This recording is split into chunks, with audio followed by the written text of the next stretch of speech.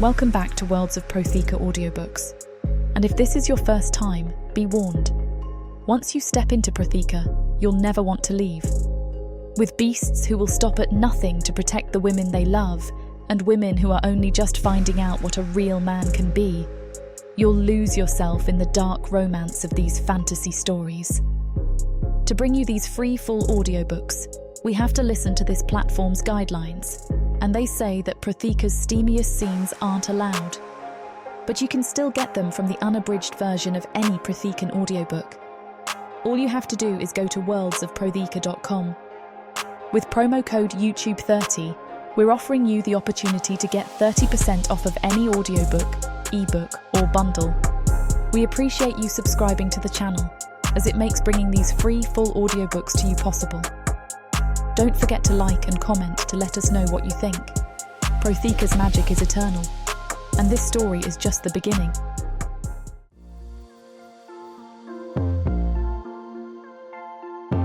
Chapter 1. Soraya. 2 years later, the scent of crushed mint mingles with sun-baked stone in our small backyard, creating the kind of peaceful afternoon that still feels like a gift I don't quite deserve. 2 years, and I'm still not used to having a space that's truly mine. Ours. The terracotta planters overflow with herbs I've been cultivating, while the young fruit trees we planted last spring stretch their branches toward the sky, heavy with the promise of next season's harvest. I run my fingers along a low-hanging branch, checking the small green pears that will be ready for market in another month. Master Theron pays me better rates now that I'm a supplier rather than an employee, though I suspect Karun's occasional visits to discuss business have something to do with the improved terms. The old man never could quite meet those amber eyes without fidgeting. The familiar rhythm of heavy hooves on stone reaches me before I see him, and something warm uncurls in my chest the way it always does. Even after all this time, the sound of Corran coming home still makes my pulse quicken.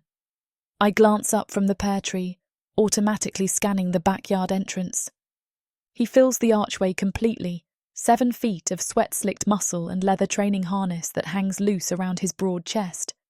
Sunlight catches the lighter streaks on his face, making them gleam like polished bronze. But it's the scattered cuts dotting his forearms that make me abandon the fruit tree entirely. "You've been hit again," I murmur, crossing to him on bare feet that know every uneven stone by now. My hands find his shoulders automatically, fingers tracing the familiar landscape of scars, both old and new. There's a fresh scrape near his left shoulder blade, angry red against the sable-brown hide I've mapped 100 times in darkness and sunlight both. He bends down to meet me, those massive hands settling at my waist with the same careful gentleness he's always shown. His kiss tastes like salt and leather, and something distinctly him that makes my bones feel liquid. "The fighters are getting quicker," he says against my mouth, pulling back just enough to speak, but not enough to break contact entirely. The words carry his usual easy confidence, but his gaze drops toward the ground as he says them, and something cold settles in my stomach. In 2 years of watching him come home from training sessions, I've learned to read the subtle language of his expressions, the way his ears twitch when he's frustrated, how his tail moves when he's pleased with a student's progress, the particular set of his jaw when something isn't quite right. This is that last one. I wipe my hands on my skirts, transferring the mint and stone dust to fabric that's seen countless such moments. The simple brown wool is practical, comfortable, nothing like the worn rags I used to wear when we first met. Corran made sure of that, though he'd never say as much directly. These look deeper than usual. My fingers trace another cut, this one along his forearm where someone's blade found its mark. And more frequent. Training's been intense lately. He straightens to his full height, but doesn't step away from my touch. Never does, which still amazes me sometimes. New batch of fighters came in last week. They're eager to prove themselves. The explanation makes sense. It should ease the knot of worry that's been growing tighter with each fresh injury he's brought home over the past few months. New fighters are unpredictable, desperate to make their mark. It's natural they'd be more aggressive, less controlled. But something about the pattern bothers me. The cuts aren't random. They're strategic, placed where they'd slow him down or throw off his balance. These aren't the wild swings of nervous beginners. Which one did this? I ask, fingertip hovering just above the shoulder scrape. Does it matter? His voice carries a note of something that might be irritation, though it's gentler than true annoyance. It's nothing a bit of Zabilla gel won't handle. He's deflecting. After 2 years together, I know when Karun's avoiding a direct answer. Usually it means he's trying to protect me from something he thinks will worry me unnecessarily. The trouble is, his idea of unnecessary worry and mine don't always align. I step back just far enough to get a better look at him, taking inventory. The harness leather is scuffed in places that suggest more contact than a typical training session would warrant. His breathing is slightly laboured, not from exertion, but from the careful way someone moves when their ribs are tender. "How many?" I ask quietly. "How many what?" "Fighters." At once. The pause before he answers tells me everything I need to know. Training doesn't work that way, Soraya. One instructor, one student. You know that. Usually. I cross my arms, studying his face. But not always. Another pause, longer this time. Sometimes the advanced students spar together while I supervise. If someone gets careless. He shrugs, the gesture causing him to wince slightly. Accidents happen. The word accident sits wrong in my mouth. I've watched Karun train fighters for 2 years, seen how precise and controlled he is. How he anticipates problems before they develop, steps in before anyone gets seriously hurt. Accidents don't just happen around him, they're prevented. But I also know that pushing too hard will only make him retreat into that stubborn protectiveness that sometimes makes me want to shake him. So instead, I reach for the small clay pot of Zabilla gel we keep on the shelf by the kitchen door. "Sit," I say, gesturing toward the low stone bench beneath the mint plants. "I can handle it myself." "I know you can." I dip 2 fingers into the cooling gel, feeling its familiar texture. "Humour me." He settles onto the bench with a grace that belies his size, though I catch the slight hitch in his movement as he bends. Definitely tender ribs. The leather harness falls away easily when I work the buckles, revealing the full extent of today's damage. More cuts than I initially thought. A developing bruise along his left side that will be spectacular by tomorrow. The shoulder scrape that goes deeper than it first appeared. "This needs cleaning first," I murmur, reaching for the water basin. "It's fine." "It's not fine." The words come out sharper than I intended, and Corin's ears flick back in surprise. I take a breath, moderating my tone. "Let me take care of you. Please." Something shifts in his expression at that. The careful guardedness softens into something vulnerable that he rarely lets show.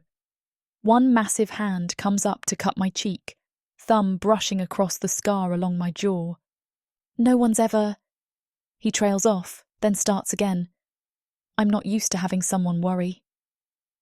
The admission does something to my chest, makes it tight and warm and aching all at once. Of course he's not used to it. How could he be? Karun gives care so naturally, so constantly, that it's easy to forget how little he's received in return over the years. "Well, you'd better get used to it," I tell him, pressing a soft kiss to his palm before turning back to the Zabilla gel. "Because I'm not going anywhere." The cleaning process is methodical, soothing in its familiarity. I've done this enough times to know exactly how much pressure to use, how long to let the gel sit before checking the wound again. My hands move with practiced efficiency, while my mind churns through possibilities I don't want to consider. Corin sits still under my ministrations, occasionally making soft sounds of contentment when I work out a particularly tight knot in his shoulders. The trust in his stillness humbles me. This massive, powerful man who could break me without effort sits patiently while I fuss over injuries that probably don't even register as pain to him. There. I cap the Zabilla gel and step back to assess my work. That should help the healing. Thank you.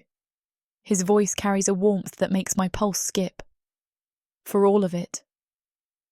I settle beside him on the bench, careful not to jostle his injured side. The afternoon light slants through the backyard, at just the right angle to turn everything golden. The stone walls, the herb plants, the lighter streaks in Corin's fur. The fighters really are getting quicker, I ask after a moment. Some of them. He leans back slightly, and I feel the solid warmth of him against my shoulder. There's one in particular who's been pushing boundaries lately. Testing limits. What kind of limits? The kind that keep training sessions from turning into actual fights. The careful neutrality in his voice doesn't fool me. This isn't about an over-eager student. This is about something more serious, something that's putting him at risk in ways that go beyond normal training accidents. But I also know Karun well enough to recognise when he's reached the limits of what he's willing to discuss. Pushing now will only make him more protective, more determined to handle whatever this is on his own. So instead, I reach for his hand, lacing our fingers together. His dwarf mine completely, calloused and strong, and infinitely gentle. I pause, searching for words that won't sound like nagging. Be careful. These injuries are getting worse, and I can't help worrying. I'm always careful. He brings our joined hands to his lips, pressing a soft kiss to my knuckles. Promise. The word settles something in my chest, though the underlying unease remains. Karun has never broken a promise to me. Not once in 2 years. If he says he'll be careful, he means it. I just hope careful will be enough. Chapter 2. Soraya. The familiar chime of Master Theron's shop door echoes behind me as I step back onto the cobblestone street, the weight of my empty fruit basket swinging light against my hip. The morning's harvest sold better than expected. The early pears fetched premium prices, and the late-season Tisret fruit practically flew off the shelves. Enough coin to keep us comfortable for another week, with a little extra besides. But instead of turning toward home, my feet carry me in the opposite direction, down the narrow lane that leads to Mirath's shop, the only healer I'd trust. I've been putting this visit off for days now, telling myself the strange queasiness in my mornings is nothing more than something I ate, or perhaps the stress of watching Karun come home increasingly battered from training sessions. The nausea that greets me each dawn, though, that's harder to dismiss. And the way certain scents make my stomach lurch, smells that never bothered me before. Yesterday, the aroma of frying dripper from a nearby kitchen sent me stumbling to the wash basin, retching until my eyes watered. The healer's shop squats between a blacksmith and a cloth merchant, its painted wooden sign depicting a stylized herb crown that's faded from years of weather. Dried bundles of rerzid and goligan hang from the eaves, filling the air with their mingled fragrances. Usually soothing, but today they make my stomach flutter nervously. Soraya. Mirath, who became my closest friend when I was working down here at the shops, looks up from her mortar and pestle as I enter, her face creasing into a smile. Her thick black curls are wild, but her dark eyes brighten when she sees me. Been a while since you've darkened my doorway. That Minotaur of yours keeping you too healthy? Heat rises in my cheeks at the casual assumption in her words. That Minotaur of yours. Even after 2 years, hearing someone acknowledge our relationship so matter-of-factly still catches me off guard, in the best possible way. Something like that. I set my basket down carefully, suddenly uncertain how to begin. Actually, I was hoping you might examine me. I've been feeling a bit off lately. Mirath's expression sharpens with professional interest. She sets aside her work, dusting herb residue from her palms. Off how? Specific symptoms, or just general unease? Nausea. Mostly in the mornings, but sometimes other times too. And I'm tired. More tired than I should be. I hesitate, then forge ahead. My monthly bleeding is late, nearly 3 weeks now. Her eyebrows climb toward her hairline, and something knowing flickers across her features. I see. Well then, let's have a proper look at you. The examination is thorough but gentle, Mirath's practiced hands checking pulse points and pressing carefully along my abdomen. She asks questions in a steady, clinical voice. When did the symptoms start? How severe is the nausea? Any changes in appetite or sleep patterns? She's got a touch of magic, so she can feel things others can't. With each question, a possibility I've been trying not to consider grows more solid, more real. My heart hammers against my ribs as she completes her assessment, stepping back with an expression that's equal parts professional satisfaction and barely contained excitement. Well? I ask, though part of me already knows. Congratulations, she says, and the word seems to echo in the small space. I'd estimate you're about 6 weeks along. Everything feels perfectly normal for this stage. 6 weeks along. The words spin around my mind. Am I? Mirath grins at me. You're pregnant, Soraya. Pregnant. The word hits me like a physical force, stealing the breath from my lungs. For a long moment I can only stare at her, the rush of possibility colliding with sheer disbelief. A baby, Corin's baby, our baby. You're certain? My voice comes out as barely a whisper. As certain as I can be without magic to confirm it, and the signs are all there. Mirath's smile softens, making her look even younger. Given how happy you two seem together, I assume this is welcome news. Welcome. Such a small word for the explosion of joy and terror and wonder currently reorganizing my entire understanding of the future. I press both hands to my stomach, amazed that something so momentous can be happening without any outward sign. Yes, I manage, and then with more certainty, yes, it's very welcome. Mirath dispenses advice about nutrition and rest, warns me about foods to avoid and symptoms that would warrant immediate attention. I nod and murmur agreement, but her words seem to reach me from a great distance. All I can think about is Corin. How his face will look when I tell him, what he'll say, how those massive hands will feel pressed against my belly. I practically float out of the shop, Mirath's final congratulations following me into the street. The walk home passes in a blur of anticipated joy, my feet moving without conscious direction, while my mind spins through a dozen different ways to share the news. By the time I reach our backyard, I'm nearly vibrating with excitement. The front door stands slightly ajar. Karun must have come home early from training. I can hear the rhythmic scrape of metal against stone coming from the back garden, the familiar sound of him sharpening his practice weapons. I drop my basket just inside the door and hurry through the house, my heart racing with anticipation. The back garden opens before me in late afternoon light, all golden warmth and dancing shadows from the fruit trees we planted together. And there he is. Karun sits on the low stone wall that borders our property, his massive frame bent over a training axe as he works the whetstone along its edge. Sunlight streams through the overhead branches, catching along the polished curve of his horns and turning them to burnished amber. His concentration is absolute, each stroke of the stone measured and precise. He's beautiful. This powerful, gentle giant who chose to love me despite every reason the world gave him not to. Who makes me feel safe in a way I never thought possible. Who's about to become a father. Corun. His name escapes me on a breath, barely audible. His head snaps up immediately, those molten amber eyes finding mine across the garden.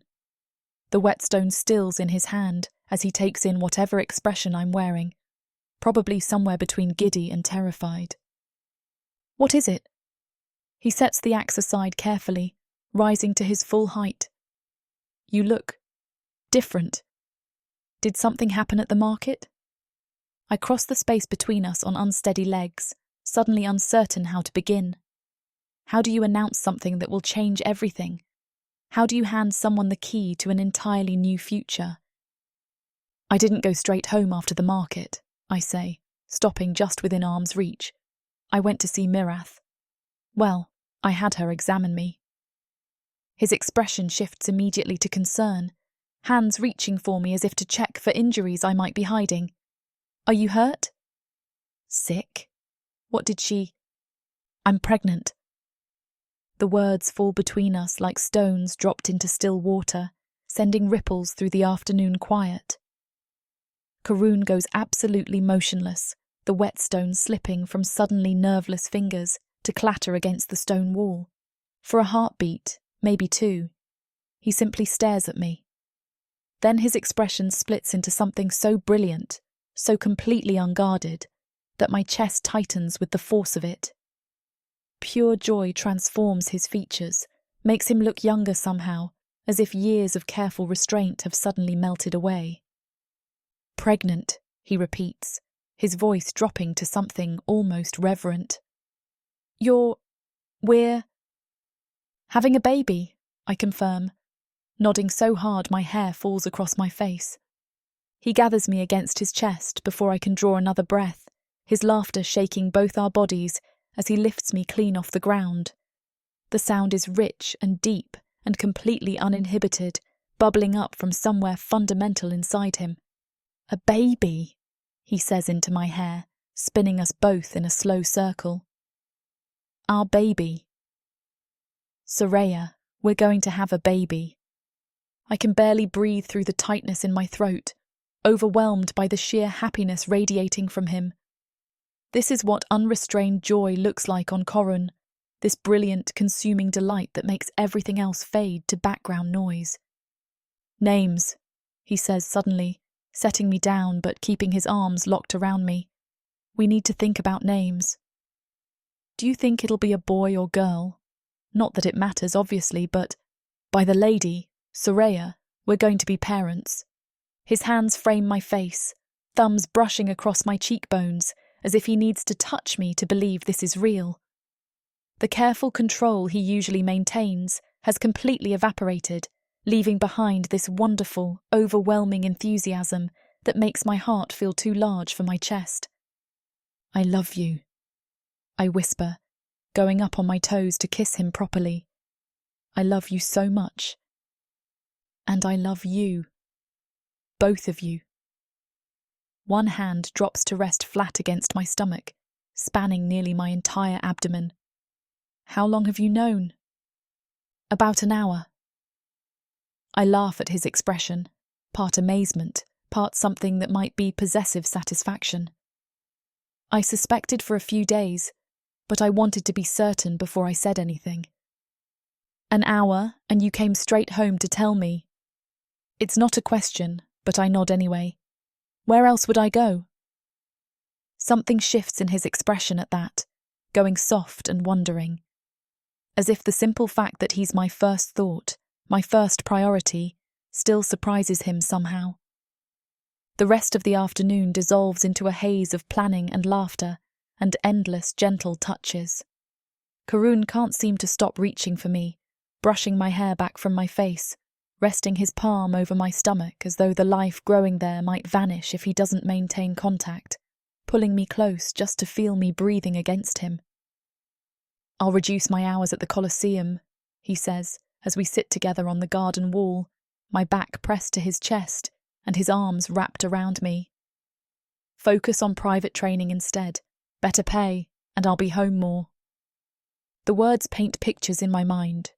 Lazy mornings together, shared meals, Karun here to hold my hair when the morning sickness gets bad.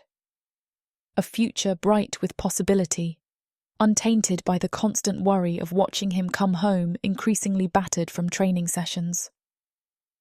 You don't have to decide anything right now, I say, though part of me wants to encourage this line of thinking. We have time. Time. He says the word like he's tasting it, finding it sweet. Months to prepare, to make everything perfect. His dreams spill out faster than I can follow. A larger house with proper nursery space, savings accounts for the child's future, connections he can make to ensure our baby has opportunities neither of us enjoyed growing up. The enthusiasm in his voice is infectious, painting our small life in broad strokes of hope and certainty. For the first time in years, maybe ever, I let myself believe in something without bracing for loss. Let myself sink into the warmth of Corin's joy and imagine a future where everything goes right instead of wrong, where love is enough to build a life on and happiness doesn't come with hidden costs. The sun sinks lower in the sky, casting long shadows across our garden while we talk about names and nursery arrangements and whether the baby will inherit Karun's size or my more manageable proportions. His hand never leaves my stomach, fingers splayed as if he's already protecting what we've created together. And sitting here in the circle of his arms, surrounded by the life we've built and the promise of the life we're creating, I've never felt more complete.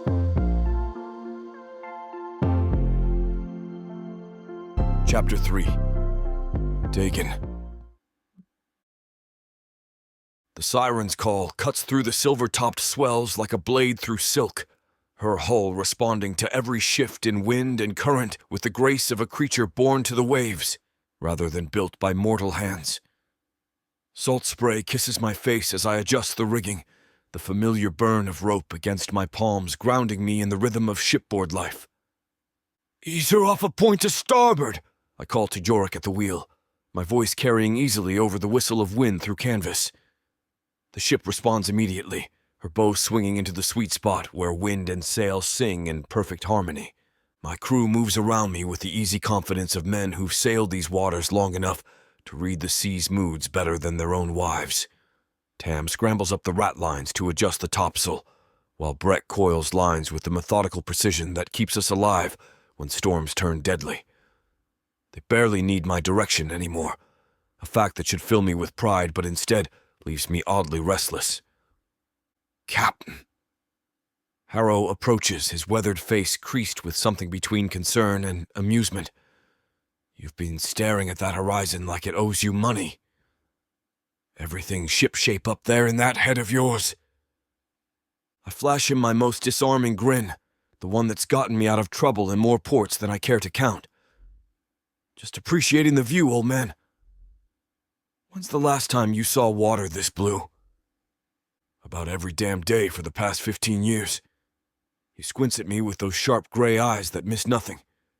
"But I ain't seen you this distracted since we pulled out of Corona." Corona. Even the name of Milthar's capital sends something warm and complicated through my chest. 3 months since we left port, chasing favorable winds and profitable cargo routes across the eastern seas. 3 months since I've set foot on solid ground that smells like home instead of foreign spices and unfamiliar stone. "Ship's running smooth," I deflect, checking the set of the mainsail for the 10th time today. "Crew knows their business. Maybe I'm just getting old." Harrow snorts. "You're 32, you dramatic bastard! Save the existential crisis for when you've got gray in your beard." 32, and feeling every year of it lately. The wanderlust that once drove me from port to port, always chasing the next horizon, has dulled to something closer to routine. Even the thrill of a well-negotiated trade deal or the satisfaction of outrunning storm clouds feels muted somehow. The real truth sits heavy in my cabin below, Corin's latest letter, ink still sharp enough to cut. Words that paint pictures of a life so different from mine, it might as well exist on another world entirely. A life with roots deep enough to weather any storm. "I'll be below," I tell Harrow, who just nods and takes his position near the wheel like he's been expecting this. My cabin feels smaller than usual as I duck through the low doorway, the familiar space suddenly cramped despite having housed me comfortably for years. Charts cover every available surface, their edges curling from salt air and constant handling. But it's the letter spread across my writing desk that draws my attention. Thick parchment that bears the unmistakable scrawl of my brother's careful handwriting. "Day, you're going to laugh, but I've been practicing my penmanship. Soraya says my letters look like they were written by an Ursane with a grudge against the alphabet. Can't argue with her there. Speaking of Soraya, remember how I told you we've been talking about the future? Well, the future decided to arrive a bit ahead of schedule. She's pregnant, brother. We're having a baby. I keep writing that sentence and staring at it, like the words might rearrange themselves into something that makes more sense. But there it is. I'm going to be a father. Can you believe that? This big, clumsy bastard who breaks half the dishes he tries to wash is going to be responsible for a tiny human being. Soraya glows, Day. I know that sounds like romantic nonsense, but I swear on our father's horns that she actually glows. Happy looks good on her in ways I didn't know were possible. And when she looks at me like I hung the moons myself, by the lady, brother, I never knew I could feel this complete. I've been thinking about names. Traditional ones, of course, but also wondering if we should consider something that honors both our cultures. Soraya laughs when I suggest Minotaur names, says she can barely pronounce half of them. Fair point. The baby isn't due for months yet, but I've already started planning everything. A proper nursery, savings for their education, connections to make sure they have opportunities neither of us got growing up. I want to give them the world, Day. The whole damn world. I know you're probably reading this in some distant port, planning your next run to Zukiev nowhere. But if you ever get tired of chasing horizons, you've got family here. A nephew or niece on the way who's going to need an uncle who can teach them about adventure and faraway places. Stay safe out there. The seas can keep you for now, but don't let them keep you forever. Your brother, Corin. P.S. Soraya sends her regards. She also said to tell you that when you finally come home, she's making you help with the baby's first words. Something about Uncle Day has a silver tongue and should put it to good use. I read the letter for the third time today, my finger tracing the careful loops of Corin's improved penmanship. The joy practically bleeds through the parchment, pure, uncomplicated happiness that makes my chest tight with something I can't quite name. Uncle Day. The title sits strange and wonderful in my mind, conjuring images I've never let myself entertain. Teaching a small Minotaur how to tie sailors' knots, telling stories of sea monsters and distant shores while they sit wide-eyed and captivated. Watching Corin try to navigate fatherhood with the same careful intensity he brings to everything else. My fingers find the small collection of Corin's letters I keep bundled in my sea chest, their edges soft from handling. 2 years of correspondence that chronicles the slow transformation of my stoic brother into someone capable of writing sentences like, "Happy looks good on her," in ways I didn't know were possible. The change started the day he met Soraya, though I didn't recognize it immediately. His letters had always been dutiful things, updates on his work at the Coliseum, questions about my travels, careful inquiries about my health and safety, practical communication between brothers separated by an ocean. Then suddenly they were full of observations about sunlight through fruit trees and debates over which variety of pears made the best preserves. Stories about a human woman who could match his wit and challenge his assumptions with equal ease. Wonder at finding someone who looked at his massive frame and saw strength worth trusting rather than threat worth avoiding. She makes me want to be better, he'd written in one particularly unguarded moment. Not different. She loves me as I am, but better, stronger, more worthy of the faith she places in me. And now they're having a baby. Corin, my careful, controlled brother who thinks through every decision twice, is about to become a father. The mental image of him cradling something small and fragile makes me smile despite the strange ache in my chest. I pull out a fresh sheet of parchment and uncork my ink, but the words don't come immediately. How do you respond to news that changes everything? How do you congratulate someone on a joy you're not sure you understand but desperately want to share? The ship rocks gently beneath me, the familiar motion that's been home for more years than I've spent on solid ground. But for the first time in memory, the movement feels less like freedom and more like distance. An ocean's worth of water between me and the people who matter most. Corin, I finally write, Uncle Day. I like the sound of that. I've read your letter so many times, the crew probably thinks I've lost my mind. Harrow caught me grinning at nothing yesterday and threatened to check my rum supply for tampering. When I told him I was going to be an uncle, he bought the first round. The baby. Our family is growing, and I'm out here chasing favorable winds like some restless ghost. Part of me wants to turn the ship around right now and sail straight home, but we've got cargo contracts to honor first. Give me 6 months and I'll be back in Corona with gifts from half a dozen ports and stories that'll put the little one to sleep for years. Tell Soraya I'm already practicing my lullabies.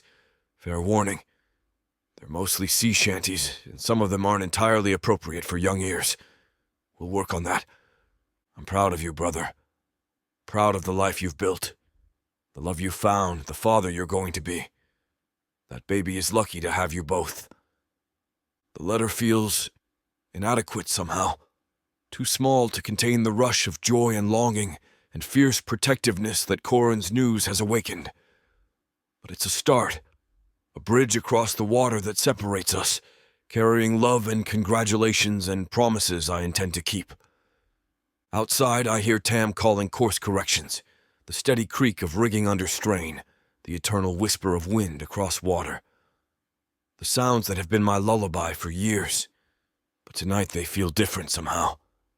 Tonight they sound less like home and more like the space between me and where I want to be. It'll probably be 6 months, maybe a few more, long enough to finish this run, settle the crew's contracts, make arrangements for the ship's management in my absence, long enough to plan a proper homecoming for a brother who's about to discover that love makes everything, including fear, exponentially larger. But I should be there before the baby is born, and I can be part of their life. I seal the letter carefully, already planning its route to Minotaur. Then I spread my charts across the desk, tracing familiar shipping lanes with new purpose. For the first time in years, I'm not just planning the next port of call. I'm planning the journey home. Chapter 4. Soraya. The morning starts like any other, caffo steaming in my cup, the scent of warm bread drifting through our open windows from the market stalls below. Corun left before dawn, as always, pressing a kiss to my forehead while I pretended to still be asleep. The familiar rhythm of our life, predictable and precious in its simplicity. I'm arranging the last of our fee juice harvest in baskets when the door bursts open hard enough to rattle the hinges. Soraya. Marath's voice cuts through the morning quiet, sharp with something that makes my blood freeze. Her healer's robes are streaked with dust, and something darker, her usually neat curls wild around her face. The basket slips from my hands, fee just scattering across the floor in purple bruises of fruit. Mere. The word comes out smaller than I intend, already knowing I don't want to hear whatever brought her here looking like death itself. She crosses the room in 3 quick strides, her hands finding my shoulders with a grip that would bruise if I could feel anything beyond the sudden roar of blood in my ears. There's been a fight at the coliseum. Her dark eyes search my face like she's memorizing it. One of the prisoners, Varkas, he had a concealed blade, lashed out during training. The world tilts sideways. I can't breathe, can't think past the thunder of my heartbeat echoing in my skull. Corun stopped him, she continues, her voice breaking on his name. Killed the bastard, but what? The words tear from my throat, raw and desperate. Mirath's face crumples. The blade found its mark first, Soraya. I'm so sorry. I don't remember moving. Don't remember pushing past her or stumbling through the door or running down the narrow stone streets that suddenly feel like they're closing in around me. My skirts tangle around my legs, threatening to send me sprawling, but I can't slow down. Can't stop. Can't do anything but run toward the Coliseum with Mirath's words echoing in my head like a curse. The blade found its mark. The Coliseum gates loom ahead, ancient stone stained with the sweat and blood of countless fighters. A crowd has gathered, trainers, officials, spectators drawn by the commotion. They part before me like water, their faces blurring into meaningless shapes as I push through. That's when I see them. 4 men carrying a stretcher, moving with the careful reverence reserved for the dead. The massive frame on it is unmistakably Corran, too broad, too tall to be anyone else.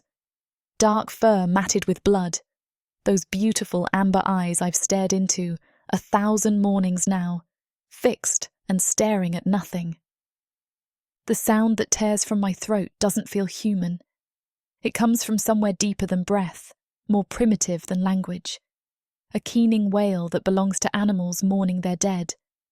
Hands try to hold me back, gentle at first, then more insistent as I fight against them.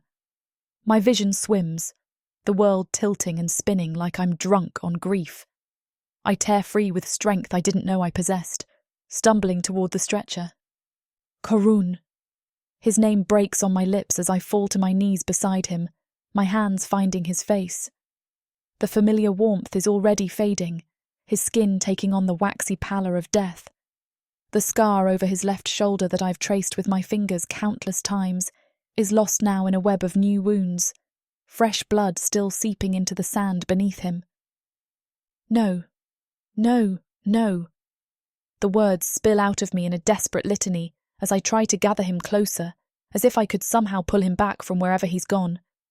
But he's too heavy, too still, and my hands come away slick with his blood.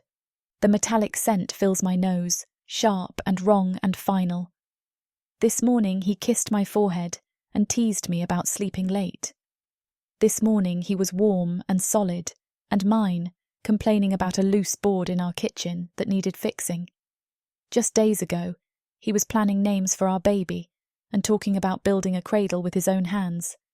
Now he's nothing. Empty. Gone. I'm sorry. Mirath's voice breaks somewhere above me, but the words sound like they're coming from underwater. Soraya, I'm so sorry. I fold over his massive frame, my body shaking with sobs that feel like they're tearing me apart from the inside. The grief is raw and primal, bigger than my small human form can contain.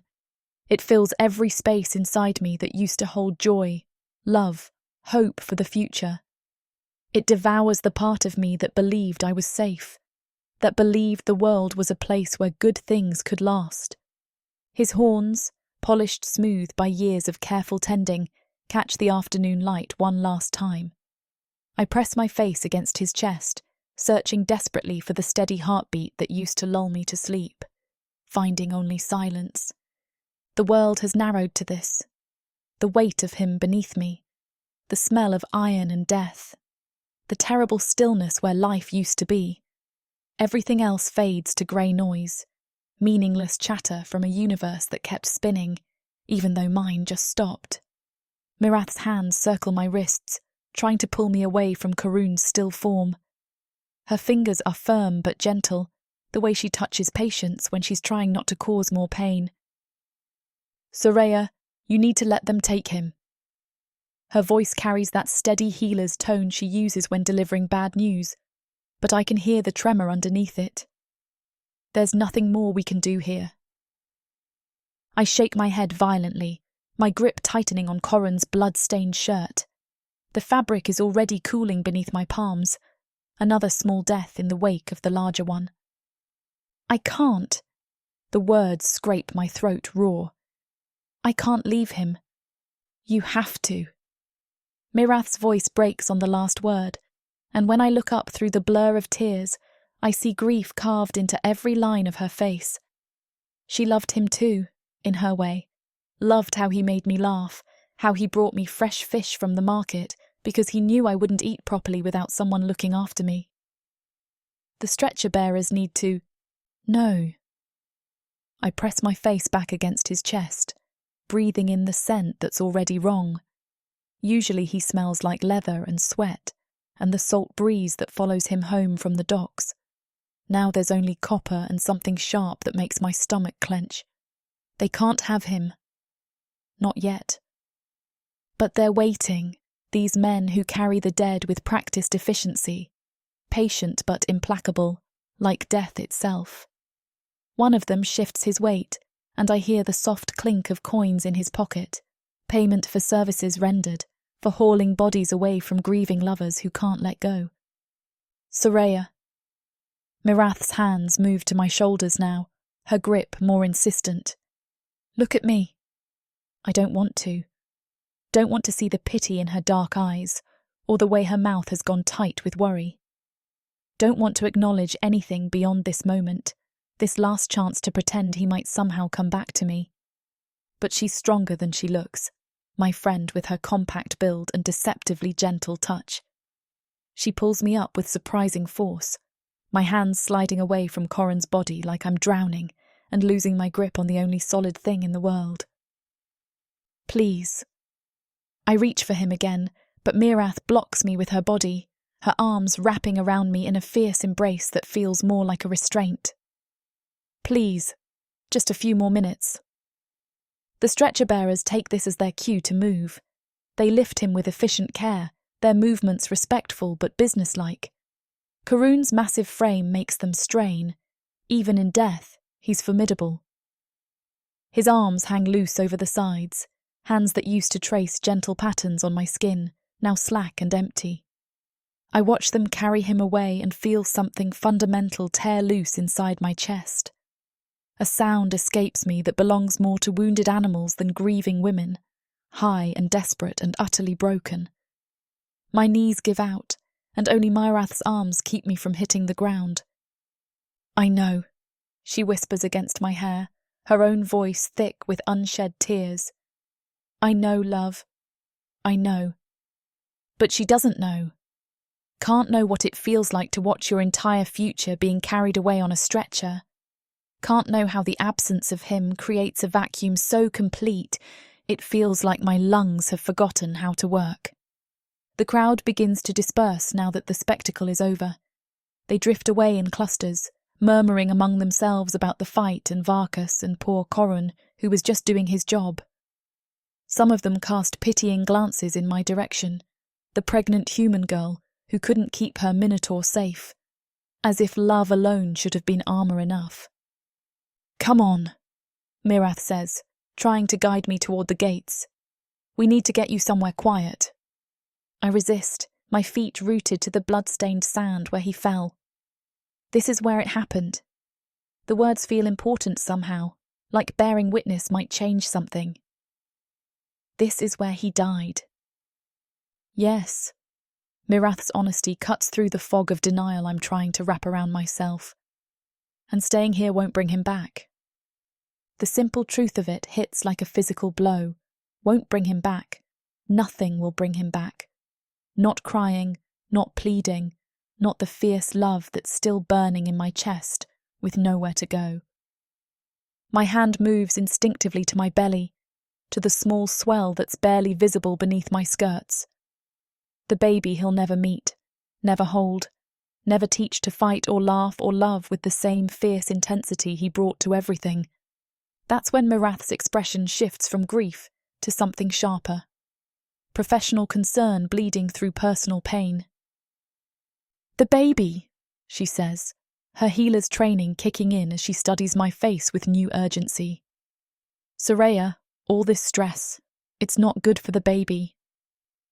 The words land like stones in still water, sending ripples of fresh panic through the numbness that's settling over me. I feel my pulse spike, feel the world tilt sideways again as a new kind of terror takes hold. What do you mean? My voice comes out smaller than I intend, already knowing the answer won't be one I want to hear. Extreme emotional distress can cause... She stops herself, probably reading the growing hysteria in my expression. I just need to examine you. Make sure everything's all right. But I can see in her eyes that she's worried. See the way her gaze keeps dropping to my midsection, the careful way she's choosing her words. And suddenly the grief isn't just for Corun anymore. It's for this child who might not survive the violence of losing him. I can't lose the baby too. the admission tears from my throat like a confession. Mir, I can't lose them both. Because that's what this pregnancy is now. The only piece of Corin I have left. The only proof that what we had was real, that it mattered, that it produced something beautiful in a world that seems determined to destroy everything good. You won't, Mirath says, but the uncertainty in her voice betrays her. But we need to get you somewhere safe. Somewhere quiet where I can properly. How am I supposed to do this? The question erupts from some deep place I didn't know existed, raw and desperate and completely without hope. How am I supposed to raise his child without him? How am I supposed to wake up every morning and remember he's gone? How am I supposed to live in a world where he doesn't exist? The questions hang in the air between us like accusations, like prayers to Zukiev, the Lady of the Light, who've already proven they don't listen. Mirath's face crumples with fresh grief. For me, for Corin, for the impossible situation we've all been thrust into. I don't know, she admits, and the honesty in it is both brutal and strangely comforting. But we'll figure it out. Together. Together. As if anything could fill the space he's left behind. As if anyone could replace the steady presence that made me feel safe in a world that's never been particularly kind to human women who love outside their species. I let her guide me away from the coliseum then, my legs moving without any real input from my brain. Each step takes me further from the place where he died, from the last spot on earth where we existed in the same space. Further from the life I thought I was going to have, and deeper into this new reality where everything is uncertain and terrifying and wrong. The sun is still shining. People are still going about their daily business, buying fruit and haggling over prices and complaining about the weather. The world has the audacity to continue existing, even though the most important part of mine just ended. And somewhere in the growing darkness of my grief, a smaller fear takes root and begins to grow, that this baby, this last gift he'll ever give me, might not survive the violence of my breaking heart.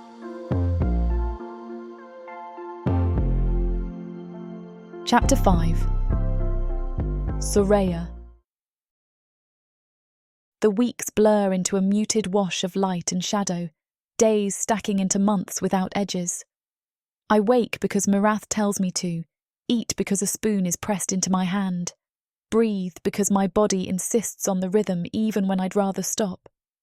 Time moves like honey, thick and slow, each moment stretching until I can't tell if it's morning or evening, Tuesday or Sunday. Nothing has meaning anymore. Mirath moves through our small home with quiet efficiency, tending the herbs that grow wild in the window boxes, stoking the fire when the chill creeps in, changing the linens when she notices they're damp from tears I don't remember shedding. She's practically living here now, sleeping on the narrow couch more nights than not, her healer's bag always within reach like she's expecting disaster. Maybe she is. Maybe I am disaster now. You need to eat more than this, she says, settling beside me on the bed with a bowl of something that smells like gankoya and warm milk. Her cinnamon-brown skin has taken on a grey cast from worry and too little sleep, dark circles shadowing her eyes. The baby needs... I know what the baby needs. The words come out sharper than I intend, cutting through the fog that's settled over everything. But even the brief flare of irritation feels exhausting, too much effort for too little result. She doesn't flinch at my tone, just keeps stirring the contents of the bowl with patient determination. Her thick black curls are escaping their usual neat arrangement, framing her face in wild spirals that speak to how little attention she's been paying to herself. All her focus has been on me, on keeping me functional when every instinct screams to just stop. Then you know you can't keep surviving on caffo and grief. Her voice carries that familiar note of authority she uses with difficult patients, but underneath it I hear the strain. The fear that she's fighting a losing battle against something bigger than both of us. The swell of my belly has grown heavier over these months, an undeniable reminder of what I've lost and what I'm about to gain.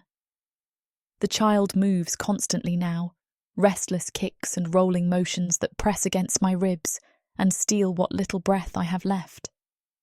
I feel every flutter, every shift of small limbs in the dark space inside me, and it hurts as much as it soothes. Corun should be here for this, should have his massive hands pressed against my skin, marvelling at the strength of his child, should be talking to my belly in that gentle rumble he used when he thought no one was listening, telling stories about the sea and his brother's adventures, should be building the cradle he promised, his careful fingers shaping wood into something beautiful and safe. Instead, there's just me and this growing weight, and the terrible silence where his voice used to be.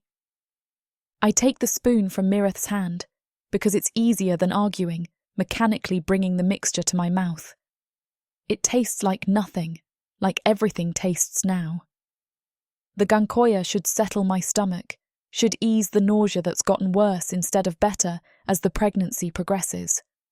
But nothing eases the sick feeling that has nothing to do with the baby and everything to do with the gaping hole where my heart used to be. That's better. Mirath's approval is gentle, careful not to push too hard or too fast. She's learned to measure progress in spoonfuls and breaths, in moments when I respond to her voice instead of staring through her like she's made of glass. Outside, the city moves on, as though Corun's absence is just another shift in the air. I can hear the market vendors calling their wares, the clip-clop of Equus hooves on stone, the distant roar of the coliseum crowds cheering for new fighters. Life continues with brutal efficiency, indifferent to the fact that the most important person in the world is gone. Inside, I drift from room to room like a ghost, unable to touch his belongings without feeling splintered. His training harness still hangs by the door, the leather darkened by years of sweat and sun, and I can't bring myself to move it. The familiar scent of him clings to the worn straps, salt and steel, and something uniquely his that no amount of time seems able to wash away. Mirath suggested once, carefully, that we might pack some things away, make space for the baby's needs. I'd stared at her with such venom that she'd backed down immediately, her hands raised in surrender. Those belongings are all I have left of him. The physical proof that he existed, that he lived in this space and loved me, and planned a future that included teaching our child to fight and laugh and love with the same fierce intensity he brought to everything. Some nights, the baby kicks hard enough to wake me, and I lie in the dark with my hand on my stomach, willing Corun to feel it too, wishing he were here when he seemed even more excited than me about this pregnancy, when he'd spend entire evenings with his ear pressed to my belly, waiting for any sign of movement. He'd been so patient, so gentle, mapping every change in my body like it was sacred territory. "Did you feel that?" I whispered to the empty room, my palm pressed against a particularly vigorous kick. The baby seems to respond to my voice, settling into a gentler rhythm that feels almost like comfort. "Your papa would have loved that. He would have called you a little fighter." The words hang in the darkness, unanswered. There's no warm presence beside me, no rumbling chuckle or careful hands joining mine, just the terrible silence and the growing certainty that I'm going to have to do this alone. During the day, I watch Mirath bustle around the small space with determined efficiency. She's taken over the herb garden completely, her skilled hands coaxing new growth from plants that were starting to wither under my neglect. The scent of raised and fresh greenery fills the air, a sharp contrast to the stale grief that seems to cling to everything else. She's reorganised the kitchen too, moving things to more convenient heights for when the baby comes, making practical preparations for a future I can't quite believe in. Her movements are quick and purposeful, but I catch her sometimes pausing by the window, staring out at nothing with an expression that mirrors my own lost look. This is costing her too. Not just the time and energy of caring for someone who's more burden than companion lately, but the emotional weight of watching me disappear piece by piece. She loved Corun in her own way, loved how he made me laugh, how he brought me fresh fish from the market because he knew I wouldn't eat properly without someone looking after me, She's grieving too, but she's buried it under the immediate necessity of keeping me alive. Mia. My voice cracks from disuse, making her look up from the herbs she's hanging to dry. You should go home. Sleep in your own bed.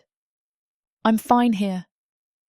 Her response is automatic, but I can see the exhaustion in every line of her compact frame. Besides, someone needs to make sure you actually eat the soup instead of just moving it around the bowl. She's not wrong. Left to my own devices, I'd probably forget to eat entirely. The hunger seems distant, unimportant compared to the gnawing ache in my chest. But the baby kicks again, insistent, reminding me that my choices affect more than just myself now. The afternoon light slants through the windows, casting long shadows across the floor. In a few hours, the sun will set, and I'll face another night in a bed that feels too large, too empty, too full of memories. Another night of lying awake and wishing for things that can never be, reaching for warmth that isn't there. The baby shifts again, a rolling motion that makes my breath catch.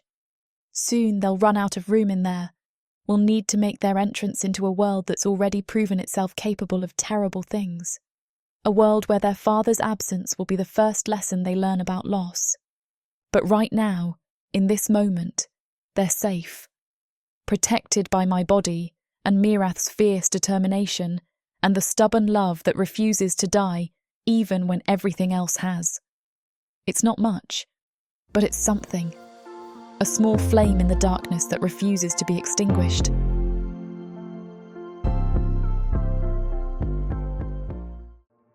There isn't much left of the world after the orcs came.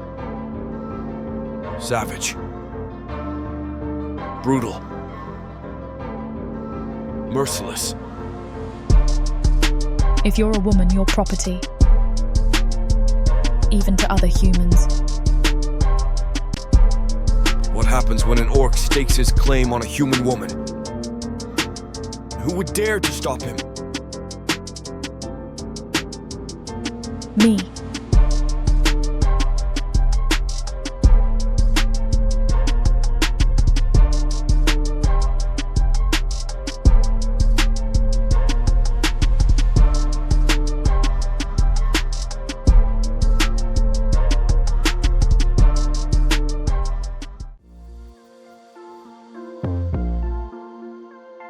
Chapter 6. Soraya. The pain starts as a low ache in my back, like someone's pressing their knuckles against my spine. I try to ignore it, focusing instead on the herb tea Mirath brought me, but the sensation spreads and deepens until it wraps around my entire middle like a vice. Mir. My voice comes out strangled as another wave hits, stronger this time. The cup slips from my hands, sending warm liquid across the bed linens. Something's wrong. She looks up from her mortar and pestle, dark eyes sharp with instant attention, takes one look at my face and sets her work aside with careful precision. How long have you been feeling this? Just started. But even as I say it, another contraction builds, stealing my breath and making my vision blur at the edges. This isn't the gentle warning I expected. This is urgent and demanding and completely beyond my control.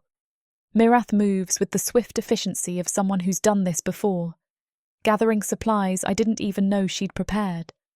Probably in the months I'd been living like a ghost. Clean linens, sharp tools, bottles of something that smells medicinal and strong. Her movements are calm, practiced, but I catch the tension in her shoulders as she realizes how fast this is moving. The baby's not waiting for a convenient time, she says, helping me shift positions as another wave of pain crashes over me. This little one's got their own schedule. The hours blur into a haze of agony and effort. Pain becomes the entire world, sharp, relentless, demanding everything I have and then more.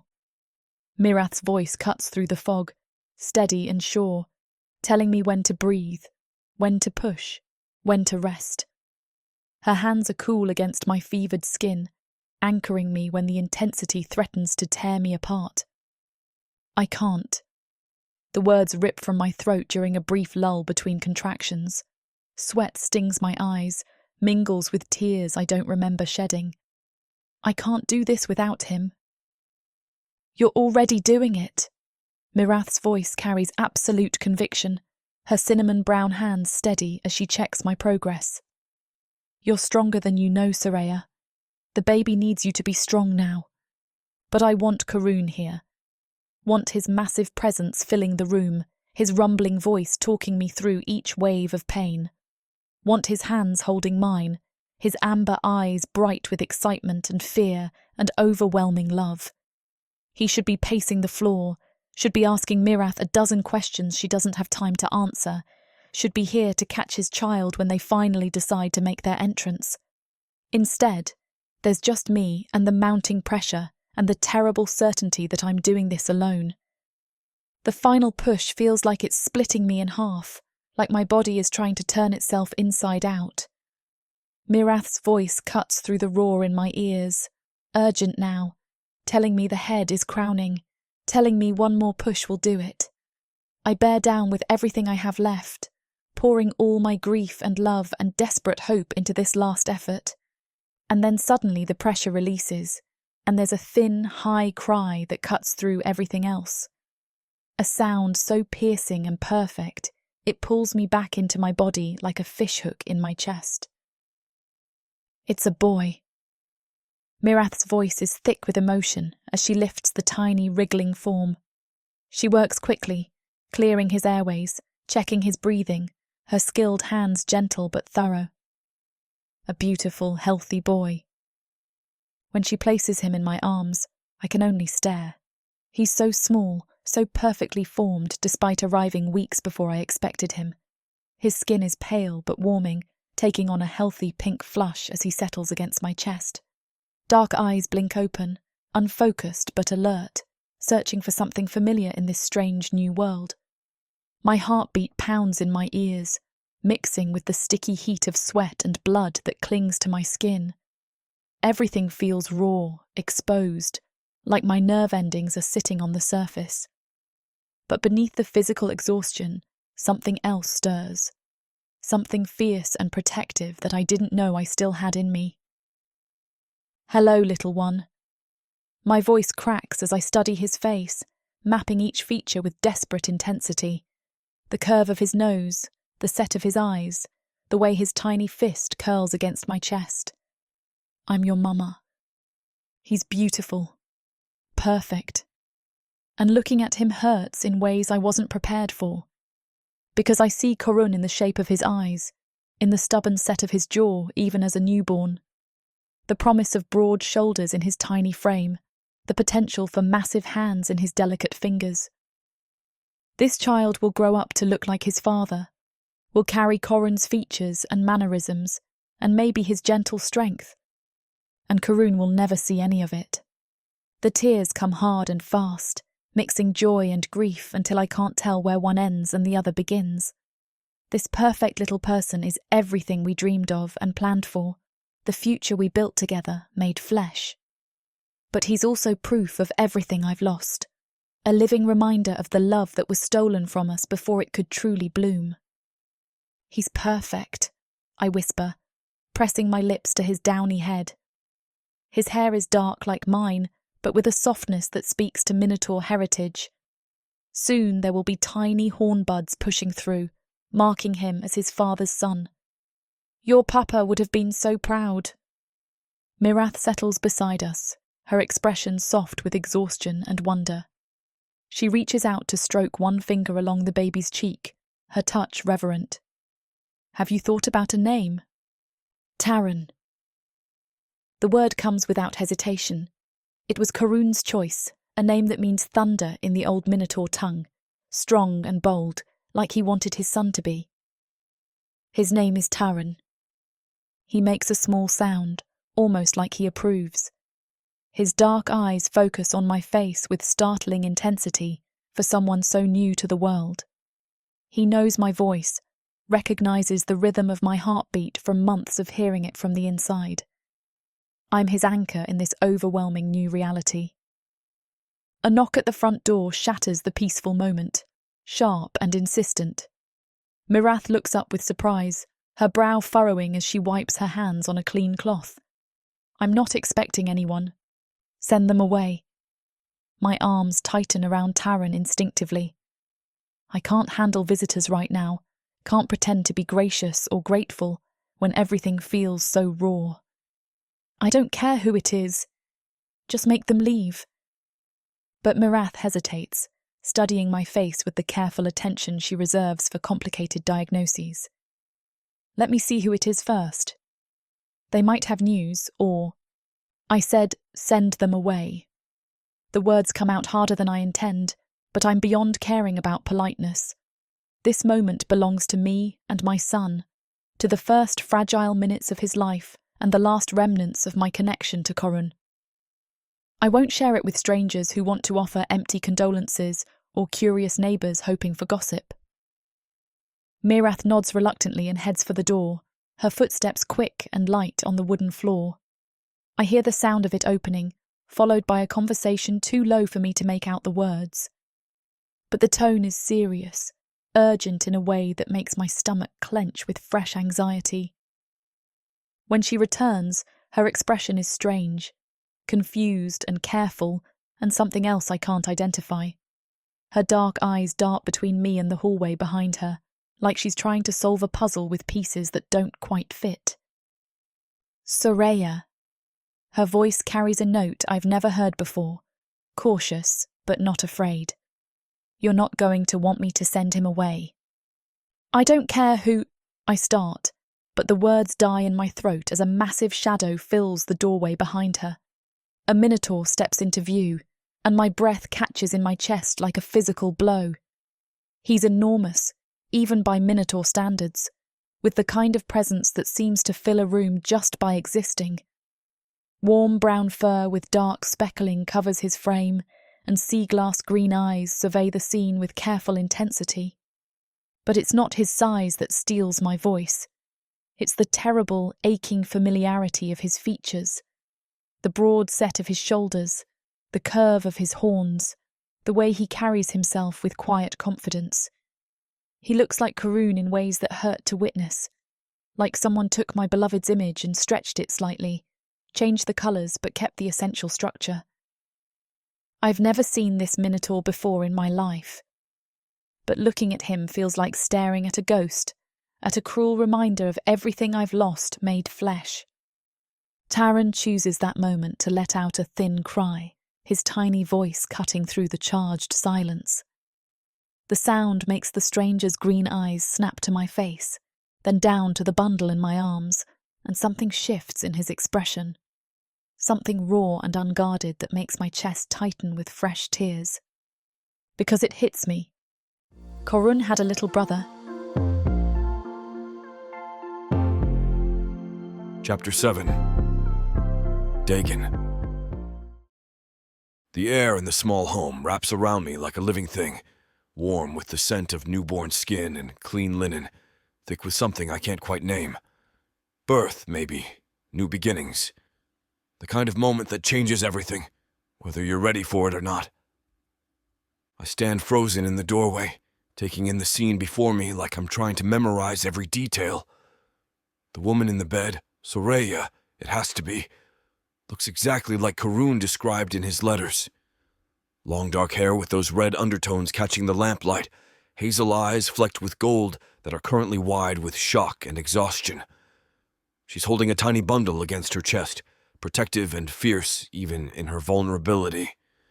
This is the woman my brother wrote about with such reverence it made me seasick some nights, reading his letters under starlight and wondering what it felt like to love someone that completely. The woman who made him talk about settling down, about building something permanent instead of just surviving day to day. And that bundle she's holding, by the lady, that's my nephew.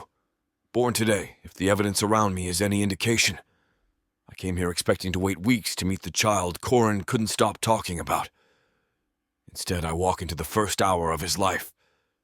The human woman, Marith, based on Corun's descriptions, steps forward with the kind of practiced calm that tells me she's handled situations like this before. Her dark curls are pulled back from her face, and there's blood on her apron that she doesn't seem to notice. I'll get Soraya cleaned up and then you two can talk, she says, her voice carrying the authority of someone who's used to being obeyed in moments like this. Her gaze sweeps over me with clinical assessment, probably trying to figure out what the hell a 7.5-foot Minotaur is doing in her birthing room. She moves with efficient purpose, gathering supplies and checking on Soraya with gentle hands. I watch her work, impressed, despite myself, by the way she handles the situation. Corin mentioned her in his letters, Soraya's closest friend, a healer with enough backbone to stand up to anyone who gave her trouble. Seeing her now, I understand why he respected her. The baby needs to be properly cleaned, Myrath says, reaching for the tiny bundle. Soraya's arms tighten instinctively, but Myrath's voice carries gentle insistence. And you need to rest for a few minutes. Let me take care of both of you. I expect Soraya to refuse. I'd refuse if I were in her position. Some stranger showing up at the worst possible moment, asking to handle the most precious thing in my world. But after a long moment, she nods reluctantly and lets Myrath lift the baby from her arms. This is Taran, Myrath says, cradling the infant with practiced ease. The name makes me smile. Corin mentioned it in his last letter, a strong name for a strong son he'd written. Thunder in the old tongue. And since you're his uncle, you might as well learn how to hold him properly. Before I can protest or explain that I've never held a baby in my life, she's transferring the tiny weight into my arms. I freeze, terrified I'm going to drop him or hold him wrong or somehow damage this perfect little creature just by existing in the same space. But Taran settles against my chest like he belongs there, his small weight surprisingly solid and warm. Dark eyes blink up at me with startling focus for someone so new to the world, and I feel something shift in my chest, something protective and fierce that I wasn't expecting. Bond with him, Myrath says, already turning back to help Soraya. I'll bring Soraya to the sitting room once she's cleaned up and rested a bit. She gestures toward a doorway, and I find myself moving carefully toward what must be the main living area. Every step feels momentous with this tiny life cradled in my arms. The sitting room is simple but comfortable. A worn sofa, a low table, shelves lined with books and small treasures. Everything about it speaks of a life built with care and attention, the kind of home Korun always dreamed of having. I settle into the sofa with Taran still sleeping peacefully against my chest, and that's when the reality of the situation finally hits me. I'm here holding my nephew in the home my brother built with the woman he loved. But by the lady, where is Corin? He should be here. Should be pacing the floor like an expectant father. Should be arguing with Myrath about whether the baby needs more blankets. Should be staring at his son with the same overwhelming awe that's currently making my throat tight. Instead, there's just silence and the soft sound of Taran's breathing against my chest. I study his tiny face, mapping the features that are already distinctly his own, while searching for traces of family resemblance. The shape of his eyes hints at Corin's, and there's something about the set of his jaw that speaks to Minotaur heritage. But he's his own person too, perfect and complete in ways that make me understand why my brother was so excited to meet him. Footsteps in the hallway signal Soraya's approach. I look up as she enters the sitting room, moving carefully but under her own power. Myrath must have helped her wash and change, because she looks more composed now, though exhaustion still lines her features. Her hazel eyes find mine immediately, wary but not afraid. You're Korun's brother, right? Her voice carries quiet strength despite everything she's been through today. She settles into the chair across from me, close enough to reach for Taran if needed, but far enough to maintain some distance. I take a breath, choosing my words carefully. The truth is going to be hard enough without me fumbling through it like an idiot. That's right. I'm Dagon. The name feels strange on my tongue in this context, formal and inadequate. Dagon Thal, Corin's younger brother. She nods, her eyes moving between my face and Taran's sleeping form. I can see her processing the resemblance. I have no doubt my brother told her about me, but we have never met. He wrote to me about you, I continue, my voice deliberately steady. Letters that came with every ship that docked near my routes. He filled them with talk of you, of the child you were waiting for, of a future he was building with both hands. Her expression softens slightly at that, though pain flickers behind her eyes. Karun always did have a way with words when it came to the people he loved. He told me about your laugh, I say, watching her face carefully, how you tease him about taking up too much space wherever you go, about the way you sell fruit to the Minotaur at the coliseum and somehow make them all feel like they matter. She blinks hard, and I see her hands curl into fists in her lap. He wrote about the trees you planted together, about how you want to expand the orchard, about tiny baby clothes and names that mean something important, about how he'd never been happier in his entire life. My throat tightens, making the words harder to push out. I sailed home when the news about my nephew reached me, because there was nowhere else I could be but here, with my family. The last word hangs in the air between us, and I see the exact moment she realizes something. It makes my stomach twist as I see tears swim in her eyes. "Where is Karun?" The question comes out barely above a whisper, but it seems to make her collapse. The color drains from her face, and her hands fly to cover her mouth as a broken sound escapes her throat. She can't even get the words out as sobs rack her body. The word is muffled by her palms, but the devastation behind it is crystal clear. He's gone. He's gone, and he was supposed to be here. He was supposed to meet his son. The tears come hard and fast, shaking her entire frame with the force of grief that's obviously still too fresh, too raw. Something that I feel hit me squarely in the chest, and yet I can't give in to it. I'm on my feet before I realize I'm moving, crossing to her with Taryn still secure in my arms. "I'm sorry." The words feel pathetically inadequate, but they're all I have. "I'm so damn sorry, Soraya." She looks up at me through her tears, and the pain in her eyes nearly brings me to my knees. "You didn't know, did you?" I shake my head, not trusting my voice. She lets out a sob that seems to come from somewhere deep in her chest, a sound of pure loss that makes my own eyes burn. I told him I was coming back and then never heard from him. I just assumed it was because of the baby. I forced the words out. "When did he—" "6 months ago. A criminal he was training had a concealed blade." The words hurt as she says them. "Karun stopped him from hurting anyone else, but—" She doesn't finish. She doesn't need to. I understand what happened, can fill in the blanks that she can't bear to speak out loud. She doubles over then, grief hitting her because I've made her say it out loud.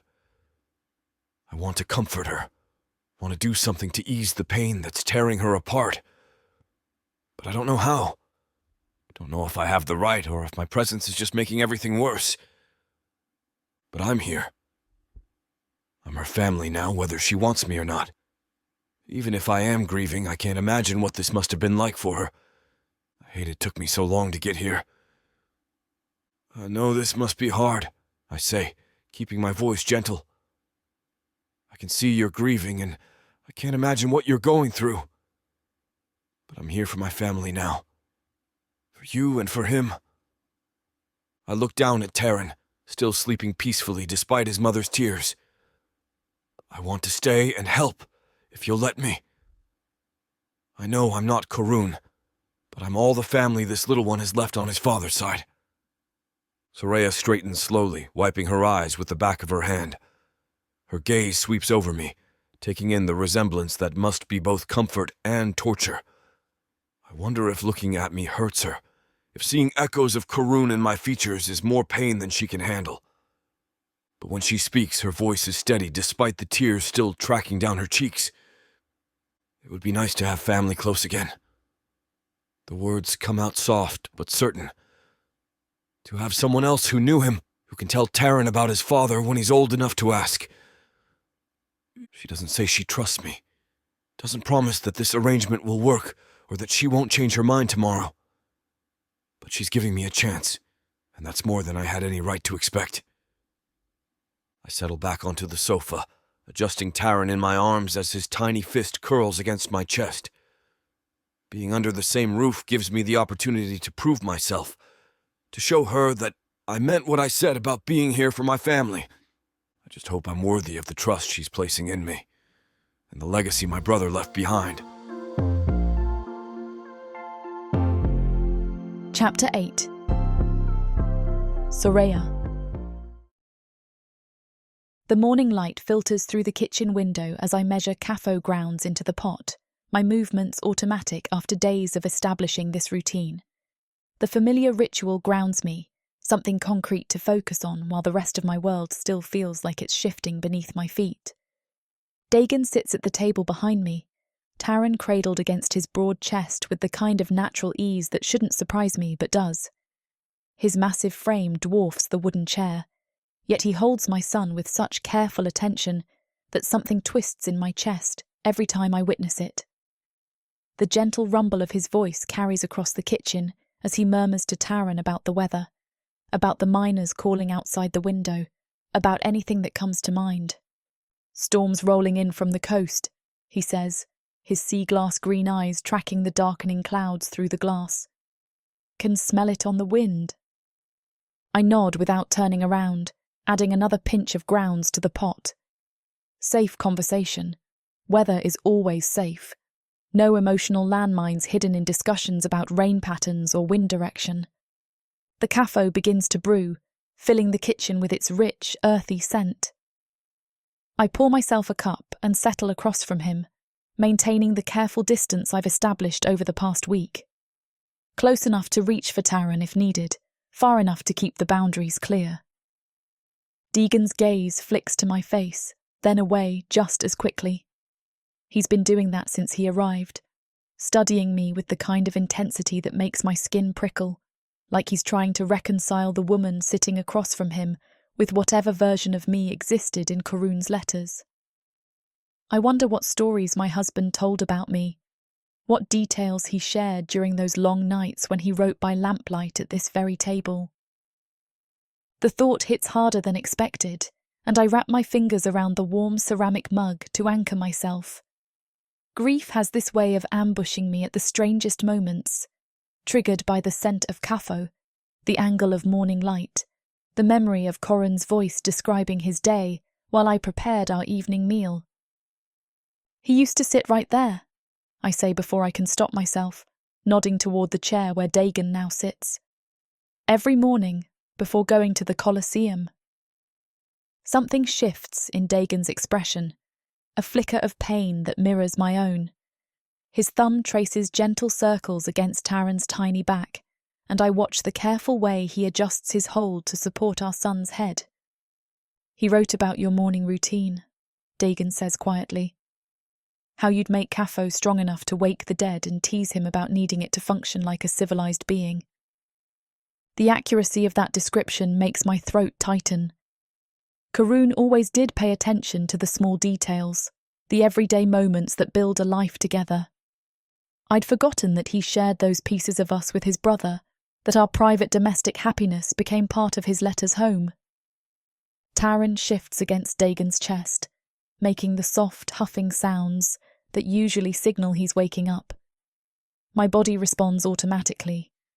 The familiar pull of anticipation, the way my arms reach slightly forward, even though I'm not holding him.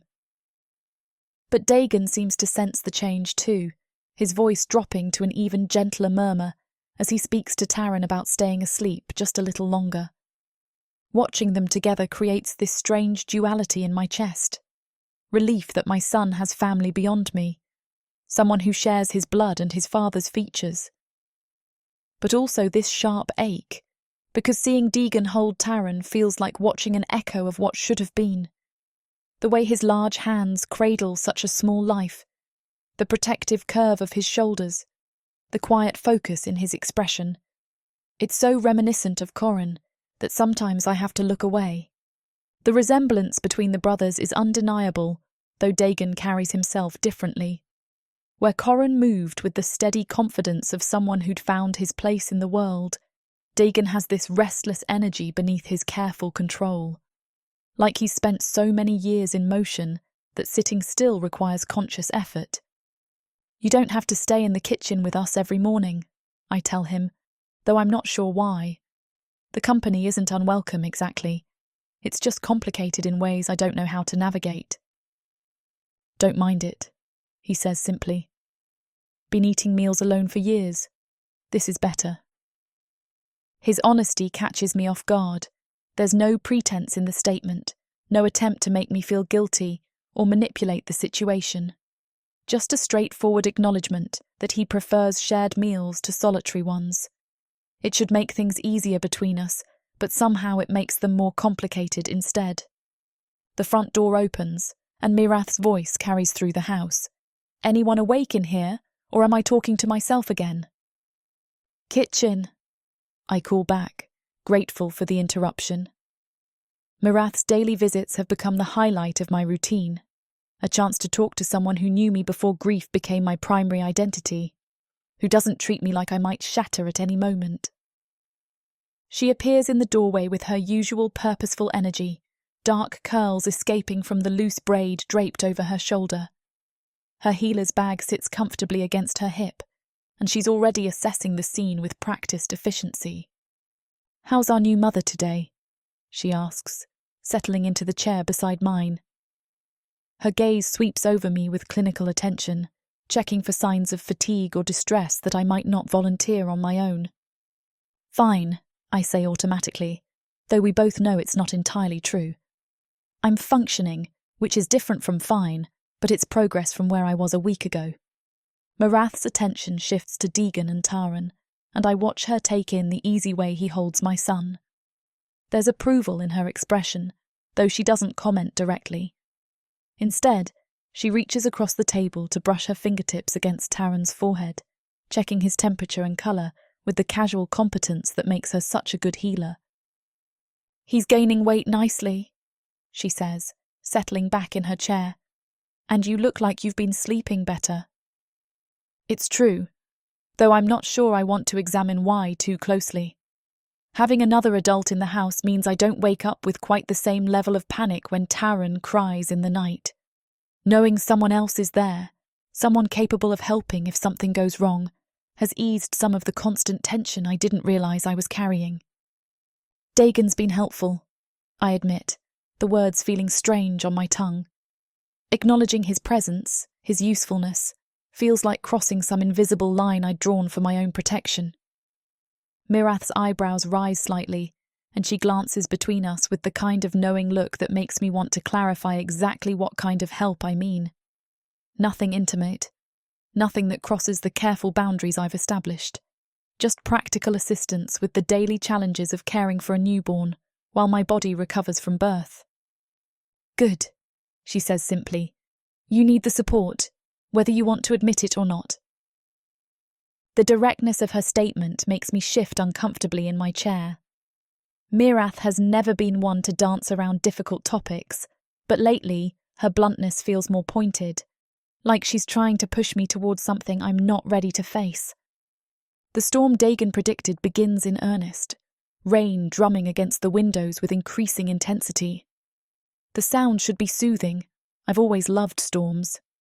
But today, it makes the kitchen feel smaller, more intimate, like the three of us are contained in this warm bubble while the weather rages outside.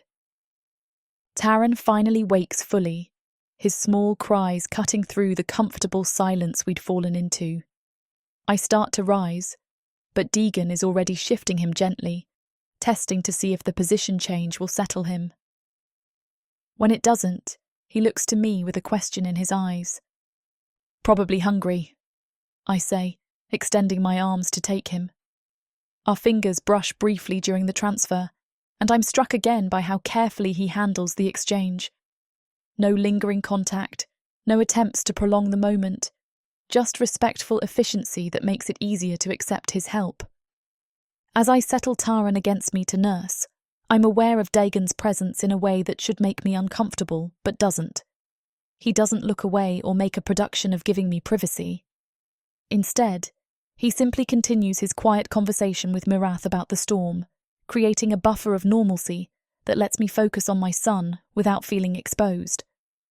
This is what the past week has been like, this careful choreography of shared space and mutual respect. Dagon anticipates needs without overstepping, offers help without making me feel incapable, and somehow manages to make his presence feel natural rather than intrusive. It should be easier to maintain my emotional distance. But watching him with Taran, listening to the low rumble of his voice as he talks about everything and nothing, I find myself thinking about what it means to have family again. To have someone who shares the responsibility of keeping Corin's memory alive for his son. The realization settles over me slowly, like the warmth from the caffo cup seeping through my palms. For the first time since Corin died, I'm not facing everything alone. And maybe, eventually, that might be enough to start building something that resembles living again. Chapter 9. Dagon. The first time I fetch water before she asks, Soraya stops mid-motion at the stove, wooden spoon suspended above the pot of simmering bahru. Her hazel eyes track my movement as I set the pitcher on the counter, confusion flickering across her features like she's trying to solve a puzzle with missing pieces. "Thank you," she says after a moment, the words careful and measured. I nod and retreat to the table where Taran sleeps in his makeshift cradle, a Tara hide basket lined with soft thistle wool that Mirath brought during one of her visits. The baby's chest rises and falls in the steady rhythm that's become my anchor in this strange new life. Everything about him is impossibly small, fingers like flower stems, ears that curve like tiny shells, the way his mouth moves in sleep as if he's dreaming of milk. 3 days later, I notice the door latch sticking when Soraya struggles with the market basket balanced on her hip. She doesn't mention it, just works the metal until it gives way with a grinding protest that makes her jaw tighten with frustration. While she's out selling fruit, I dismantle the mechanism and file down the rough edges that have been catching. The work is simple, nothing compared to maintaining rigging in a storm. But my hands shake slightly as I test the smooth motion of the repaired latch. When she returns, the door swings open without resistance. Soraya pauses on the threshold, understanding immediately what changed during her absence. Her fingers trace the latch experimentally, testing the easy movement, and something shifts in her expression. Not gratitude exactly, but recognition. Like she's beginning to see me as more than just a temporary obligation. "It was binding," I say unnecessarily, my voice rougher than intended. It had been for weeks. She steps inside, closing the door behind her with deliberate care. I kept meaning to ask someone in town about it. The admission hangs between us, loaded with implications neither of us addresses directly.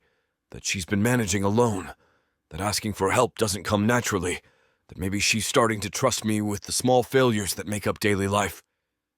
The nights are when the real work begins. Taran's cries cut through sleep like a blade, and I've learned to distinguish between them with the same attention I once paid to wind patterns. Hunger starts low and builds, becoming increasingly urgent until it reaches a pitch that could wake the dead. Discomfort is sharper, more immediate, the sound of something wrong that needs fixing right now. But it's the third cry that stops my heart every time, the lost, bewildered wail of a child who doesn't understand why his world has changed, why the voice he knew in the womb no longer answers. The first week I waited for Soraya to wake, listening to her stumbling movements in the next room as she tended to him with exhausted efficiency. But exhaustion makes people clumsy, and I've seen what happens when tired hands fumble with precious cargo. So now I rise when he stirs, padding to his cradle before the cries can fully form. "Easy, little one," I murmur, gathering him against my chest. The weight of him still amazes me, substantial enough to feel real, yet so light I fear I might damage him with clumsy movements. Just a dream, that's all. Taran settles against my heartbeat with the trust that humbles me every time. His small fist closes around my finger with surprising strength, and I walk the length of the kitchen in slow, measured steps. The floorboards know my weight now, and I've memorized which ones creak, stepping carefully to avoid waking Soraya. Sometimes the walking is enough. Other times I need to change him, fumbling with the cloth wrappings until my thick fingers manage the delicate work. Mirath showed me the process during her second visit, her hands moving with practiced efficiency, while she explained the importance of keeping him clean and dry. "Babies are tougher than they look," she'd said, watching me struggle with the ties. "But they're also completely dependent. Every need has to be met by someone else. The responsibility feels heavier than any cargo I've ever carried." When Taryn cries from hunger, I bring him to Soraya's room, knocking softly on the door frame before entering. She wakes instantly, maternal instinct cutting through sleep with the precision of long practice.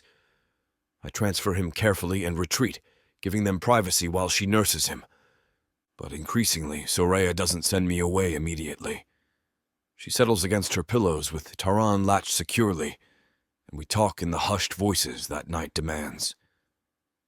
These conversations become the foundation of something I don't have words for yet.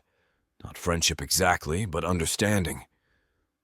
Shared concern for this small life that connects us to Korun's memory. "He had the strongest grip," she says one night, watching Taryn's tiny hand rest against her chest. "Even during birth, when everything was..." She trails off, but I can fill in the gaps. Pain, fear, the knowledge that Korun wouldn't be there to see his son's first breath. "Korun wrote about teaching him to sail," I tell her, settling into the chair beside her bed. "Said he'd start with toy boats in the wash basin." Her smile is soft and sad at once. "He made one. It's in the chest by the window." I glance toward the wooden chest, but don't move to investigate. Some discoveries need to happen when she's ready to share them, not because curiosity demands immediate satisfaction. "What else did he write about?" she asks, and I hear the hunger in her voice, the need for stories that confirm her memories, that prove their life together mattered beyond the boundaries of this house. So I tell her about the letters filled with plans for their future, descriptions of the fruit trees they planted together, the way he wrote about her laugh like it was music he'd never tire of hearing. I share the parts of Korun that lived in his correspondence, his hopes for fatherhood, his pride in the woman he'd chosen, his dreams of retiring from the coliseum to focus on the small domestic happiness they'd built. "He was scared," I admit during one of these midnight conversations. "Not of the criminals or the violence, of not being good enough for you, of failing as a father." Soraya's hand stills against Taran's back. "He told you that?" "Not directly, but I could read between the lines. My brother was many things, but subtle wasn't one of them." The laugh that escapes her is soft and surprised, like she'd forgotten such sounds were possible. "No, he wasn't. He used to announce his feelings like proclamations. 'Soraya, I have decided you are the most beautiful woman in Milthar. Soraya, I have determined that your kafo is superior to anything served in the taverns.'" Her voice takes on his cadence as she speaks, and for a moment, Korun feels present in the room with us, not as a ghost or a source of pain, but as a shared memory that connects us in ways I'm still learning to navigate. As the weeks pass, Mirath's daily visits become twice weekly, then weekly altogether. The change happens gradually enough that I might have missed it if I wasn't paying attention. But I notice everything about this household now, the way Soraya moves through her morning routine, the specific cry that means Taran needs to be burped, the exact angle of afternoon light that makes her pause at the kitchen window. "She's healing," Marath tells me during one of her visits, finding me in the garden where I'm repairing the fence that keeps the capra from the vegetable plot. Slowly, but definitely healing. I test the tension on the wire I've just strung. "She still cries sometimes, at night when she thinks no one can hear." Grief doesn't follow schedules. Myrath's voice carries the matter-of-fact compassion that makes her such an effective healer. But she's engaging with the world again, talking about plans beyond just surviving each day. The truth of that statement hits me during seemingly ordinary moments, When Soraya mentions needing to plant more samana for next season's harvest, when she asks my opinion on which fabric would be best for Taryn's winter clothes, when she starts leaving Taryn with me for longer periods while she tends to tasks that require both hands and full attention. "Can you watch him while I preserve the pears?" she asks one afternoon, already tying her apron around her waist. "They'll spoil if I wait much longer." The request is casual, matter-of-fact, like asking me to pass the salt. But I recognize the significance. She's trusting me with her son's safety for hours, not minutes. Accepting that I can anticipate his needs and respond appropriately. Tehran and I spend the afternoon exploring the house from his perspective. I carry him from room to room, describing everything we see in the low, steady voice that seems to soothe him. The way afternoon light slants through the bedroom window, the carved details on the chest that holds Karun's belongings, the view from the kitchen that encompasses the fruit trees and the distant outline of the coliseum. "Your father planted those trees before you were born," I tell him, settling into the rocking chair Karun built during the long evenings while Soraya grew round with pregnancy. "He wanted you to have shade to play under, fruit to eat right off the branch." Taran's eyes track my voice with the kind of focused attention that suggests he's listening, even if he can't understand the words yet. His hand wraps around my finger with the grip that Soraya mentioned, strong and determined, like he's already decided to hold tight to whatever offers stability. The afternoon stretches peacefully until Taran grows fussy, the kind of restless energy that usually means he needs to eat. I'm preparing to take him to Soraya when she appears in the kitchen doorway, flour dusting her forearms and satisfaction written across her features. "Perfect timing," she says, reaching for him with hands that smell like cinnamon and pear juice. "I just finished the last batch." As she settles to nurse him, I notice the change in her posture, less protective, more relaxed, like she's beginning to trust that the world won't collapse if she lets her guard down for a few moments.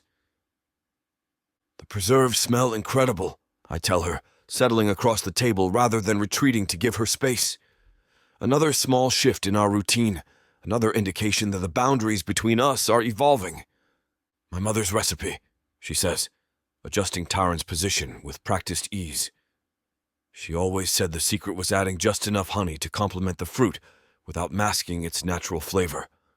The mention of her mother is new. In all our conversations, Soraya has rarely shared details about her life before Karun. I file the information carefully, understanding that these glimpses into her past are gifts offered when she feels safe enough to remember happiness that existed before grief. "Did she teach you to preserve fruit when you were young?" I ask, keeping my voice neutral to avoid spooking her back into silence. "Every autumn." Her smile is soft with memory. "I used to complain about the sticky mess, the hours of stirring. But now I understand why she insisted I learn. Some knowledge becomes precious when you least expect it." Watching her face as she speaks, I see traces of the woman Koron fell in love with, the one who existed before loss carved new lines around her eyes, before responsibility aged her beyond her years. She's still there, buried beneath layers of grief and exhaustion, but emerging more clearly each day.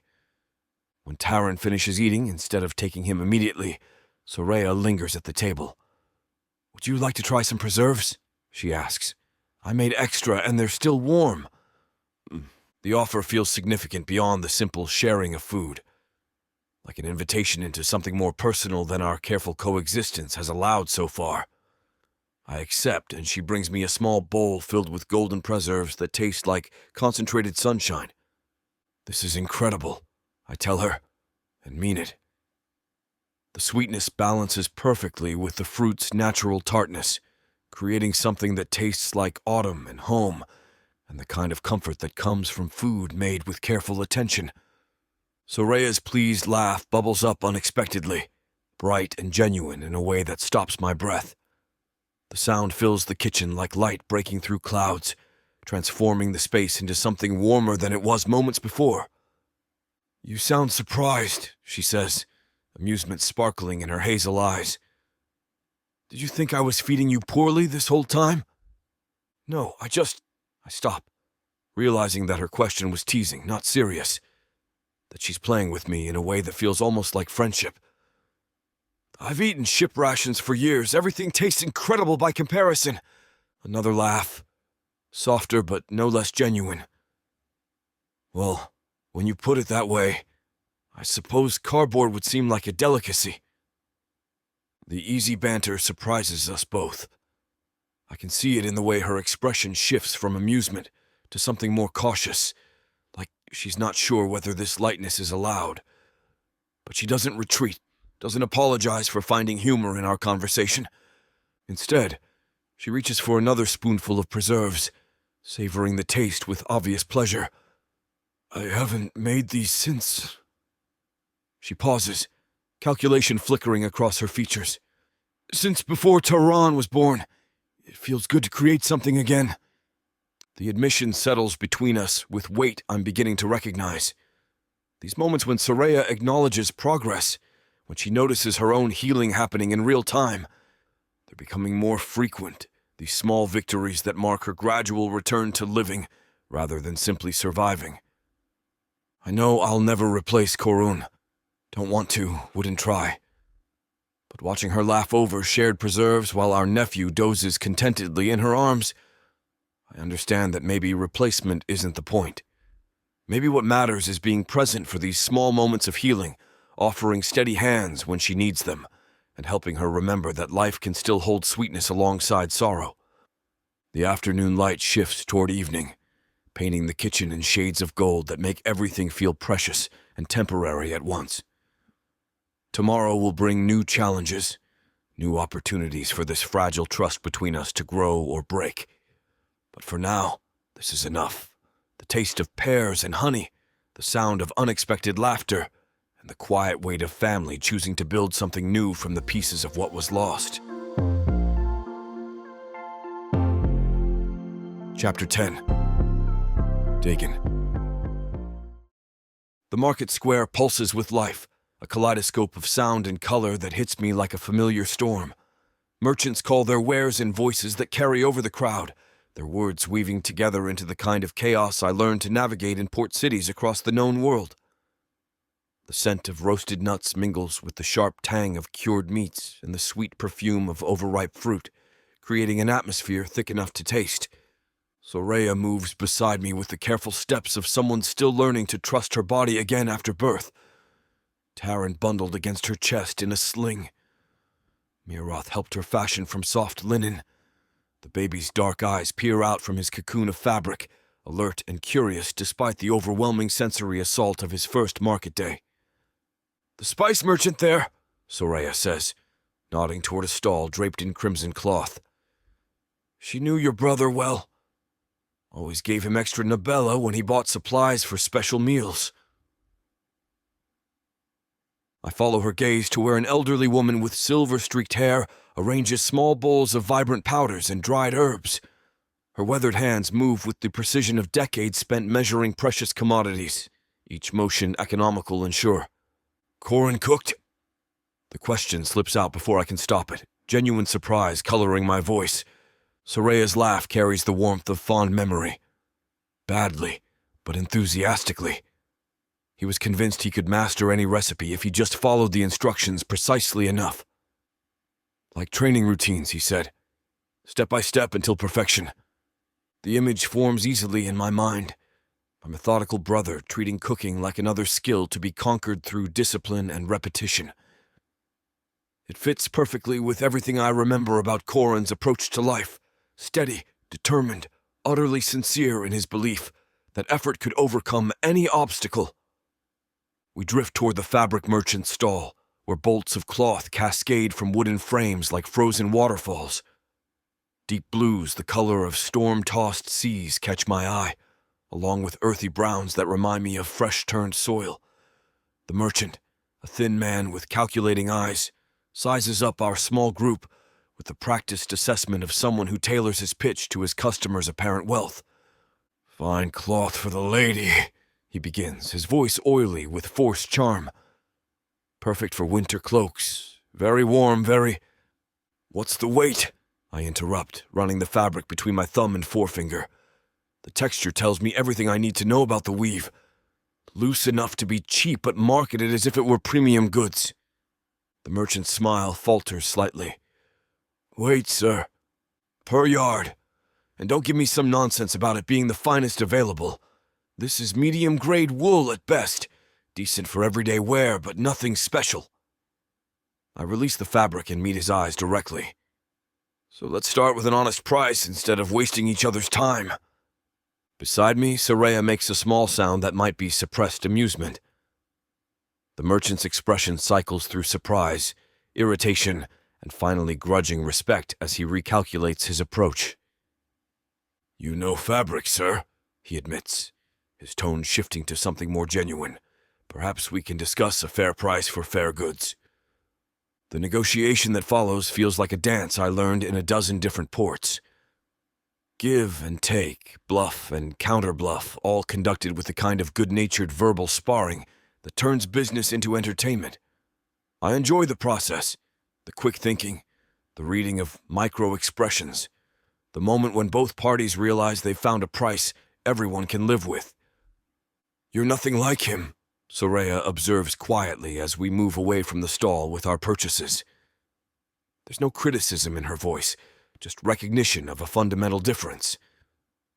Corin hated haggling, I guess, adjusting my grip on the packages to keep my hands free for whatever comes next. He'd pay the asking price rather than argue. Said it wasn't worth the stress when he could afford to be generous. Her fingers stroke Taryn's back through the sling, a gesture that's become automatic. But you seem to enjoy it. Different worlds, I explain, scanning the crowd with the kind of casual vigilance that becomes second nature when you've spent years in places where awareness means survival. On a ship, everything gets negotiated. Work assignments, shore leave, shares of profit. You learn to speak up for yourself or you get overlooked. She nods thoughtfully, processing this glimpse into a life so different from the steady domesticity she built with my brother. He used to say you wrote about places he could barely imagine. Markets in foreign ports, customs he'd never encountered. The weight of those letters sits between us, all the stories I shared with Corin that he must have passed along to her. Evidence of a life lived in motion, always moving toward the next horizon, never staying long enough to put down roots. Until now. A fruit vendor calls out as we pass, his voice cutting through the general noise with practiced volume. Fresh tisret, sweet as honey, perfect for preserving. The spiky fruits gleam like jewels in their wooden crates, their tough exteriors promising the tangy sweetness hidden inside. I pause, remembering the taste of similar fruit from southern ports, the way the flesh clings to your teeth and leaves your mouth feeling clean afterward. 3 tuzret, I tell the vendor, already reaching for my coin purse. 4 coppers, he responds automatically. But his eyes are already calculating, trying to read whether I'll negotiate or pay. 2 coppers, and I won't point out to your other customers that half these fruits are overripe, I counter, picking up one of the specimens he's trying to pass off as fresh. The slight give under my thumb confirms my suspicion. Still edible, but past its prime. His grin acknowledges the hit. 3 coppers, and I'll throw in advice about which ones will last longest. Deal. The exchange happens quickly, smoothly, with the kind of mutual respect that comes from recognizing a fellow professional. The vendor selects 3 perfect fruits and wraps them in rough cloth, his movements efficient and sure. Your friend knows his business, he tells Soraya with genuine approval. Most landsmen get taken for double what they pay. Friend. The words settle strangely in my chest, carrying implications I'm not ready to examine too closely. But Soraya doesn't correct him, doesn't explain our actual relationship or the circumstances that brought us together. She just smiles and accepts the compliment as if it were perfectly natural. We continue through the market, stopping at various stalls as needs arise. Soap from the chandler's booth, thread for mending clothes, a small pot of honey that makes Taryn gurgle with what might be anticipation when he catches the scent. Each transaction follows a similar pattern. I assess the goods with the practiced eye of someone who's learned to spot quality and deception in equal measure, while Soraya watches with growing amusement as vendors realize they're dealing with someone who knows their trade. "You're enjoying yourself," she observes during a lull between purchases. "It's been a while since I've been able to use these skills on land," I admit. "Most of my recent negotiations involved cargo manifests and port fees. This feels more personal." The word hangs between us, loaded with meanings I hadn't intended to voice. Personal because these purchases matter to our small household. Personal because I'm learning to care about thread quality and honey prices in ways that have nothing to do with profit margins. Personal because somewhere in the space between arriving in Minotaur and this moment, I've started thinking of Soraya and Taran's needs as my own. We're approaching the far edge of the square when the atmosphere shifts subtly, like the pressure change that precedes a storm. The feeling raises the hair on my arms, triggers instincts honed by years of reading crowds for signs of trouble. I scan the area automatically, looking for whatever's changed. That's when I see him. The Minotaur stands across the square like a boulder in a stream, completely still while the crowd flows around him. He's massive even by Minotaur standards, easily matching my height, but built with the kind of heavy muscle that speaks of a lifetime spent in physical pursuits. Dark brown fur streaked with gray covers, broad shoulders, and his stance radiates the kind of patient menace that comes from absolute confidence in one's ability to inflict damage. But it's his eyes that stop my breath. Gold and unblinking, they're fixed on our small group with an intensity that feels like a physical weight. Not casual observation or idle curiosity, focused assessment, the way a predator studies prey before deciding whether to strike. Every survival instinct I've ever developed screams at once. This isn't random. This isn't coincidence. This is someone who came here specifically to watch us, someone who knows exactly who we are and why we matter. "Soraya," I say quietly, not taking my eyes off the watching figure. "We need to leave. Now." She starts to turn toward where I'm looking, but I step sideways, using my body to block her view, while steering her toward a narrow side street that leads away from the square. My hand finds the small of her back, protective, guiding, but not forceful enough to cause alarm. "What's wrong?" she asks, but she doesn't resist my direction, trusting my judgment even without understanding the reason for it. "Just being careful," I tell her, which is the truth without being the whole truth. No need to frighten her with specifics when I don't even know what those specifics are yet. The side street accepts us like a refuge, its narrow confines offering the psychological comfort of walls and limited sightlines. I resist the urge to look back, knowing that checking over my shoulder will only confirm to our watcher that I've spotted him. Better to seem oblivious while we put distance between ourselves and whatever threat he represents. I don't need to know. I just need to protect my family. Escape this world and step into one where romance and magic intertwine across realms, with stories that are not just standalone tales, but part of a vast, interconnected universe. Imagine not just one, but 100 stories, where characters, destinies, and legends cross paths in unexpected ways. 100 audiobooks from the Romantasy 100 book bundle. These aren't just isolated stories. They share themes, worlds, and threads that make every journey feel part of something grander. Fated lovers, ancient prophecies, and the delicate balance between power and passion. Get all of these stories today for a mind-blowing 90% off. That's right, 100 audiobooks for the price of 10. 800 hours of audio where these alpha males prove just how puny the human men of Protheka are. 12 complete series where they show their human women what they've been missing and more. One-time purchase, lifetime access to a universe of interconnected magic and romance. Protheka's magic is eternal. With the Romantasy 100 book bundle, your pleasure will be too.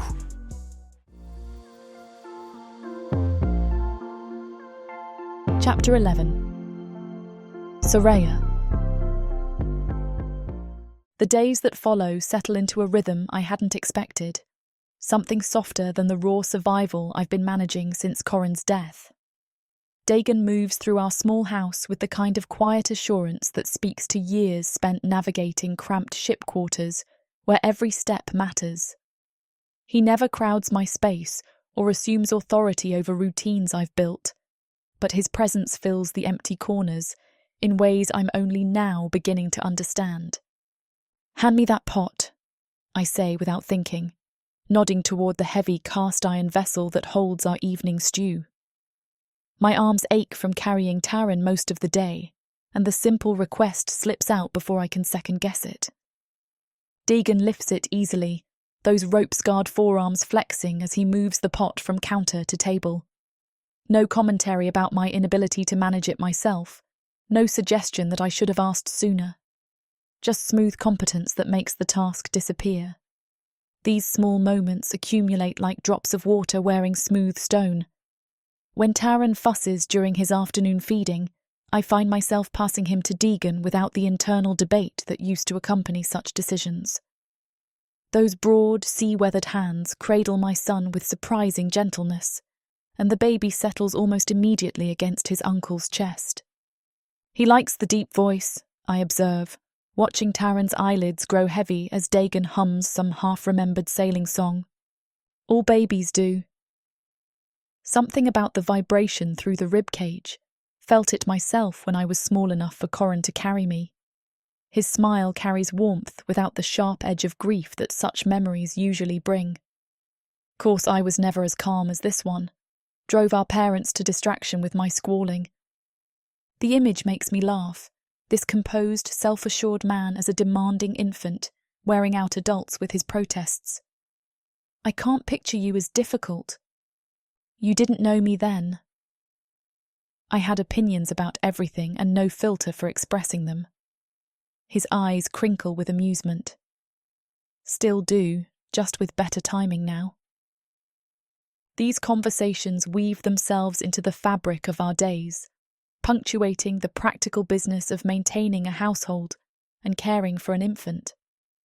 I learn that Dagon judges the weather by the way his old injuries ache, that he categorizes port cities by the quality of their bread, that he's never owned anything he couldn't carry in a single sea chest. Mirath's visits become weekly affairs rather than daily check-ins, a change she announces with characteristic bluntness. "You don't need me hovering anymore," she says, gathering her healing supplies into her worn leather satchel. "Between Dagon and your own stubborn competence, you're managing just fine." The observation stings slightly, carrying implications of abandonment that my grief-raw emotions want to nurture into full resentment. But watching Mirath's satisfied expression as she surveys our small kitchen, noting the well-stocked pantry, the clean surfaces, the general air of domestic stability, I realise she's not pulling away out of indifference. She's stepping back because I no longer need constant supervision to function. "Besides," she adds with a grin that transforms her serious features, "I've got other patients who actually require my expertise. You two have figured out how to take care of each other." After she leaves, I find myself processing her words in the quiet space between Taran's feeding and sleep. Take care of each other. Not just Dagon helping me, or me providing him with family connection, but something more reciprocal. Something that acknowledges the way his shoulders relax when I laugh at his stories, or how my breathing evens out when I hear him moving through the house in the morning. The grief still comes in waves, sudden and devastating as winter storms. Yesterday, folding Karun's shirts that I finally felt strong enough to reclaim from storage, the familiar scent of his skin caught me completely off guard. The sob that tore from my throat felt like it might crack my ribs, and I fled to the bedroom to muffle the sound against a pillow. When I emerged 20 minutes later, red-eyed and shaky, Dagon was positioned at the kitchen table where I couldn't miss seeing him. Not lurking outside the bedroom door like he was eavesdropping, not pretending he hadn't heard my breakdown. Just there. Available without being intrusive, present without demanding explanation or performance of recovery. "Tea," he offered, nodding toward the steaming cup he'd placed at my usual spot. The simple normalcy of it steadied me more than any words of comfort could have.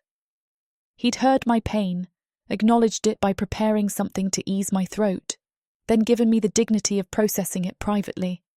No hovering, no anxious questions about whether I was all right, just patient acceptance that grief moves through its own cycles and can't be managed away. These moments of understanding accumulate like small treasures, reshaping my perception of the man who shares my daily life. Where Karun approached emotional storms with the desire to fix them, bringing me practical solutions and determined optimism, Dagon offers something more like a harbour. Safe harbour where I can weather whatever comes without judgment or pressure to be anything other than exactly what I am in this moment. The differences between the brothers reveal themselves in hundreds of small ways. Karun would have already reorganised my spice collection by frequency of use and alphabetical order, convinced that efficiency would somehow make cooking easier. Dagon leaves my haphazard system intact, but quietly memorises where I keep everything. So when I'm juggling Taran and trying to season soup one-handed, he can pass me exactly what I need without being asked. When Taran has particularly restless nights, Corin would have approached the problem with research, asking other parents for advice, consulting whatever texts he could find about infant sleep patterns, developing systematic approaches to test until we found the solution. Dagon simply takes the baby and walks him through the house, humming those half-remembered sailing songs until tiny fists uncurl and breathing evens out into sleep. Neither approach is wrong, but the contrast highlights something I'm only beginning to understand about my own needs. Karun's determined care gave me security and stability, the deep comfort of being loved by someone who would move mountains to ensure my happiness. Dagon's presence offers something different, the trust that I'm strong enough to weather my own storms, with the quiet assurance that I don't have to weather them alone. "Being on land is harder than I expected," he admits one evening, steam from his tea curling between us as we sit at the kitchen table. Taran sleeps peacefully in his basket nearby, finally settled after a fussy day that tested both our patience. "How so?" I ask, genuinely curious about this perspective I've never considered. His fingers trace the handle of his cup, and I notice how the lamplight catches the silver hoop in his ear. "On a ship, every decision affects survival.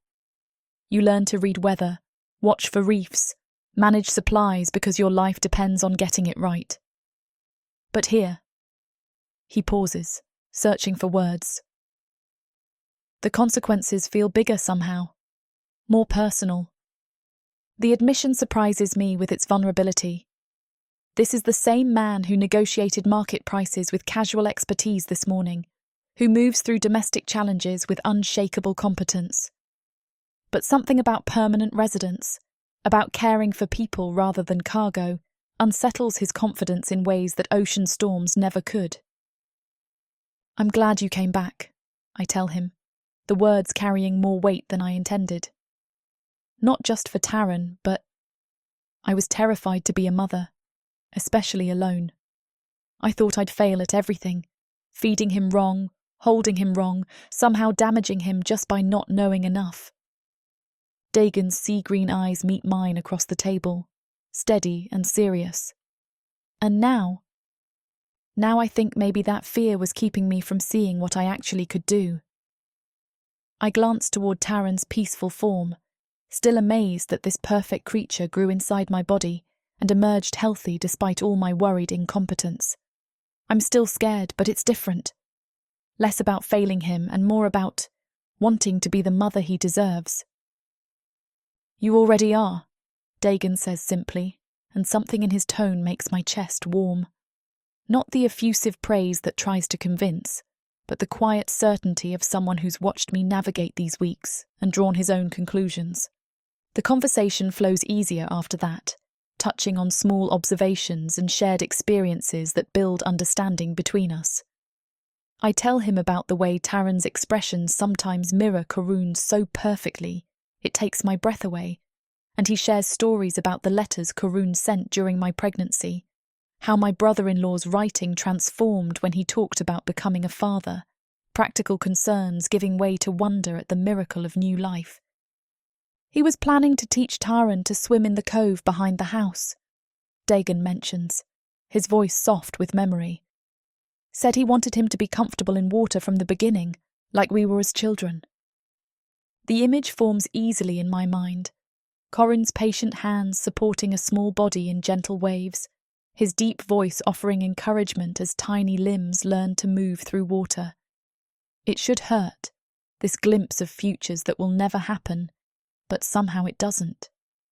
Instead, it feels like a gift, another piece of the life Karun imagined for us that I can carry forward. Will you teach him? I ask, before I can think better of it. Dagon's smile spreads slowly, transforming his features with genuine pleasure. I'd like that. When he's old enough, I mean. No sense rushing him into deep water before he's ready.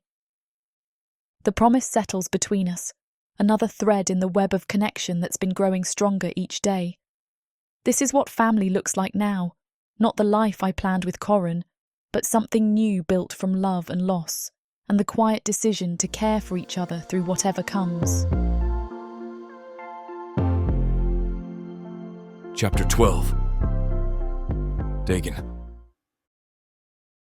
I catch myself smiling more often these days, a realization that hits me while I'm mending a tear in one of my shirts. The needle pauses in my hand as I acknowledge what's happening here, not because the grief has lifted from this house, because it hasn't.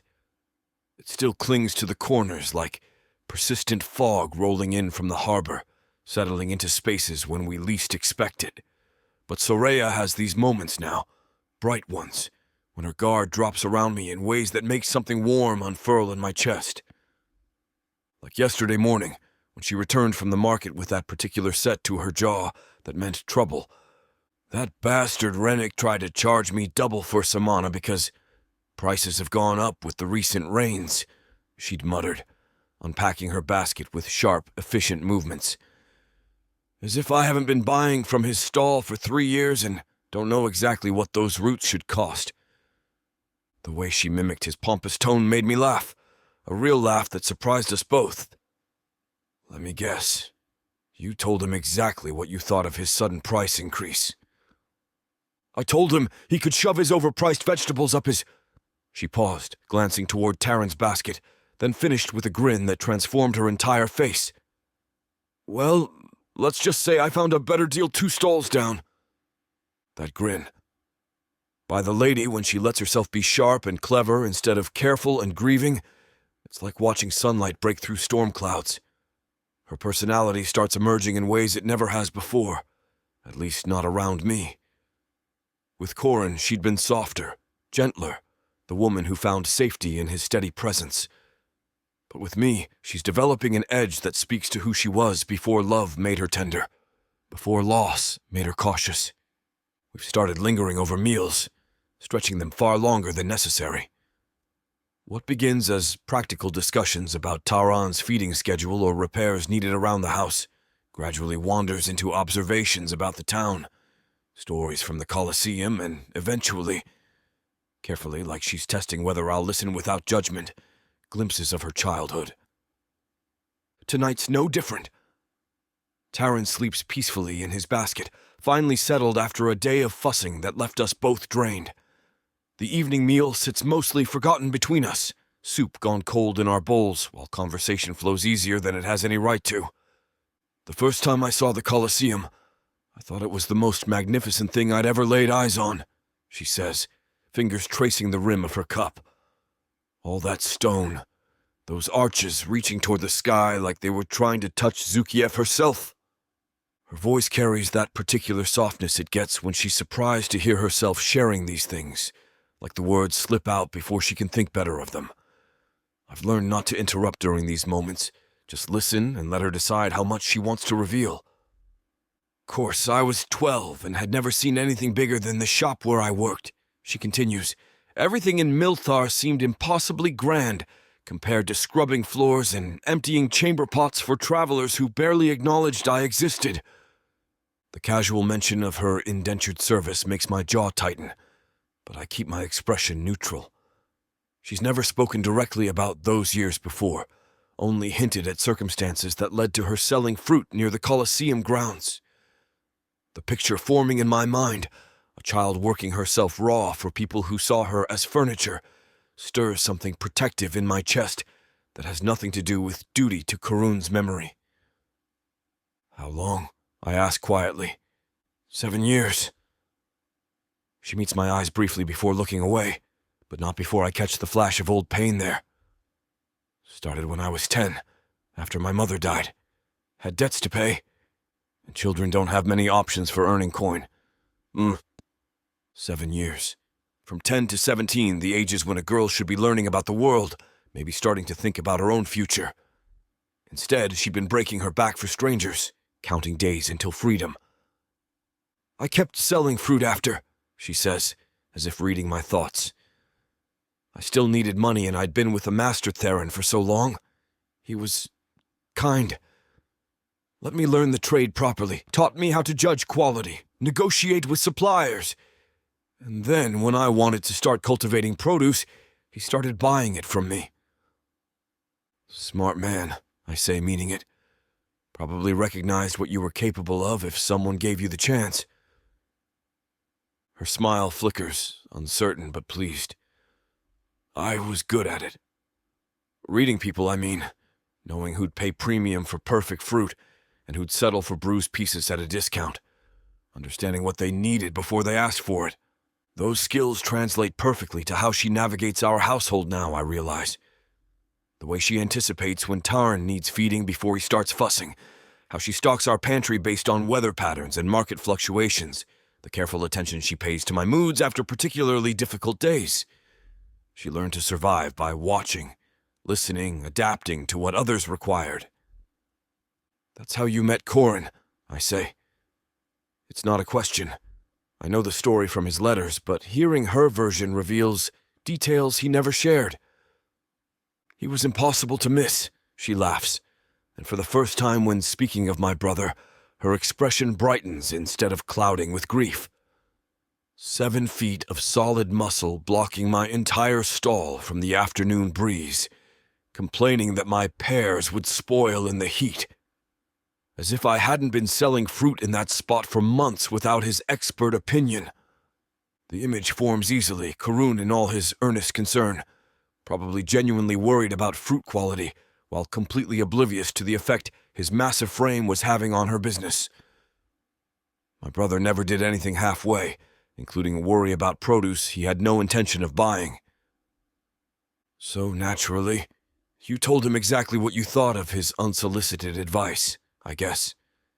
I told him if his oversized frame wasn't blocking every hint of breeze, my pears would be perfectly fine. Her eyes sparkle with the memory. Then he bought my entire basket just to prove he wasn't trying to criticize my merchandise, and talked you into spending the day with him. Took some convincing, she admits. I wasn't exactly in the habit of trusting strange Minotaur, no matter how charming they thought they were. But she had trusted him eventually, enough to build a life together, to carry his child, to love him with a kind of fierce devotion that makes his loss feel like losing a limb. The thought should hurt, does hurt, in the way missing Corin always will, but it's accompanied by something else now. Gratitude, maybe, that she had that kind of love, even briefly, that my brother found someone who saw past his size and strength to the gentle heart underneath. When she speaks of her past like this, I see more than her beauty, though Zukiev knows I've always thought she was beautiful.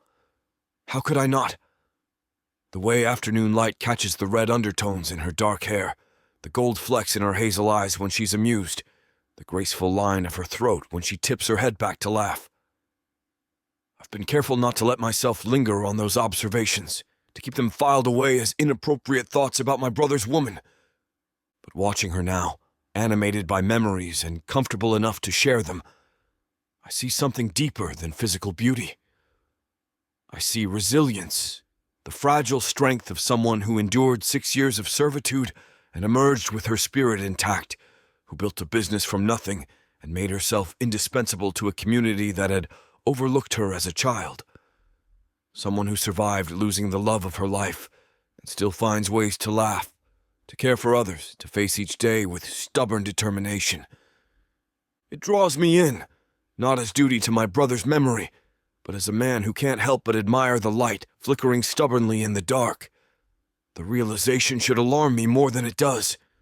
Should send me packing for the docks where I can lose myself in familiar work and uncomplicated relationships with cargo manifests, instead of grieving women who make my chest tight with feelings I have no right to entertain.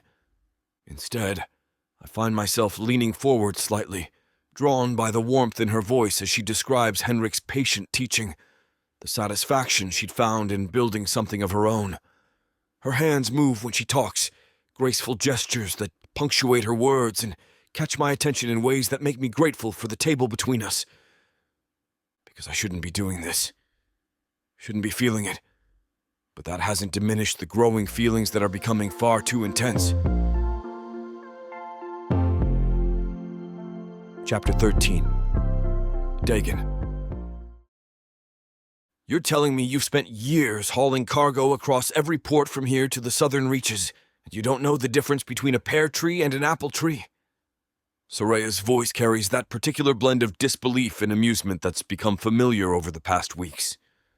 I straighten from where I've been examining the small orchard behind the house, wiping dirt from my hands.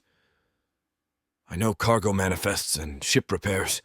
Fruit trees weren't exactly part of my maritime education. She shakes her head, but her smile undermines any real criticism. Taran rests against her shoulder, his tiny fist wrapped around a strand of her hair that's escaped its braid. At just over 2 months, he started making these soft, babbling sounds that seem almost conversational, like he's offering commentary on our agricultural incompetence. The leaves, Day. She gestures toward the tree I've been studying. Pear leaves are broader, smoother. Apple leaves have those serrated edges, see? I follow her pointing finger, noting the subtle differences I'd completely missed. Right. Obviously. Obviously, she repeats, her tone dry as week-old bread. No wonder you stuck to smuggling goods instead of growing them. The casual way she references my less-than-legal maritime activities should probably concern me, but instead it makes something warm settle in my chest. She's not treating me like Corin's grieving brother or some visiting dignitary she needs to impress. She's talking to me like someone who belongs here, flaws and questionable career choices included. These haven't been properly tended since... Her voice trails off, but she doesn't retreat into grief the way she would have even a week ago. Instead, she shifts Taran to her other arm and approaches the nearest tree with practiced assessment. The fruit's going to be smaller this season if we don't get them proper care soon. Tell me what needs doing? She glances at me, something flickering in her expression that I can't quite read. It's a lot of work. Pruning, fertilizing, checking for disease. Not exactly what you signed up for when you decided to stay. I signed up for family, I say simply. That includes keeping the trees that put food on our table. The way her breath catches, so subtle I almost miss it, makes my chest tighten.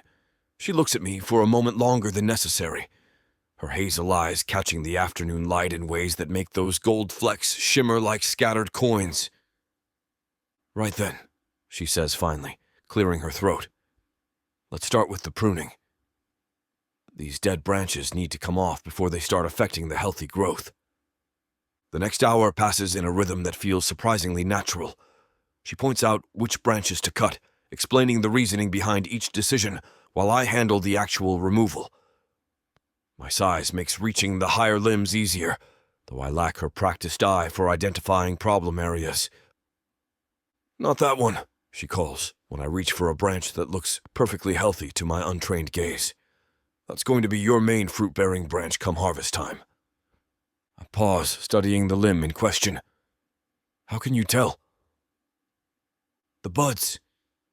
See how they're fuller, more rounded? Those are flower buds that'll become fruit. The skinnier, pointed ones are just leaf buds. She moves closer to demonstrate, pointing out the subtle differences while Taran continues his babbled commentary from his perch in her arms. The baby's gotten more animated in recent weeks, his dark eyes tracking movement with increasing focus.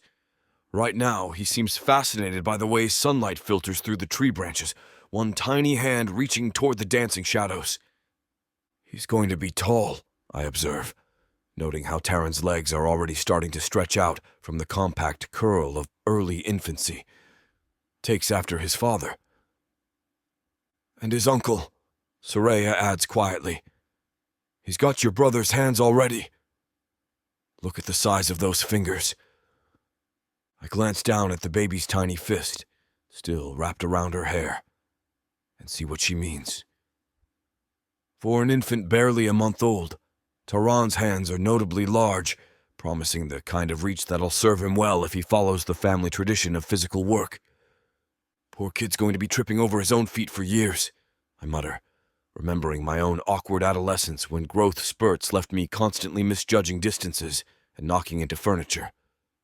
Corun did mention you went through a phase where you couldn't walk through a doorway without hitting your head, she says, her voice warm with shared memory. The casual mention of my brother doesn't bring the usual pang of grief. Instead, it feels like including him in our conversation naturally, the way it should be. Karun would have loved seeing his son's first attempts at reaching for tree branches, would have probably started planning to build him a treehouse before the boy could even crawl. Lasted until I was 17, I admit. Captain, who hired me for my first shipping job, said I was like watching a newborn foal trying to figure out which legs belonged to which body. Her laugh bubbles up bright and unexpected, the sound making Taran blink and refocus on her face with obvious delight. I can picture that perfectly, all that height, and no idea what to do with it. Still working on that part some days. You seem to have figured it out well enough. Her eyes travel over my frame in a way that's purely observational, but something about the attention makes my skin warm. The way you move around the house, I mean, never seen you knock over a single piece of furniture. The compliment shouldn't affect me as much as it does, but I've spent enough time in spaces designed for smaller people to appreciate someone noticing my efforts to navigate carefully. Most places I visit, I'm constantly aware of being too large, taking up too much room, requiring adjustments that make everyone else's lives more complicated. Here, though, Soraya's organized the living spaces in ways that accommodate my size without making it feel deliberate. Wider pathways between furniture, sturdy chairs that don't creak ominously when I sit down, cooking implements arranged where I can reach them without contorting. Small considerations that make this feel less like visiting and more like home. Your turn, I say, handing her the pruning shears. Show me how it's supposed to be done. She passes Taran to me with practiced ease, our fingers brushing as the baby changes hands. The contact lasts longer than necessary, her warm skin against mine sending an unexpected jolt through my system. When I look up, her cheeks have gained color that has nothing to do with the afternoon sun. Careful with his head, she murmurs, but her attention seems focused more on my face than on Taran's positioning. I've got him. The baby settles against my chest with the kind of trust that still surprises me, his tiny fist immediately finding purchase in my shirt. Go on, show me proper technique. She turns to the tree, but I catch her stealing glances in my direction as she works. The way she moves speaks to years of practice. Confident cuts that reveal the tree's natural shape, efficient motions that waste no energy. Her hands, small and precise, handle the tools with the same competence she brings to everything else. The goal isn't just removing dead wood, she explains, stepping back to assess her work. You want to open up the center so air can circulate, sunlight can reach all the branches, creates better conditions for fruit production. Makes sense. I shift Taran to get a better view of her pruning, noting how she's created clean lines that enhance rather than fight the tree's growth pattern. Like rigging a ship, work with the natural forces instead of against them. Exactly. Her smile brightens, pleased that I understand the principle. though I imagine ship rigging is considerably more complicated than fruit tree maintenance. Different kind of complicated. Trees don't try to capsize you in a storm. No, they just drop fruit on your head when you're not paying attention. Taran chooses that moment to let out a particularly enthusiastic babble, as if agreeing with his mother's assessment of arboricultural hazards. The sound makes us both look down at him, caught by the way his dark eyes seem to move between our faces like he's following the conversation. He's getting more alert, I observe. Seems like he's actually listening to what we're saying. Babies are smarter than people give them credit for, Soraya says, reaching out to stroke his cheek with one finger. He knows our voices, recognizes different tones. Won't be long before he starts trying to mimic sounds.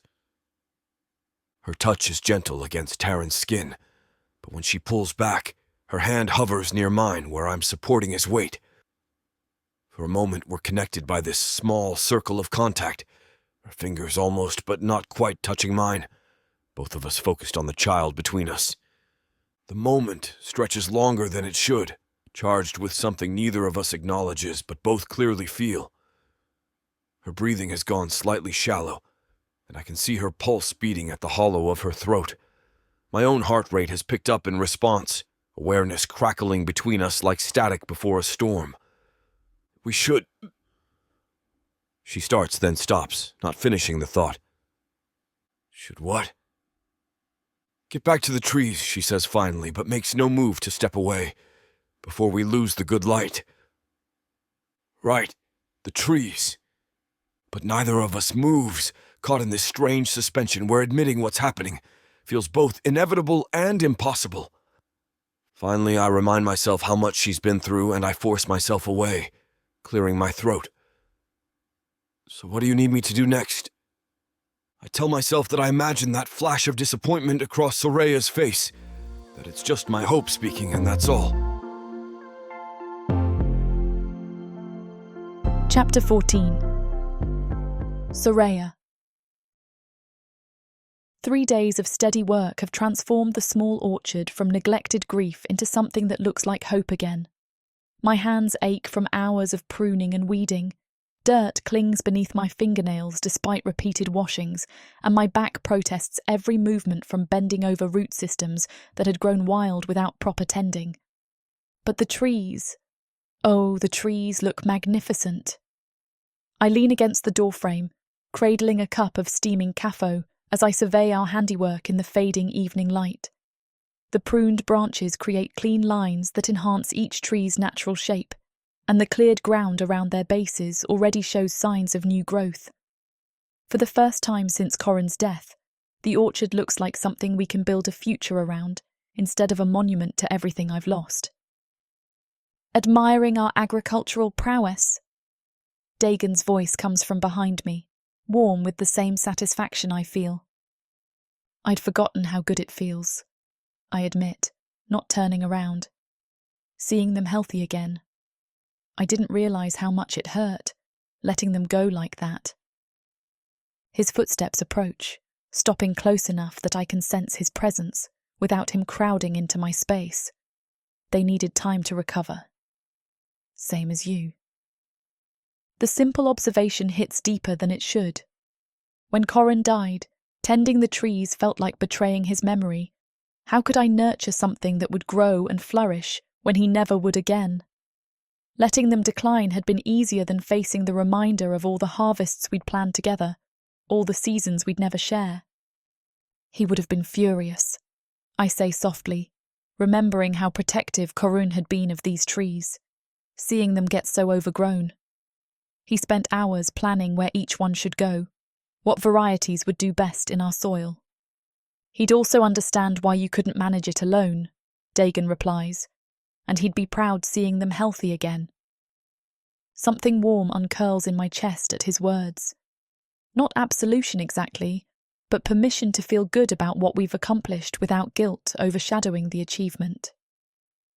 Come on, he says, touching my elbow gently. Fire's going, and you look like you're about to fall asleep standing up. He's not wrong. Exhaustion weighs on my limbs like lead, the kind of bone-deep tiredness that comes from honest work and emotional release. But it's good exhaustion, earned rather than the heavy fatigue of grief that used to drag at me constantly. Inside, Taran sleeps peacefully in his cradle beside the hearth, tiny chest rising and falling with the steady rhythm that never fails to calm my own breathing.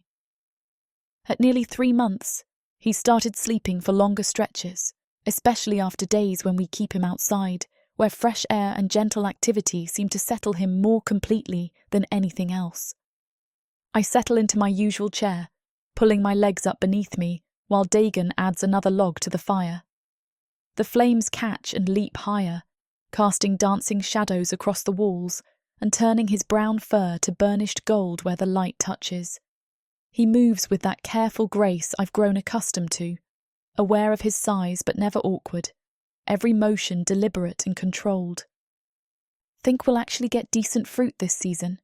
I ask, wrapping my hands around my caffo cup for warmth. "With your expertise and my impressive ability to follow directions." He settles into the chair across from me, his own cup steaming in his large hands. "I'd say the odds are promising." "Your impressive ability to only cut the branches I tell you to cut, you mean?" "Hey, I showed real restraint. Do you know how many perfectly innocent branches I wanted to remove just because they looked at me wrong?" The absurdity of his mock-serious tone makes me laugh, the sound bubbling up bright and unexpected. "You wanted to prune based on personal vendettas against tree branches?" One of them was definitely plotting something. I could tell by the way it kept hitting me in the face every time I walked past. That's called growing in a natural pattern, not plotting against tall Minotaur. Seems suspicious to me. His grin is infectious, drawing my own smile wider until I'm laughing again, the kind of helpless giggles that feel like pressure releasing from somewhere deep in my chest. When did laughter become easy again? When did these moments of simple joy stop feeling like betrayal? "You realise," I manage between breaths, "that you're going to have to learn to coexist peacefully with those branches. We can't prune every tree limb that offends your sensibilities. I suppose I could try diplomacy first, maybe establish some kind of peace treaty. Very mature approach. I'm known for my diplomatic skills. Are you now?" I arch an eyebrow, remembering some of the stories he's told about his trading ventures. "Is that why you've been banned from 3 different ports?" "Those were cultural misunderstandings. Cultural misunderstandings that ended with you being chased by harbour guards. The details are less important than the principle of the thing." His expression of wounded dignity is so exaggerated that I dissolve into fresh laughter, the sound echoing off the stone walls and seeming to wrap around us both like something tangible. Dagon's own chuckles join mine, deeper and richer, until we're caught in one of those feedback loops where each person's amusement feeds the others. But gradually, the laughter fades, leaving behind a silence that feels different from the comfortable quiet we've grown used to. Heavier, charged with something I'm afraid to name. The fire crackles in the hearth, casting shifting patterns of light and shadow across Dagon's face. His sea-glass green eyes reflect the flames, and I find myself studying the strong line of his jaw, the way firelight catches on the silver hoop in his ear. When did I start noticing these details? When did his presence become less about Corrin's brother and more about the man himself? Soraya. My name on his lips sounds different than usual, rougher somehow, like it caught on something in his throat. I meet his gaze directly, and the air between us seems to shimmer with possibility. He's looking at me the way a man looks at a woman he wants, not the way someone looks at his dead brother's widow. The intensity in his expression makes my pulse quicken, heat spreading through my chest in ways I haven't felt in almost 10 months. "Day," I whisper, and his name sounds like permission even to my own ears. He rises from his chair with that fluid grace, crossing the small space between us in 2 careful steps. When he kneels beside my chair, bringing us to eye level, the scent of him fills my awareness. Salt air and warm skin, something essentially masculine that makes my breath catch. tell me to stop, he says quietly, his hand hovering near my face without quite making contact. If this isn't what you want, tell me to stop. Instead of words, I lean into his almost touch, my cheek finding his palm like a flower turning towards sunlight. His skin is warm and slightly rough from rope work, and the contact sends electricity racing along my nerves. Sorry for the interruption. I know you were gearing up for a steamy scene, but it's way too hot for this platform.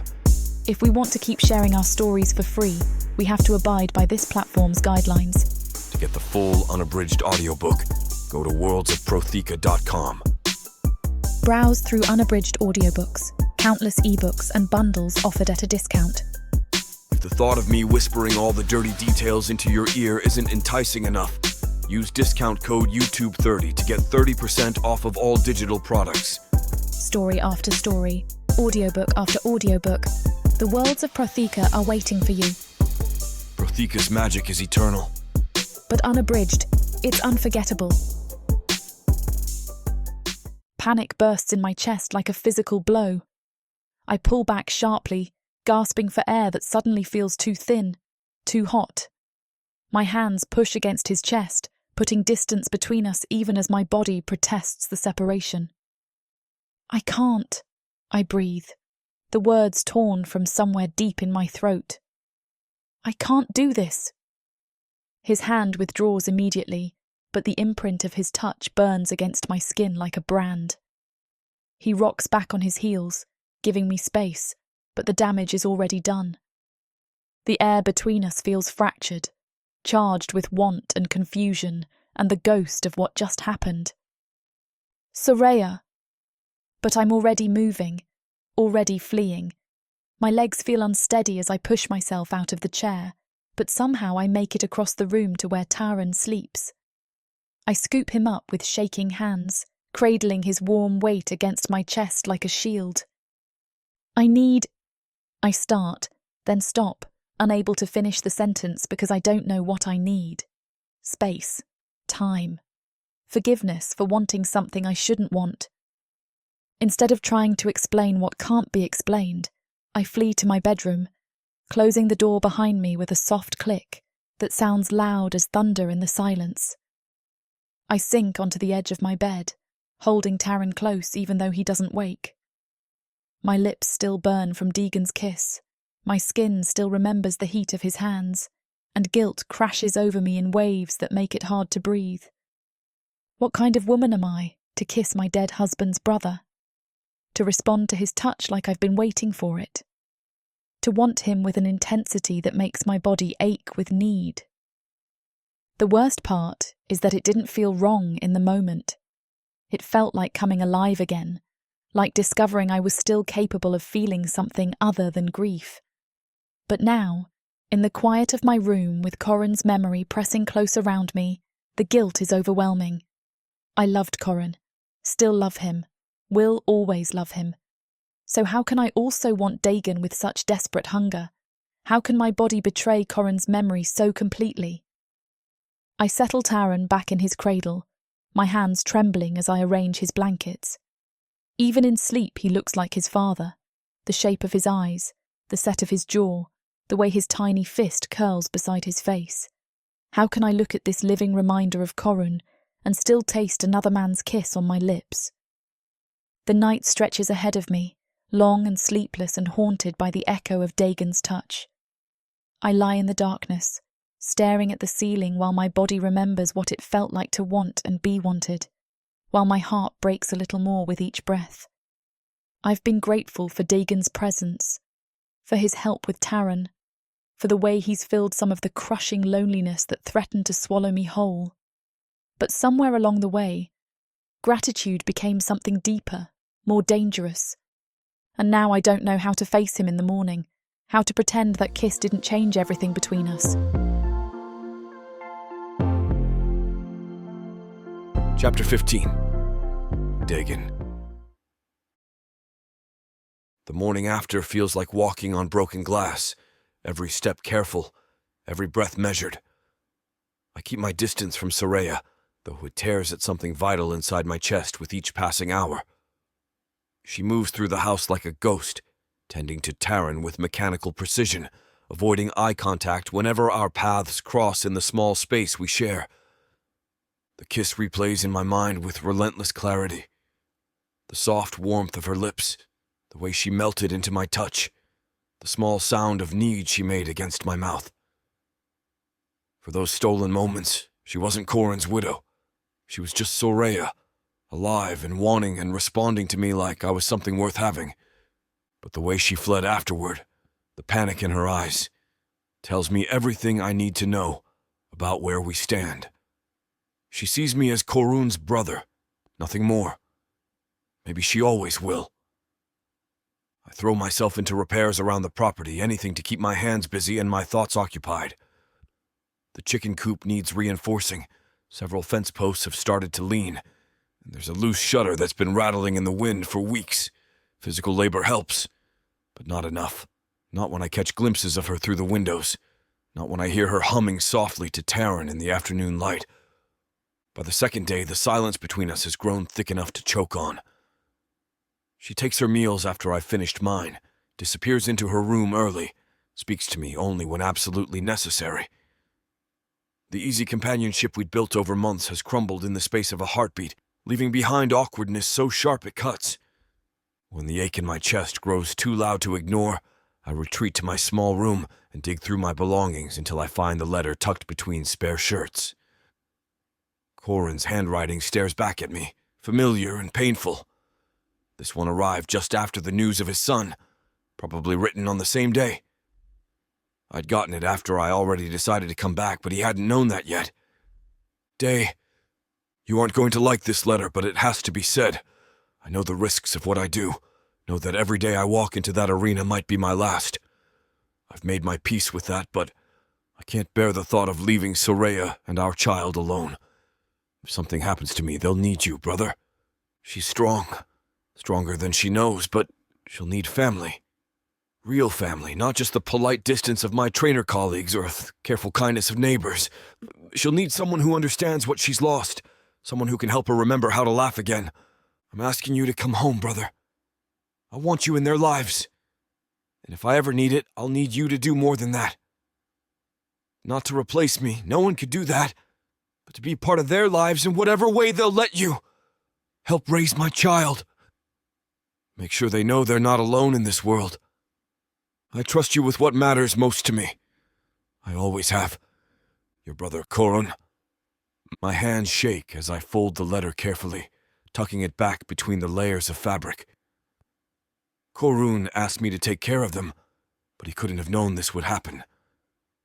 Couldn't have predicted that I'd fall for the woman he loved, that every day spent in her presence would make it harder to remember the boundaries that should exist between us. He trusted me with what mattered most, and I've complicated everything by wanting more than he ever intended to give. The walls of my room feel like they're closing in, the weight of unspoken words and unfulfilled desires pressing against my lungs until breathing becomes an effort. I need air, space, somewhere that doesn't smell like her, or echo with Taryn's soft sounds, or remind me of what I can't have. The market seems like neutral ground, a place where I can gather supplies and think about something other than the careful way Soraya avoids my gaze.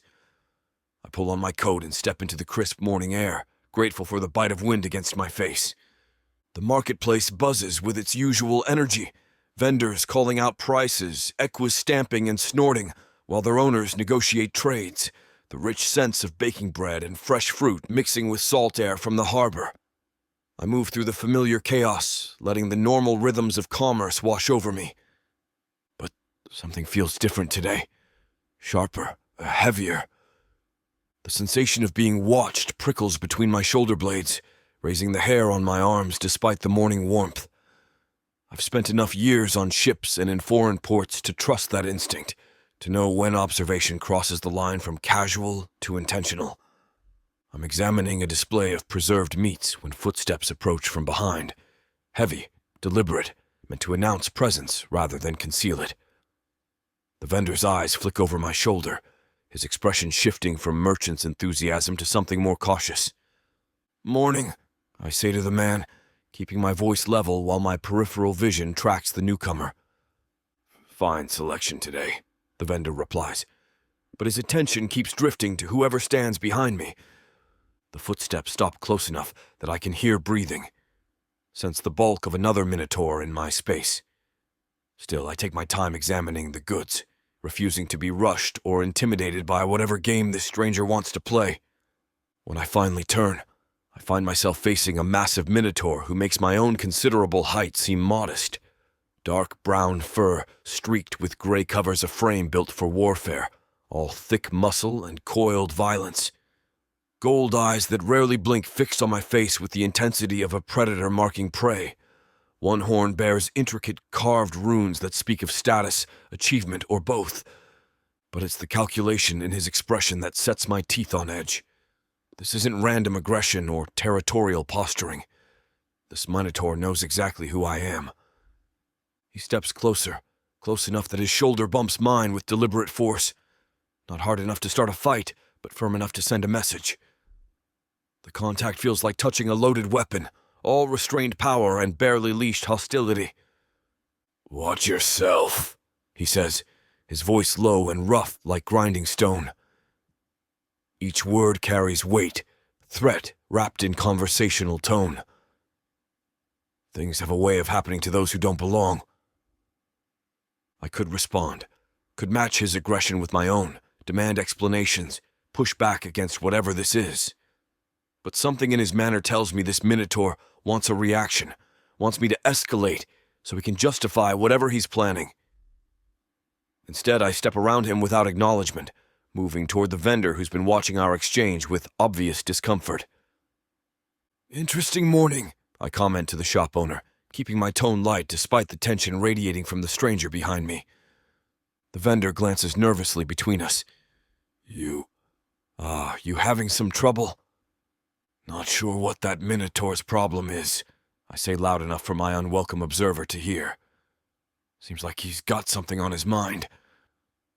Heavy footsteps retreat, but I can feel golden eyes burning into my back as I complete my transaction. The vendor wraps my purchases with hands that shake slightly, clearly eager to see this interaction end. "You're Corin's brother, aren't you?" he asks quietly as he hands over the bundle. I nod grimly, though something cold settles in my stomach at the recognition.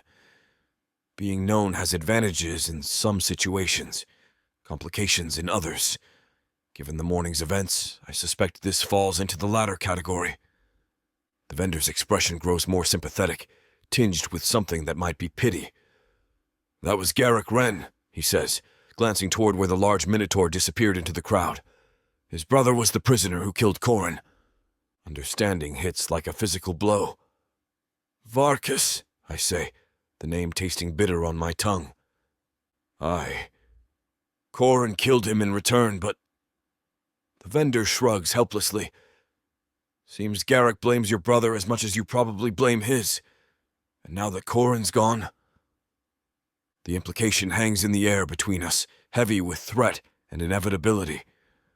Garrick has transferred his hatred to me, the living reminder of the brother he lost.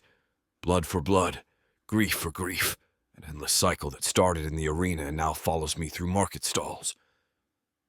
I think of Soraya at home, of Taran sleeping peacefully in his cradle, of the fragile safety we've built in our small corner of Minotaur. Garrick's presence changes everything. Adds a layer of danger I hadn't anticipated when I chose to stay. The vendor watches my face with knowing eyes. "I want to be careful where you go alone," he suggests quietly. Garrick's got patience, but he's got a long memory too. And he's not the forgiving sort. Chapter 16. Soraya. The kiss haunts me. For 3 days I've been moving through the house like a spectre, tending to Taran with mechanical precision, while my thoughts spiral in endless loops of shame and confusion. Every footstep in the hallway makes my heart stutter. Is it him? But then the sounds fade toward his room or out the front door, and I'm left with this hollow ache that has nothing to do with grief and everything to do with the way his mouth felt against mine. I check the trees obsessively, counting fruit that won't ripen for weeks, pruning branches that don't need attention. The orchard becomes my refuge, a place where I can breathe without wondering if Deegan will appear around the corner with those sea glass eyes that seem to see straight through my carefully constructed walls. He keeps his distance too. No more easy conversations over breakfast, no more gentle teasing while we tend to Taran together. The comfortable routines we'd built over months have crumbled, leaving behind this terrible politeness that cuts deeper than silence. When our paths cross, reaching for the same plate in the kitchen, both of us checking on Taran at the same time, we dance around each other like strangers sharing space by accident. The house feels enormous and suffocating all at once. Taran notices. My sweet boy turns his head toward sounds that might be Dagon's voice. His little fists wave when he hears those familiar heavy footsteps, and when they fade without the promised appearance, his face scrunches in what I can only call disappointment. Even my infant son misses the Minotaur who's been helping raise him, and the knowledge sits like lead in my stomach. I wonder if Dagon regrets it, if he's as mortified as I am by what happened, by the way I responded before terror took hold and sent me fleeing like a child. Maybe he's disgusted that his brother's widow threw herself at him with such shameless need. Maybe he's counting the days until he can return to his ship and leave this mess behind. The thought makes something twist painfully in my chest, and I hate that it does. On the fourth morning, while I'm mechanically folding Taran's tiny clothes and pretending I don't hear Deegan moving around the kitchen, familiar footsteps approach the front door. Not his measured gait, but lighter, quicker, accompanied by the faint scent of herbs and something indefinably sharp that always clings to Mirath's clothes. "You look terrible," she announces without preamble as I open the door, her dark eyes taking in my face with clinical assessment. Cinnamon brown fingers push a strand of black curl away from her forehead as she steps past me into the house. "When's the last time you slept?" "Good morning to you too, Mia." I close the door and lean against it, suddenly exhausted by the prospect of pretending everything's fine. Taran's been fussy lately. She turns those knowing eyes on me, the ones that have been seeing through my carefully constructed lies since we were children picking berries behind her mother's shop. Freckles dust her cheeks like scattered star maps, and her mouth quirks in that way that means she's about to call me on whatever foolishness I'm peddling. "Taran's been perfect every time I've seen him," she says, settling into the chair across from where I perch on the couch's edge. "Try again." The words want to stay locked behind my teeth, but Mirath has always been able to pull confessions from me with nothing more than patient silence and that expectant tilt of her head. We sit there for long moments, her dark gaze steady, while I fidget with the hem of my dress and try to find words for something I barely understand myself. "I kissed Deegan," I blurt out finally, the admission tearing from my throat like something physical. 4 nights ago. And then I ran away like a coward. And now we can barely look at each other, and I feel so stupid because what kind of person does that? What kind of person kisses her dead husband's brother? Mirath's eyebrows climb toward her hairline, but she doesn't look shocked. If anything, she looks relieved, like I've finally acknowledged something she's been waiting for me to see. "Ah, that explains the careful choreography you two have been performing whenever I visit." Heat flames across my cheeks, settling in my ears and down my neck. It's not choreography. It's mortification. I threw myself at him, Mir. I kissed him, and then I panicked because it felt so good. And how can I feel that way about someone who isn't Corin? How can I dishonour his memory like that? She leans back in her chair, arms crossed, and that knowing smirk spreads across her face like sunrise. The expression transforms her from healer to the mischievous girl who used to dare me to steal sweets from the baker's cooling racks. "Oh, honey," she says, voice rich with amusement and affection. "You think wanting someone else means you loved Corun less?" "It's his brother," I snap, the words sharp enough to cut. Saying it aloud makes it worse somehow, adds another layer of wrongness to feelings I can't seem to control. His brother, Mr. What does that make me? Without missing a beat, without even blinking, she grins. Smart? You're keeping it in the family. The shocked laugh that escapes me sounds more like a sob, but it's followed by another, and then another, until I'm doubled over with helpless giggles that feel like breaking apart and coming together all at once. Mirath joins me, her laughter bright and infectious, and for a few precious moments, the weight on my chest lifts enough that I can breathe properly. When the laughter finally subsides, leaving us both wiping tears from our eyes, she reaches over and takes my hands in hers. Her palms are warm, slightly rough from years of grinding herbs and mixing potions, and the familiar comfort of her touch anchors me. Soraya, she says, her voice gentle but firm. Korun is gone. He's been gone for months, and grieving him, loving him, doesn't mean your heart has to stay buried with him. You have decades of life ahead of you, and Korun would want you to live them. But Dagon is a good man who cares about you and Taran, who's been taking care of you both, who makes you laugh, who's brought light back to your eyes over these past months. She squeezes my fingers, dark eyes serious. The fact that he's Korun's brother doesn't make your feelings wrong. If anything, it means he understands what you've lost. He knew Korun, loved him too. Who better to help you heal than someone who shares that grief? The words settle into the spaces between my ribs, finding cracks in the wall of guilt I've built around my heart. I want to believe her, want to accept that feeling alive again doesn't make me a traitor to the man who gave me everything good I'd ever known. But the shame feels too heavy, too deeply rooted in months of careful numbness. He hasn't spoken to me since, I whisper. Barely looks at me. Maybe he regrets it. Maybe he thinks I'm pathetic for what? For responding to him? For letting yourself feel something other than grief for 5 minutes? Mirath's voice carries that sharp edge she gets when she's about to demolish whatever foolish notion has taken hold in my head. Or maybe he's giving you space because he saw how terrified you were afterward. Maybe he's waiting for you to make the next move because he doesn't want to push you into something you're not ready for. She releases my hands and sits back, studying my face with the intensity she usually reserves for particularly complex healing cases. Have you considered that he might be just as confused as you are? Just as worried about what it means? I hadn't. In my spiral of self-recrimination and shame, I'd assumed his distance meant disappointment or regret. But now, thinking about the careful way he's been avoiding me, the deliberate space he's created between us, I wonder if Mirath might be right. If maybe he's trying to protect me from pressure I'm not ready to handle. The possibility shifts something inside me, makes room for thoughts I've been too frightened to examine.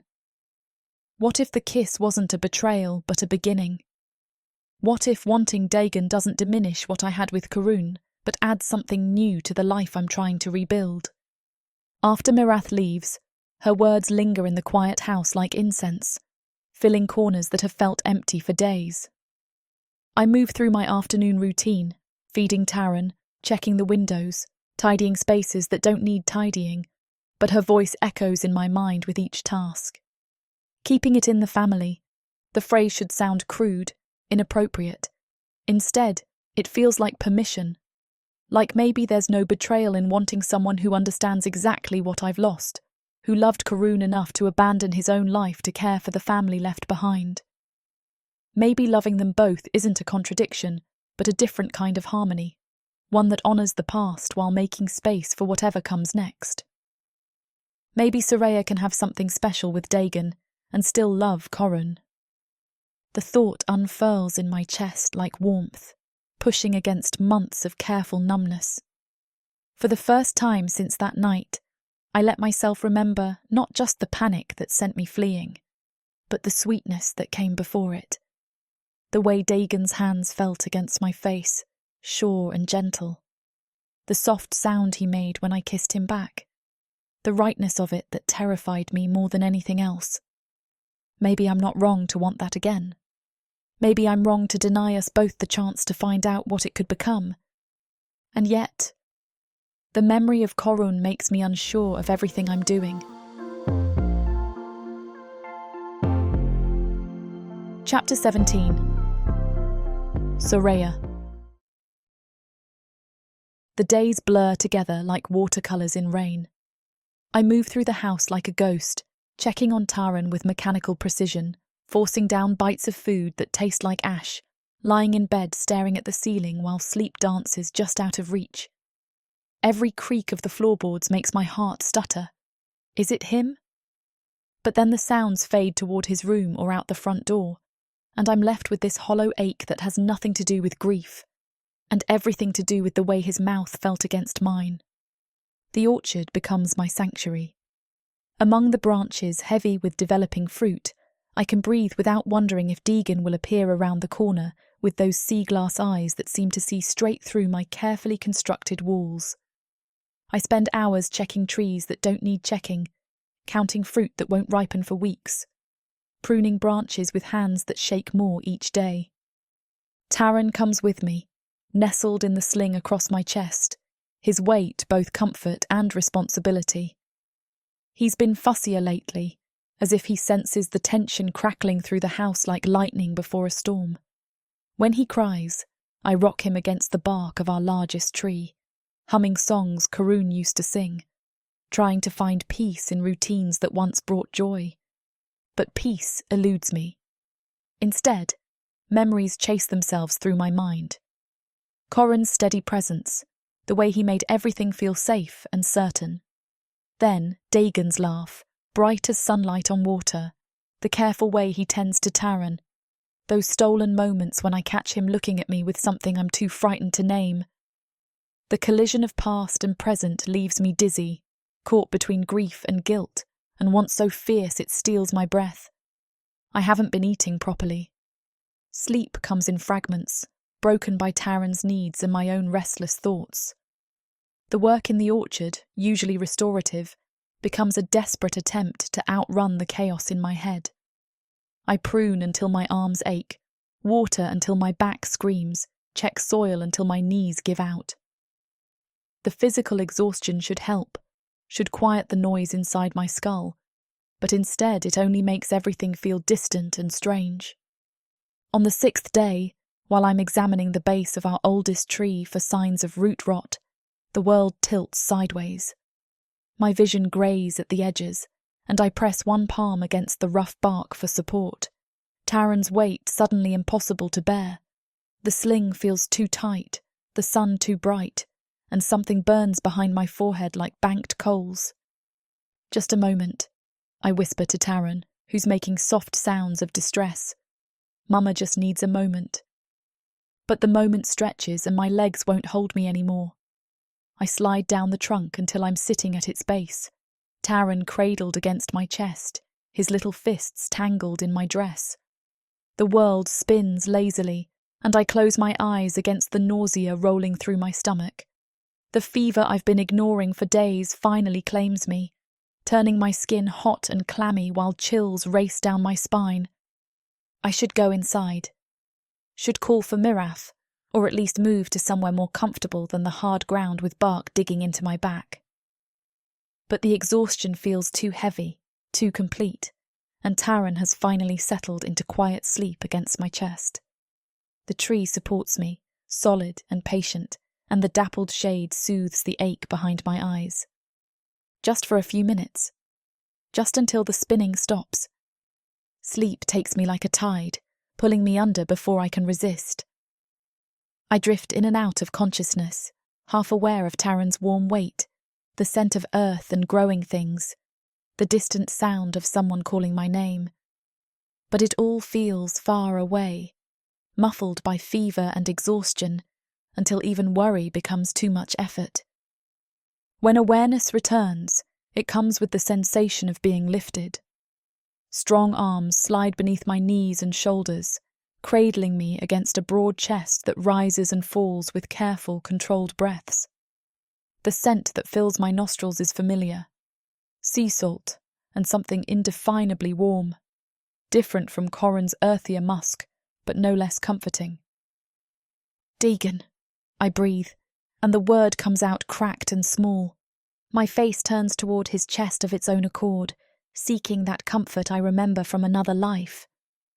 His fur is softer than Corin's was, longer and silkier, but the solid strength beneath it brings the same sense of safety I thought I'd lost forever. I burrow closer, too sick and tired to care about the complications, about what this means or how it looks. Right now, there's only the relief of being held, of not having to carry everything alone. "Easy," he murmurs, his voice a low rumble that vibrates through his chest. "I've got you. Both of you. Taran." The spike of panic clears my head enough to register that he's not in my arms anymore, and I try to lift my head to look for him. But Dagon's hand comes up to cup the back of my skull, gentle but firm, keeping me still. "He's safe," Dagon says, understanding immediately. "Right here with us." The house passes in a blur of doorways and shadows.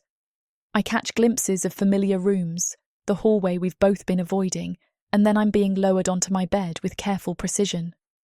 The mattress feels like heaven after hours on the hard ground, and I sink into it with a grateful sigh. "Mirath's coming," Dagon says, and his voice sounds strained. "I sent a message as soon as I found you." "What were you thinking, Soraya? You could have collapsed with Taran. You could have..." But his words fade into background noise as footsteps approach, and Mirath's familiar voice cuts through the fever haze. "Out!" she commands, and though I can't see her clearly through the fog clouding my vision, I can picture her perfectly, hands on hips, dark eyes blazing with professional determination. "Let me examine her." "I'm not leaving," Deegan says, and there's steel in his voice I haven't heard before. "She was unconscious in the yard. She had Taran with her, and if something had happened..." "Nothing happened because you found them in time," Mirath interrupts, and I feel the mattress dip as she sits beside me. Cool fingers touch my forehead, my throat, checking for signs I'm too foggy to understand. "But she needs rest and fluids, not you hovering like a worried hen. Take care of the baby. I'll take care of her." A soft gurgle reminds me that Taran is indeed here, and through the haze I see Dagon's large hands lifting my son with infinite care. The sight hits me like a physical blow. This Minotaur who came here for duty but stayed for love, who tends my child with the same devotion he might show his own. Dagon moves toward the door, Taran secure in his arms, but he pauses at the threshold to look back at me. His sea-glass eyes are dark with worry, and in them I see something that makes my chest tight with more than fever. Care. Deep, genuine care that goes beyond obligation or grief or the memory of his brother. He cares about me. Not just as Corin's widow, not just as the mother of his nephew, but as me. Soraya. The woman who sells fruit and tends trees and laughs at his terrible jokes. The woman who kissed him in the kitchen and ran away in terror, leaving him to wonder if he'd overstepped some invisible line. And I think I'm starting to feel so much more for him too. Not the same way I loved Corin. That was first love, steady and sure as sunrise. This is different, built on shared grief and careful trust, and the way he makes me feel alive again, after months of merely surviving. It's the care of a woman who's learned that hearts can hold more than one person, that wanting someone new doesn't diminish what came before. The knowledge should terrify me, but instead it brings a strange peace. Even through the fever, even lost in exhaustion and confusion, I can finally see what Mirath was trying to tell me. Wanting Dagon doesn't make me a traitor to Corin's memory. It makes me human. And maybe, when this fever breaks and I can think clearly again, I'll finally be brave enough to tell him so. Time becomes fluid, marked not by the sun's passage, but by the steady rhythm of breathing beside my bed.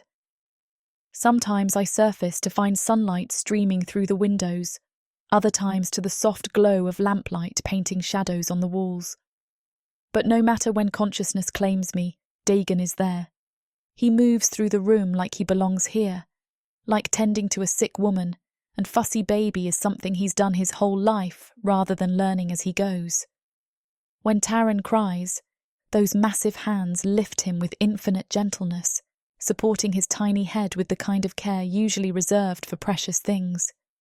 When I mumble for water, a cup appears at my lips before I've fully formed the request. When fever makes me restless, kicking off blankets only to shiver moments later, he adjusts them without comment, his touch careful and respectful. There's no hesitation in any of it. No frustration when Taran refuses to settle. No impatience when I can barely keep broth down. No complaints about the interrupted sleep or the way caring for us both has turned his world upside down. He simply does what needs doing, the same way he'd trim a sail or secure cargo, with competent hands and quiet determination. The sight does something dangerous to my chest, creates an ache that has nothing to do with fever and everything to do with the warmth spreading through me like honey in tea. This isn't obligation. This isn't duty to his dead brother or responsibility thrust upon him by circumstance. This is choice, pure and simple. He's choosing to be here, choosing us, and the realization makes something deep inside me crack open like ice in spring. I find myself watching him when I think he doesn't notice. The way his sea glass eyes soften when he looks at Taran, the careful way he supports my head when helping me drink, the unconscious gentleness in every gesture. His leaner frame moves with the fluid grace of someone accustomed to narrow ship corridors and shifting decks. But there's nothing restless about his presence here. He's anchored himself to this room, to us, with the same steady devotion Corin once showed but expressed through his own unique rhythms. The comparison should hurt more than it does. Instead, it brings an odd sort of peace. Corin loved with the steady warmth of banked coals, reliable, constant, safe. Dagon's care carries the restless energy of wind-filled sails, dynamic, adaptive, alive with possibility. Different kinds of devotion, but devotion nonetheless. When Taran fusses in the evening hours, Dagon settles into the chair beside my bed with practiced ease, cradling my son against his chest while humming songs I don't recognize. His voice carries the faint accent of someone who's spent years in foreign ports, picking up melodies from distant shores. The sound wraps around me like a blanket, soothing in ways I'm not ready to examine too closely.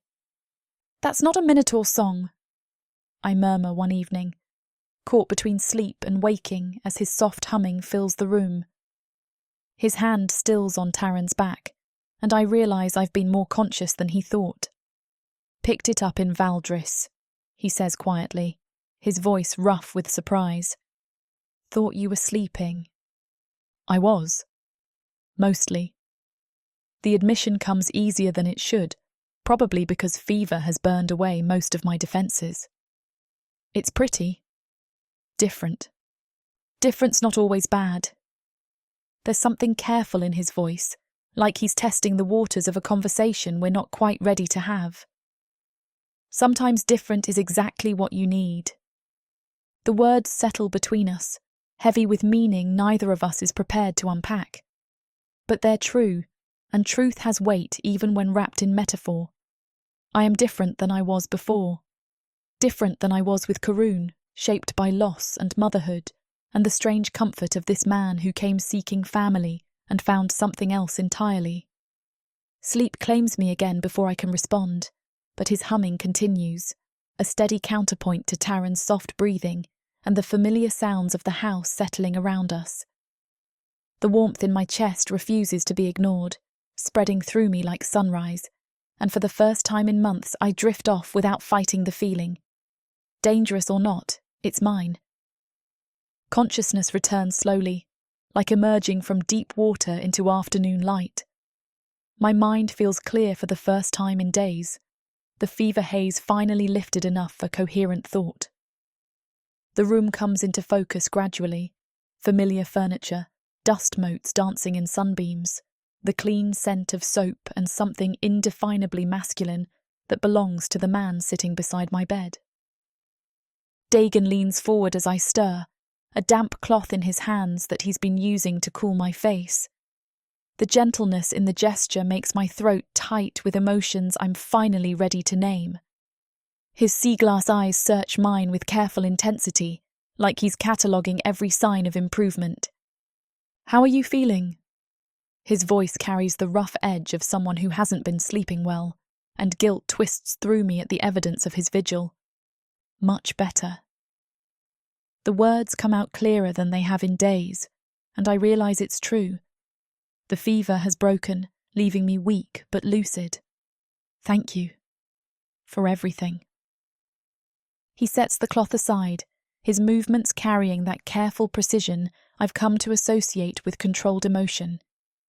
The space between us feels charged, full of words we've been dancing around for weeks. I can see the question in his eyes, the same one that's been haunting mine. What happens now? Why are you taking care of me? The question slips out before I can stop it, vulnerable and raw in the quiet room. His smile comes slow and warm, transforming his face from handsome to something that makes my pulse skip. Because I care about you, Soraya. About both of you. The words carry weight, honesty that cuts through pretense and lands squarely in the space between us. I'll always be here for you. Whatever you need. The simple declaration undoes something inside me, tears down the last of my careful walls with devastating efficiency. Here is a man offering everything: protection, partnership, love, without conditions or expectations. Not because duty demands it, but because his heart does. Maybe we should talk.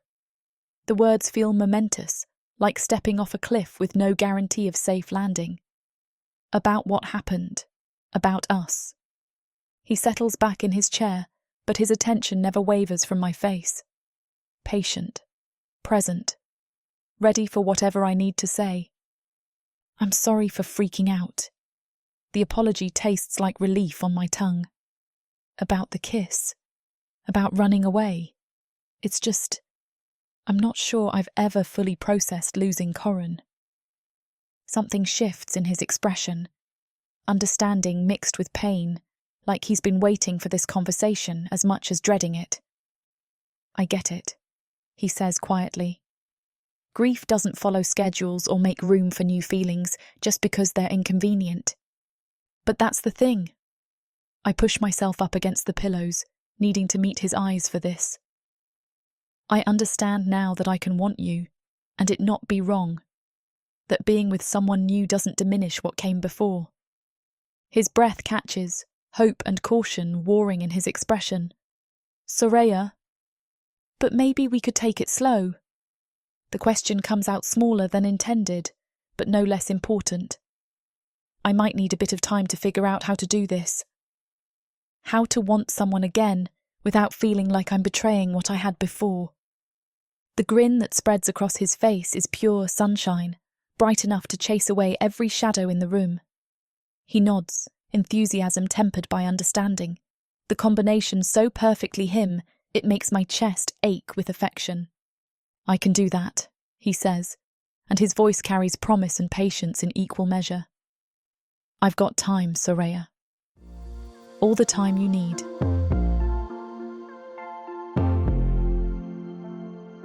Chapter 18. Dagon. The morning air carries the promise of autumn, crisp enough to make my breath visible in small puffs as I step out of the house. The sun barely clears the rooftops, painting everything in shades of gold that remind me of better days at sea. My boots crunch softly against the frost-touched ground, and I can't help the grin that spreads across my face as I glance back at the windows, glowing warm behind me. Soraya's up. Really up. Not just the fever-addled half-consciousness of the past few days. The clarity in her hazel eyes this morning, the way she met my gaze without flinching. It's like watching someone come back to life. And that conversation. By the lady, that conversation. My chest still feels tight with the memory of her words, the careful way she offered something I'd been too afraid to hope for. Maybe we could take it slow. Slow. I can do slow. I'd wait decades if that's what she needed. The woman just buried her first love and birthed his child, then had some fool of a sea captain come stumbling into her life and falling for her. Of course she needs time. Of course she needs space to figure out how to want someone new without feeling like she's betraying what came before. But she wants to try. That's what matters. That's what has me walking like I'm floating 6 inches off the ground. Taryn was perfect this morning, too. Alert and curious. Those amber eyes so much like Korun's tracking my movements around the room. When I picked him up, he didn't fuss or cry. Just settled against my chest like he belonged there, one tiny fist wrapping around my finger with surprising strength. The trust in that gesture, the complete faith that I'll keep him safe. It's humbling in ways I'm not sure I have words for. My nephew, my family. The thought still catches me off guard sometimes, how quickly they've become the center of everything. 2 months ago, I was captain of my own ship, answerable to no one but wind and tide. Now I'm planning my days around feeding schedules and nap times, checking on fruit trees and learning which songs make a fussy baby settle. The transformation should terrify me. I've never been one for roots, for staying in one place long enough to call it home. Instead, it feels like the missing piece I never knew I was looking for. The market won't be busy this early, which suits me fine. I need to pick up supplies. More of that tea Mirath recommended for Soraya's recovery. Fresh vegetables, since we've been living on whatever I could throw together quickly. Maybe some of those honey cakes from the baker's stall that make her eyes light up. Simple things. Domestic things.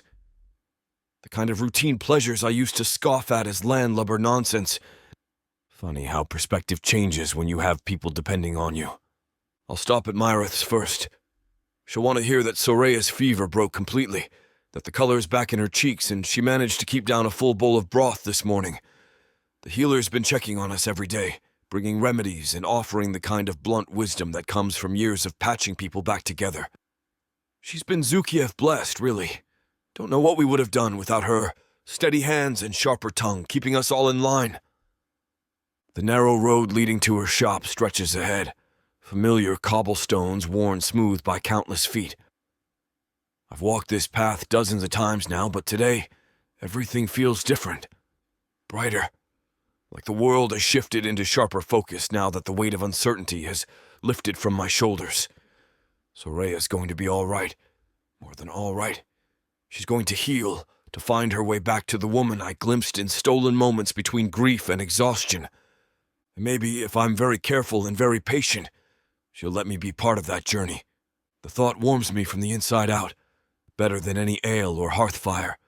I've spent years chasing horizons, always looking toward the next port, the next adventure, the next profitable run. But this feeling, this bone-deep contentment that comes from knowing exactly where I want to be and who I want to be with, this is better than any treasure I've ever hauled across the waves. My boots echo against the cobblestones, the sound bouncing off narrow buildings that huddle close together like old friends sharing secrets. The morning light filters through the gaps between rooftops, creating patterns of gold and shadow that shift with each step.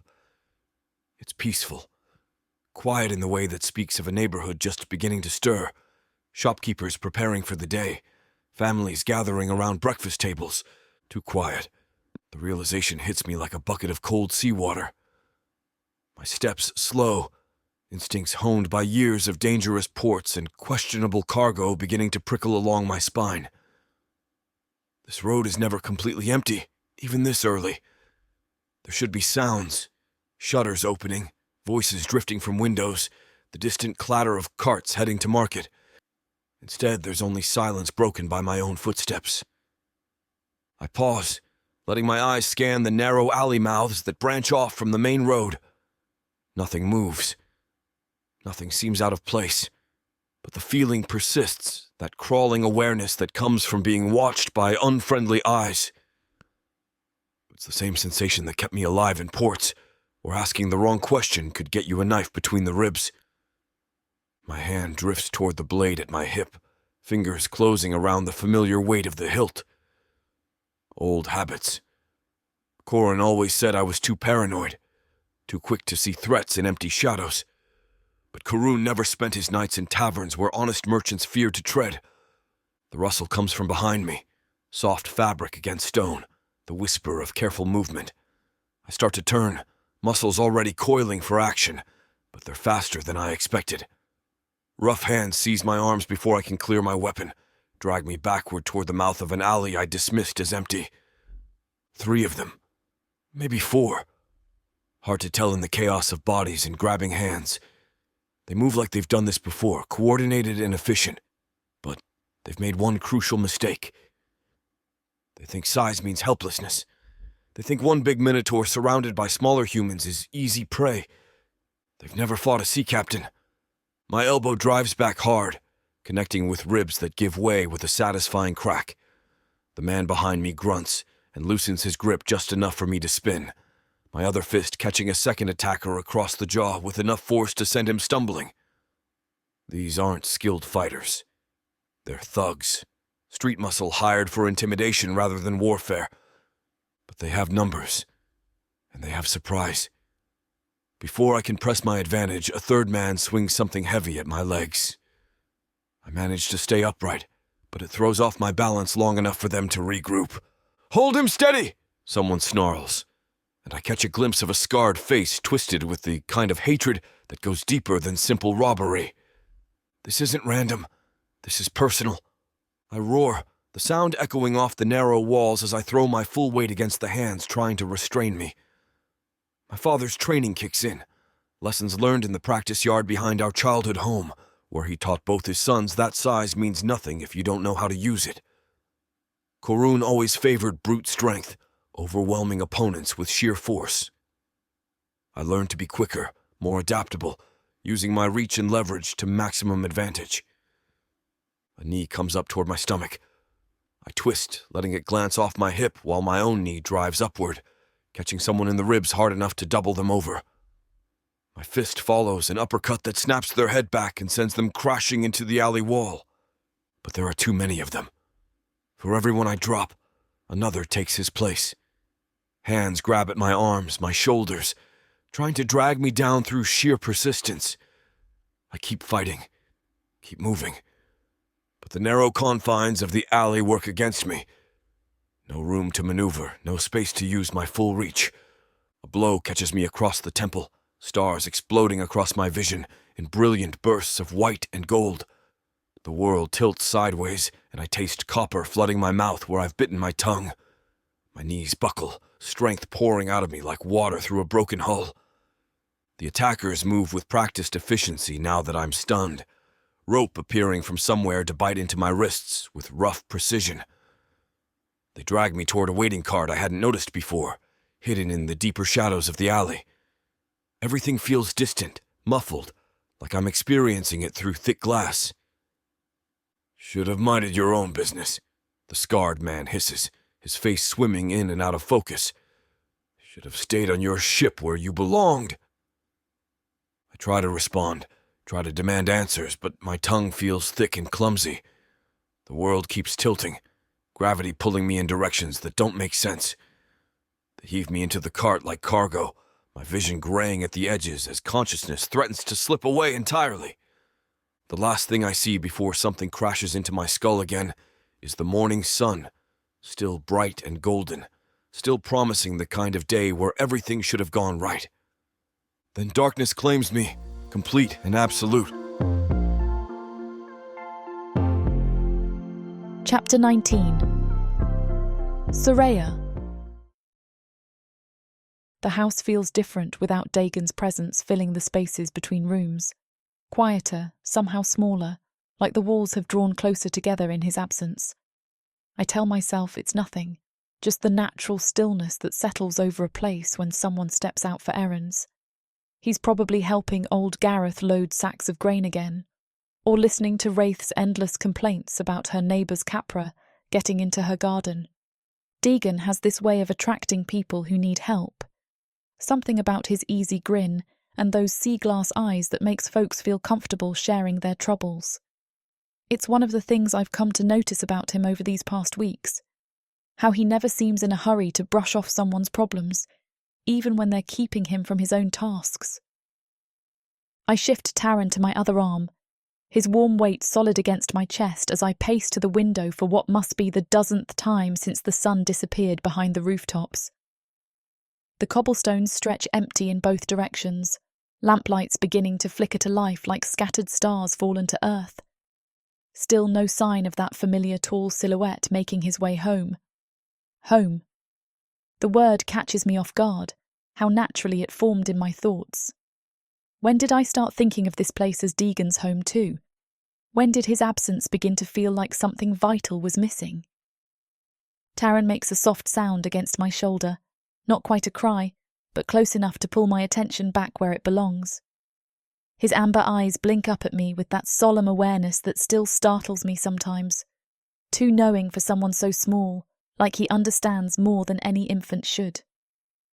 I smooth my palm over his downy hair, the gesture automatic now after weeks of learning his rhythms, his needs. He'll be back soon, I murmur, more to myself than to him. Probably picked up something special for dinner. You know how he is. But I don't really know how he is, do I? Not entirely. I know he takes his caffo black in the mornings and hums old sailing songs under his breath when he thinks no one's listening. I know he checks the door locks twice before bed and always leaves his boots lined up neat beside the entrance, ready for a quick departure. Sailors' habits die hard, he says, with that self-deprecating smile that makes my chest feel too tight. I know he's patient with Taran in ways that make my throat close up, how he cradles my son like he's something precious, instead of just another person's responsibility thrust upon him. I know the sound of his laugh when something genuinely amuses him, different from the polite chuckle he offers strangers. Warmer, more real. But there are depths to him I haven't explored yet, histories written in the rope-burn scars along his forearms, and the way his eyes sometimes drift toward the horizon like he's calculating wind speed and distance to ports I'll never see. We agreed to take things slow, to let whatever this is between us develop naturally, instead of rushing headlong into something neither of us fully understands. So why does his absence feel like a hook dragging through my ribs? The knock at the door makes me jump, Taran startling in my arms with a small whimper of protest. Relief floods through me so quickly it leaves me lightheaded. Of course, he probably forgot his key again, always losing track of small things when his mind gets caught up in larger problems. Coming, I call, already moving toward the entrance with a smile tugging at my lips. I'll tease him about worrying me, make him promise to send word next time he gets distracted by someone else's troubles. But when I pull the door open, it's Mirath standing on my threshold. The smile dies on my face so fast it feels like it falls off. Because Mirath never looks like this. Never stripped of her usual sharp humour. Never wearing that careful, gentle expression that people reserve for delivering terrible news. Her dark eyes meet mine with a wariness that makes my stomach drop toward my feet, and suddenly I'm 6 months pregnant again, and her words are shattering my world. Soraya. Her voice is softer than usual, missing its normal edge of casual sarcasm. No. The word escapes before I can stop it, raw and desperate. Whatever you're going to say, just no. But she steps inside anyway, closing the door behind her with the kind of careful movements people use around wounded animals. Her gaze flickers to Taran, still cradled against my chest, then back to my face with something that might be pity. I can't breathe. The room is too small, too warm, the walls pressing in like a trap. This is exactly how it felt before, when the messenger came with news about Corin. That same sick certainty crawling up my throat, the knowledge that everything I've started to rebuild is about to crumble again. Where is he? My voice sounds strange, distant, like it's coming from someone else's mouth. Mirath's hands flutter at her sides, then settle with visible effort. I heard from Thomas at the market. He saw. Where is Dagon? The words crack on his name, splitting open something raw inside my chest. She takes a breath that seems to cost her effort, Garrick took him, Varkas's brother. Tomas saw them dragging him into a cart near Merchant's Row this morning. The floor tilts under my feet. That's impossible. He was coming to see you. He left to visit your shop and pick up supplies. He never made it to me, Soraya. The words physically hurt, each syllable driving the breath from my lungs. Taran fusses against my chest, sensing my distress through whatever mysterious connection exists between mothers and children. His small sounds of protest seem to come from very far away, muffled by the rushing in my ears. My knees give out. I don't feel myself falling, don't register the impact as I hit the wooden planks. Everything narrows to a single point of agonizing clarity. Dagon is gone, taken, possibly hurt or worse, and I'll never see him again. The thought shouldn't tear through me like this.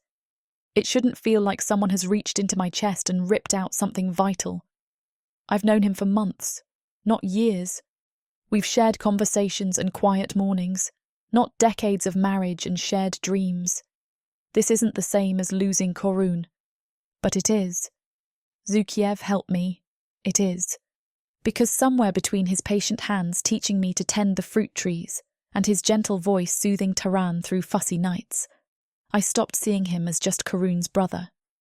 Stopped thinking of him as temporary help or family obligation. He became Dagon, the man who brings me kafo in the mornings and remembers how I like it prepared. The man who reads to Taran in that warm rumble that makes my son's eyes drift closed in perfect contentment. The man who looks at me like I'm something worth protecting, worth staying for, worth building a life around. The man I was falling in love with, even as I told myself we needed to go slow. Taran's cries grow more insistent, his small body rigid with the kind of distress that comes when the person holding him is too lost in grief to provide comfort. I try to soothe him, try to offer the steady presence he needs, but my hands are shaking too badly to be of any use. I can't, I whisper, the words scraping past the tightness in my throat.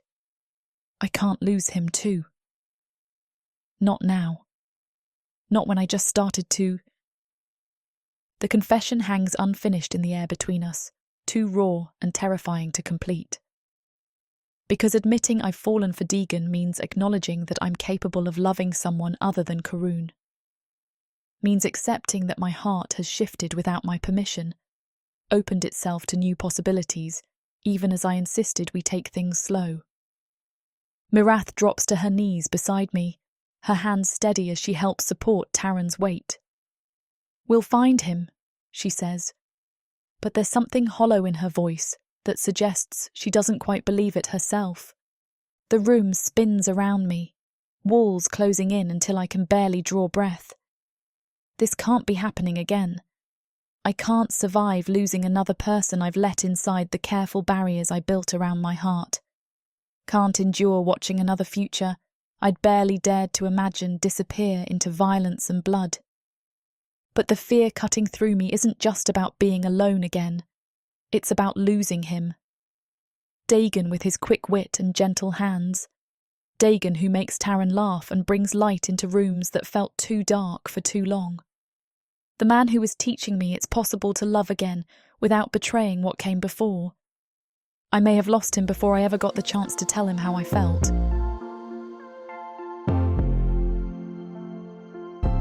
Chapter 20. Dagon. The world returns in fragments, salt-crusted rope cutting into my wrists, the rhythmic slap of waves against hull planks, and the unmistakable stench of tar mixed with unwashed bodies. My head throbs like someone's taken a mallet to my skull, each pulse sending lightning bolts behind my eyelids. The siren's call never smelled this foul. Even in the worst storms, when we couldn't wash properly for weeks, my ship maintained a cleanliness these bastards wouldn't recognize if it bit them on the arse. I keep my breathing shallow even, while my mind catalogues everything I can sense without opening my eyes. 3 distinct voices somewhere to my left, 2 playing cards by the sound of slapping leather, 1 muttering complaints about the quality of ale. The gentle rock beneath me suggests we're anchored, not sailing, which means we're likely still close to shore, close to Soraya. The thought of her sends a jolt of panic through my chest that has nothing to do with my current predicament. By now she'll have realized I never made it to Myrith's shop. She'll be pacing that little house, Taryn fussing in her arms as she watches the door and tries to convince herself I'm just delayed by some merchant's sob story. By the lady, what if she thinks I left? What if she believes I got spooked by our conversation about taking things slow and decided the sea was easier than whatever's growing between us? The rope around my wrists has loosened during however long I've been unconscious. These idiots tied sailors' knots without understanding the mechanics, tight enough to cut circulation, but not properly secured against the natural stretch that comes when someone stops fighting and goes limp. Amateur mistake. The kind that gets you killed when you're dealing with someone who spent half his life rigging lines in storm-tossed seas. I flex my fingers carefully, working feeling back into them while keeping the rest of my body perfectly still. The guard closest to me, judging by his breathing, is maybe 6 feet away. Far enough that I'll need to move fast once I make my play. Close enough that surprise will be my only advantage. One of the card players laughs, a sound like grinding metal. Garrick's taking his sweet time with whatever business he's got on shore. Probably making sure the message gets delivered properly, another voice responds. Man wants the whole damn island to know what happens when you cross the Wren family. Message. My blood goes cold as the implications sink in. This isn't just about revenge. It's about making an example. Garrick doesn't just want me dead. He wants everyone to see what happens to anyone who stands where Corin once stood, including Soraya. Rage floods through me, hot and clean, burning away the last of the fog clouding my thoughts. I've spent months learning to care about something beyond the next port, the next cargo run, the next storm to weather. Found myself wanting to build instead of just survive, to protect instead of just endure. And now some thick-skulled bastard with delusions of honor thinks he can use that against me. The rope gives with a soft whisper of hemp fibers parting.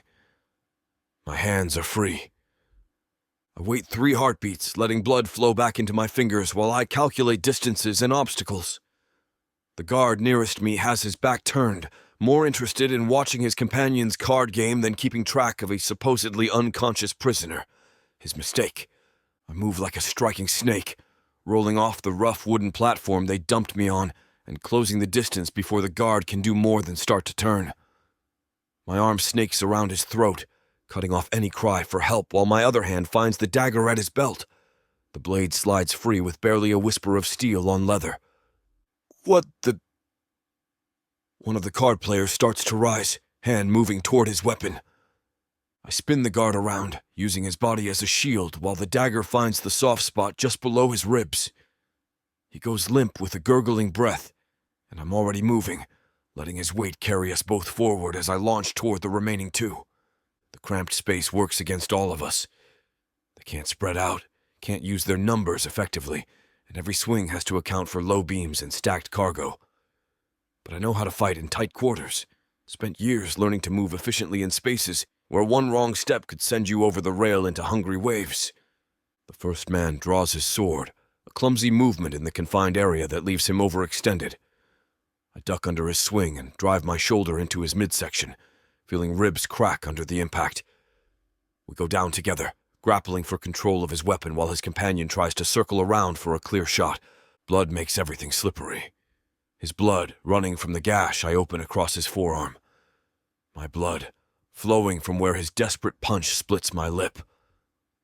The deck beneath us grows treacherous, but I fought on worse surfaces during storms that turned the world sideways. I get my hands on his sword hilt just as the third man commits to a downward thrust that would have opened my back from shoulder to spine. Instead, it punches through his friend's chest with a wet sound that makes even hardened killers flinch. That moment of horror is all I need. I roll clear, came up with steel in my hand, and put the blade through the last guard's throat before he can recover from his mistake. He drops like a sack of grain, clutching at the wound while his life pumps out between his fingers. The sudden silence is deafening after the violence, just the gentle lap of waves against the hull and my own harsh breathing as adrenaline courses through my system. 3 men dead in less than a minute, their blood mixing with decades of spilled cargo and salt spray ground into the wooden planks. I should feel something about that. Guilt, maybe. Or satisfaction. But all I can think about is getting back to Soraya before Garrick decides to expand his definition of appropriate targets. The hatch above creaks open, spilling lamplight down into the hold. "Took you boys long enough to—" The voice cuts off abruptly as its owner takes in the scene below. Garrick fills the opening like a storm cloud, his massive frame blocking out most of the light from above. Even crouched to fit through the hatch, he radiates the kind of controlled violence that comes from years of taking what he wants through force. His gold eyes find me immediately, cataloging the blood on my clothes, the body scattered around the hold, the blade still dripping in my hand. "Karun's little brother." His voice carries the weight of mountains grinding together. "Should have known you'd have some fight in you." He drops through the hatch with fluid grace that shouldn't be possible for someone his size. The deck barely creaks under his weight. A man who knows how to move despite his bulk, how to use every pound of muscle to maximum effect. The kind of opponent who survived more fights than most men ever see. The rune-carved horn catches the lamplight as he straightens to his full height, forcing me to crane my neck to meet his gaze. 7.5 feet of concentrated malice wrapped in dark fur and old scars. I'm tall for most races, but Garrick makes me feel like a child reaching for something on a high shelf. "Your brother killed my blood," he says, circling slowly to my left. Measuring distances, looking for openings, calculating how best to tear me apart. Honor demands an answer. "Your brother tried to murder mine with a concealed blade. I keep the dagger low, ready to move in any direction. Honor got exactly what it deserved." His laugh is like boulders falling down a cliff face. "Honor is what I decide it is, boy. And I've decided your whole cursed line needs to disappear. The exhaustion from my escape is already dragging at my limbs, making each movement cost more than it should. The guards weren't particularly skilled, but fighting 3 men in close quarters takes a toll, even when you win quickly. And Garrick is fresh, rested, probably been planning this moment for months. But he's also angry. I can see it in the way his massive hands clench and release, the slight flare of his nostrils when he mentions Karun. Anger makes fighters sloppy, makes them commit too hard to attacks that should be feints. It's the only advantage I'm likely to get. He comes at me like an avalanche, all crushing weight and unstoppable momentum. But avalanches are predictable once you understand the terrain, and I've spent years reading the subtle tells that separate survivors from corpses. His first swing comes from his right, a massive fist aimed at my skull with enough force to cave in stone. I slip left, feeling the wind from his knuckles ruffle the fur along my ear as I bring the dagger up toward his exposed ribs. But he's not as committed as I'd hoped. The blow was a test, and he twists away before my blade can find flesh. "Fast," he rumbles, already adjusting his stance, but not fast enough. He's right, and we both know it. In a straight fight, his reach and strength will wear me down eventually. But this isn't about winning clean. It's about getting home to Soraya's worried face and Taran's sleepy sighs when I carry him around the kitchen while she makes kafo. The thought of my nephew, his tiny fingers wrapped around mine, the way he goes quiet when I hum old sailing songs, sends fresh fire through my veins. That boy has never known a world without me in it, never had to wonder if the adults in his life might just disappear one day. I'll be damned if Garrick's twisted sense of honor is going to change that. His next attack is a combination. Left hook followed immediately by a knee strike that would turn my ribs to powder. I duck the punch and catch his knee on my forearm, the impact sending shock waves up to my shoulder. But the position gives me an opening, and I drive my elbow into the thick muscle of his thigh before dancing back out of range. "You're fighting for a dead man's memory," I tell him, circling to keep that damaged leg between us. Varkas chose his path when he brought a blade into training. Karun just made sure he couldn't use it on anyone else. Varkas was blood. Garrick lunges forward faster than his size should allow. Family protects family! I barely get my arms up in time to block his reaching grab. His fingers close around my forearms like iron shackles, and suddenly, I'm lifted off the deck entirely. For a moment, I'm 8 years old again, watching Karoon effortlessly hoist cargo nets that took 3 dock workers to manage. The same impossible strength runs in our family, but Garrick's got decades of violence on both of us. But Soraya didn't fall in love with Corin's strength. She fell for his gentle hands when he helped her down from the wagon, his patience when she needed space to grieve, his quiet way of making her feel safe in a world that had taken everything from her parents and left her to survive on wit and stubbornness. And she's learning to trust me with that same precious vulnerability, learning to let me see her first thing in the morning when her hair's a riot of tangles and her voice is rough with sleep, learning to lean against my shoulder when exhaustion weighs her down, to let me take Taryn when her arms ache from carrying him. I won't let this bastard turn me into another loss she has to survive.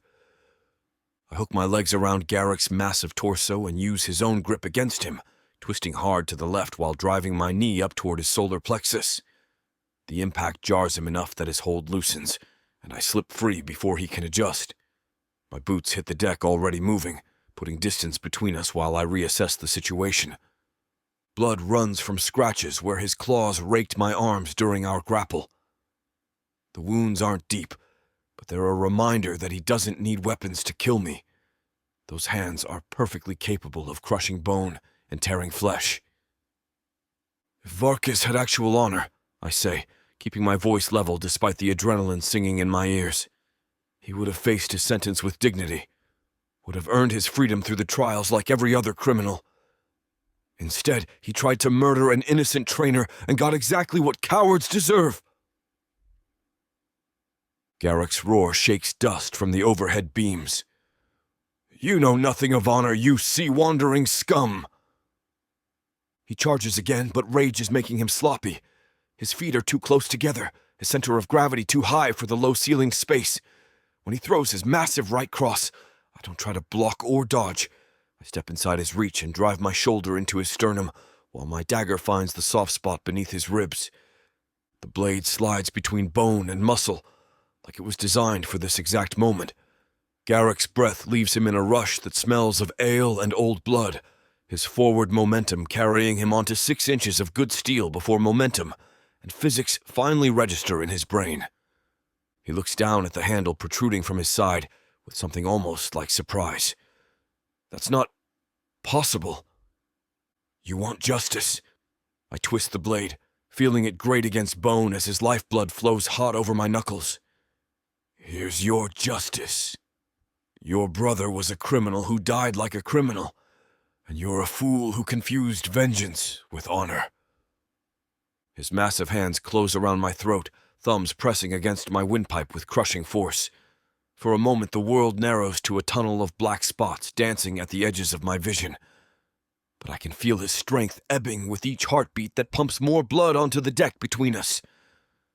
I get my hands under his wrists and wrench sideways, breaking his grip just long enough to suck in a desperate breath. Then I'm moving again, pulling the dagger free and driving it up under his chin in one fluid motion.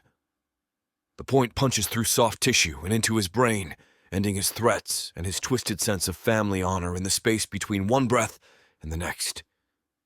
Garrick topples like a felled tree, his massive frame hitting the deck with a sound like thunder.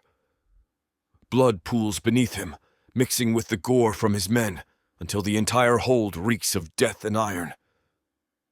I stand over his corpse, breathing hard, dagger still dripping in my hand. 4 men dead, because one criminal couldn't accept the consequences of his choices. 4 lives ended because Garrick decided my family owed him blood for his brother's stupidity. But it's finished now. The threat that's been hanging over us like storm clouds finally breaks and dissipates, leaving only the urgent need to get home. To see Soraya's face when I walk through that door. To hold Taran and promise him that no one will ever take his family away again. I climb through the hatch into clean sea air that tastes like freedom. The stars overhead are the same ones I used to navigate by during my trading runs, but now they're just pointing me towards something more precious than any cargo I've ever carried. The ship's boat is tied alongside, rocking gently in the harbor swells. I lower myself down and cut the lines, letting muscle memory guide my hands through the familiar motions of preparing to row. The oars bite into dark water, each stroke carrying me closer to shore, closer to home, closer to the family I chose and the life I'm finally ready to build. Behind me, the ship drifts silent and dark on the tide. Let whoever finds it puzzle out what happened in that bloody hold. I've got more important things waiting for me than explanations for dead men's mistakes.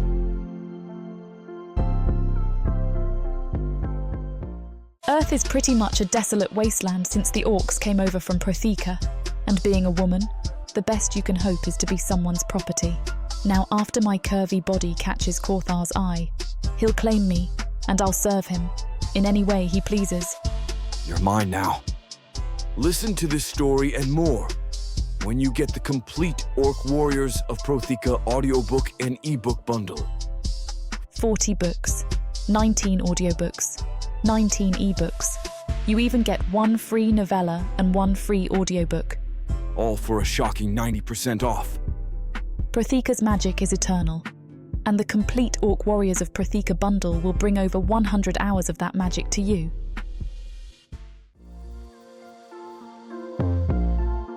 Chapter 21. Dagon. The familiar outline of our home emerges from the darkness like a beacon, its windows glowing warm yellow against the star-scattered sky.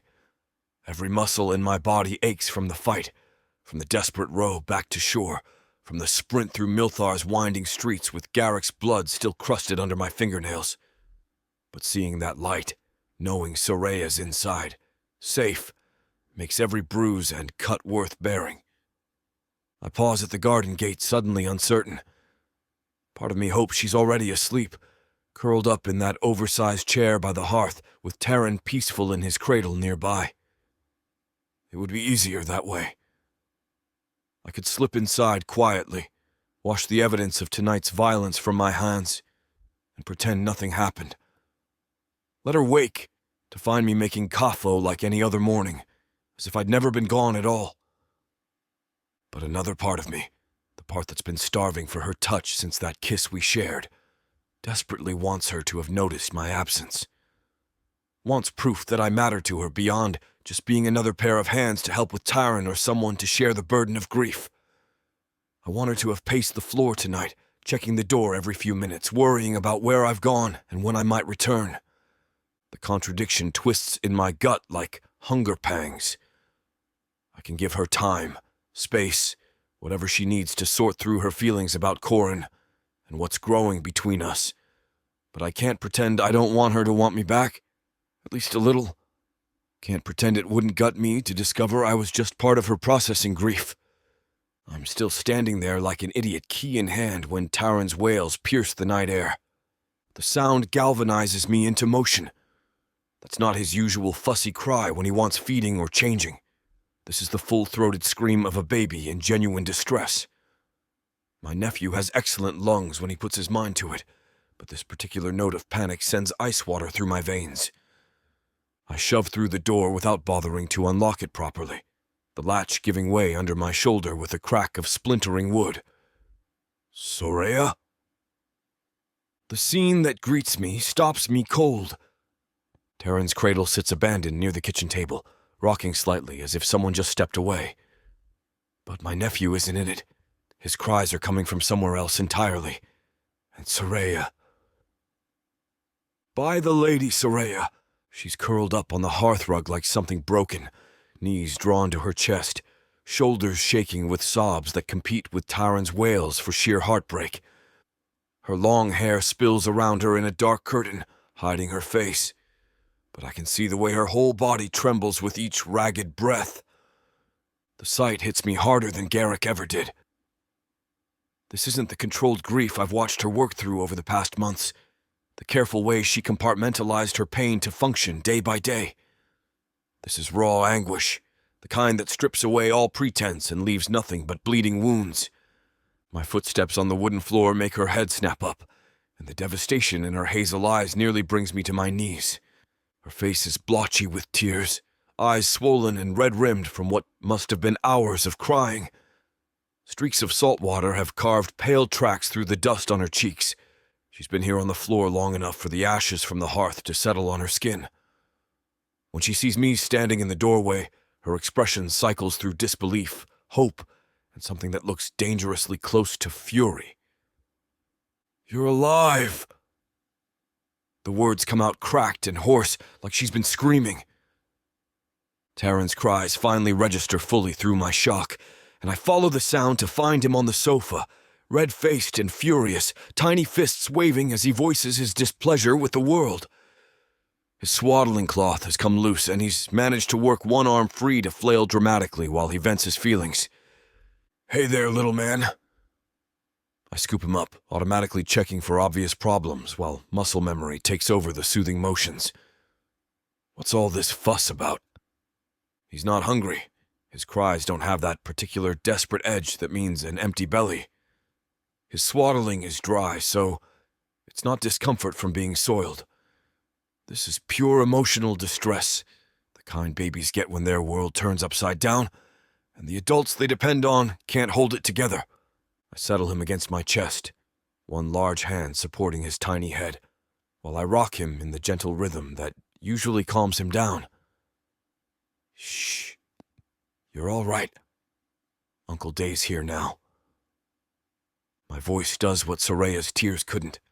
Taryn's wails begin to subside into hiccuping sobs, then gradually into the snuffling sounds that mean he's considering whether this situation might be tolerable after all.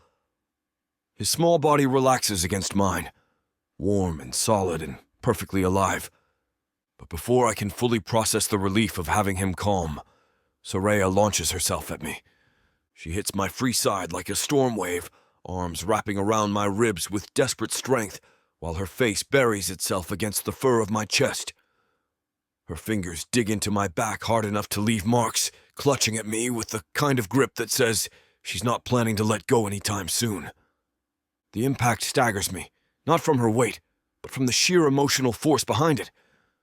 This isn't a casual embrace or even the careful hugs we've shared while navigating the boundaries of whatever we're becoming. This is the desperate hold of someone who's already mourned my loss, who spent hours convinced they'd never feel my arms around them again. I pull her closer with my free arm, careful not to jostle Taryn, but unwilling to put any distance between us. She fits against my side like she was designed for this exact spot, her curves molding to the planes of my torso while her hair tickles my chin. The scent of her, honey and herbs and something uniquely Soraya, fills my nostrils and settles the last of my frayed nerves. "I thought..." Her voice is muffled against my chest, but I can feel each word vibrate through her body. "When you didn't come home, I thought Garrick had... I thought I'd lost you too." The broken way she says it, like she's admitting to something shameful, makes my throat tighten. She cares. Not just as someone grateful for help with the baby, or comfortable with my presence, but genuinely cares about what happens to me, enough to fall apart when she thought I might be gone forever. The realization floods through me like warm ale on a cold night, loosening muscles I didn't realize I'd been holding tense. She wants me here. Maybe not in the same way she wanted Corin. Maybe not with the same intensity or certainty, but enough to grieve when she thought I was dead. It's more than I dared hope for and exactly what I needed to hear. "I'm here," I murmur against the top of her head, tightening my hold until there's no space left between us. "I'm not going anywhere." Her grip on me intensifies, fingernails finding purchase through my shirt, to press against skin like she needs to feel proof that I'm solid and real. The desperation in her touch mirrors something deep in my own chest, the bone-deep need to hold and be held by someone who matters more than breathing. Taryn makes a soft sound against my shoulder, content now that his world has righted itself. One tiny hand has worked free of his swaddling to curl around a lock of my fur, his grip surprisingly strong for something so small. Between his warm weight and Soraya's fierce embrace, I feel more anchored than I have since the day I received word of Karun's death. This is what I came home for. Not just the house or the familiar routine or even the promise of family, but this exact moment, holding the two people who've become my entire world while they hold me back with equal intensity. The cuts from Garrick still sting along my forearms, and I can taste blood from my split lip. But none of that matters now. What matters is the way Soraya's breathing gradually evens out against my chest, the way Taryn's fist tightens around my fur like he's claiming me, the way this ramshackle little house feels more like home than any ship I've ever sailed. Her voice comes out cracked and hoarse, like she's been screaming into the void for hours. I sat there watching the door, telling myself you'd just gone for a walk or to the market. But when the sun went down and you still weren't back, she shudders against me, her fingers digging deeper into the fabric of my shirt. I knew something was wrong. You wouldn't have left without telling me, not me. And Taryn. The raw honesty in her words cuts through me like a blade. She knows me well enough to recognize my patterns, to understand that I wouldn't abandon them without explanation. That kind of trust, the quiet certainty that I'd keep my word, settles something restless in my chest that I hadn't even realized was still prowling around like a caged animal. And then I heard you'd been taken. Her voice drops to barely above a whisper, but I catch every syllable. That Garrick got you, and I thought... She can't finish the sentence, but she doesn't need to. The broken way her breath hitches tells me everything about the dark places her mind went while I was gone. She imagined me dead, probably in increasingly vivid detail as the hours crawled by. Pictured Garrick's massive hands around my throat or his horns piercing through my ribs, my blood soaking into the arena, sand like Karun's had. The thought of her sitting here alone, torturing herself with those images while Taryn cried, and the house grew cold around them, makes my jaw clench. I should have found a way to get word to her. Should have anticipated that my absence would resurrect every nightmare about loss she's been carrying since Karun's death. The thought of losing you too. Her words dissolve into a sob that shakes her entire frame. It broke something inside me, Day. Something I didn't even know was still whole. My throat constricts at the confession, not just because of the pain in her voice, but because of what she's admitting without saying it outright. She's not just afraid of being alone, though Zukiev knows that would be terrifying enough for a human woman in Minotaur with a half-Minotaur baby to protect. She's afraid of losing me specifically, of having me ripped away from her the same way Corin was. It means I matter to her, not just as a convenient helper or Corin's brother fulfilling some obligation, but as myself, as Dagon. The realization nearly undoes me. I tighten my hold on her, my free arm wrapping completely around her back to press her even closer against my side. Taryn makes a soft sound of protest at being squished between us, but settles again when I adjust my grip to give him more room. The kid's gotten used to being held while emotional conversations happen around him, probably for the best, considering the household he's growing up in. I'm not going anywhere, I tell her, putting every ounce of conviction I possess into the words. My voice comes out rougher than I intended, gravelly with emotions I'm still learning how to name. I promise you that. She pulls back just enough to look up at me, and the devastation in her hazel eyes nearly brings me to my knees. They're swollen and red-rimmed from crying. But there's something else there, too. A desperate kind of hope that's almost harder to witness than the grief. You can't promise that, she whispers. Corin thought he was coming home, too.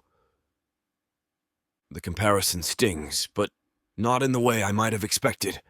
Instead of jealousy or resentment, I feel a surge of fierce protectiveness that has nothing to do with competing with my brother's memory and everything to do with the woman falling apart in my arms. I know you've been hurt. I brush a strand of hair away from her face, my thumb automatically swiping at the tear tracks on her cheek. But plenty of things have tried to take me out over the years, and I'm still here. I won't let some Minotaur bent on revenge be the one to finally do it. She searches my face like she's looking for cracks in my certainty, trying to find the lie that will confirm her worst fears. But there isn't one. I've survived storms that should have drowned me, fights that should have killed me, and enough close calls to fill a dozen lifetimes. Garrick is dangerous, but he's not the first enemy who's wanted my blood, and he won't be the last. I'm tougher than I look, I continue, letting some of my usual cockiness creep into my tone to lighten the moment.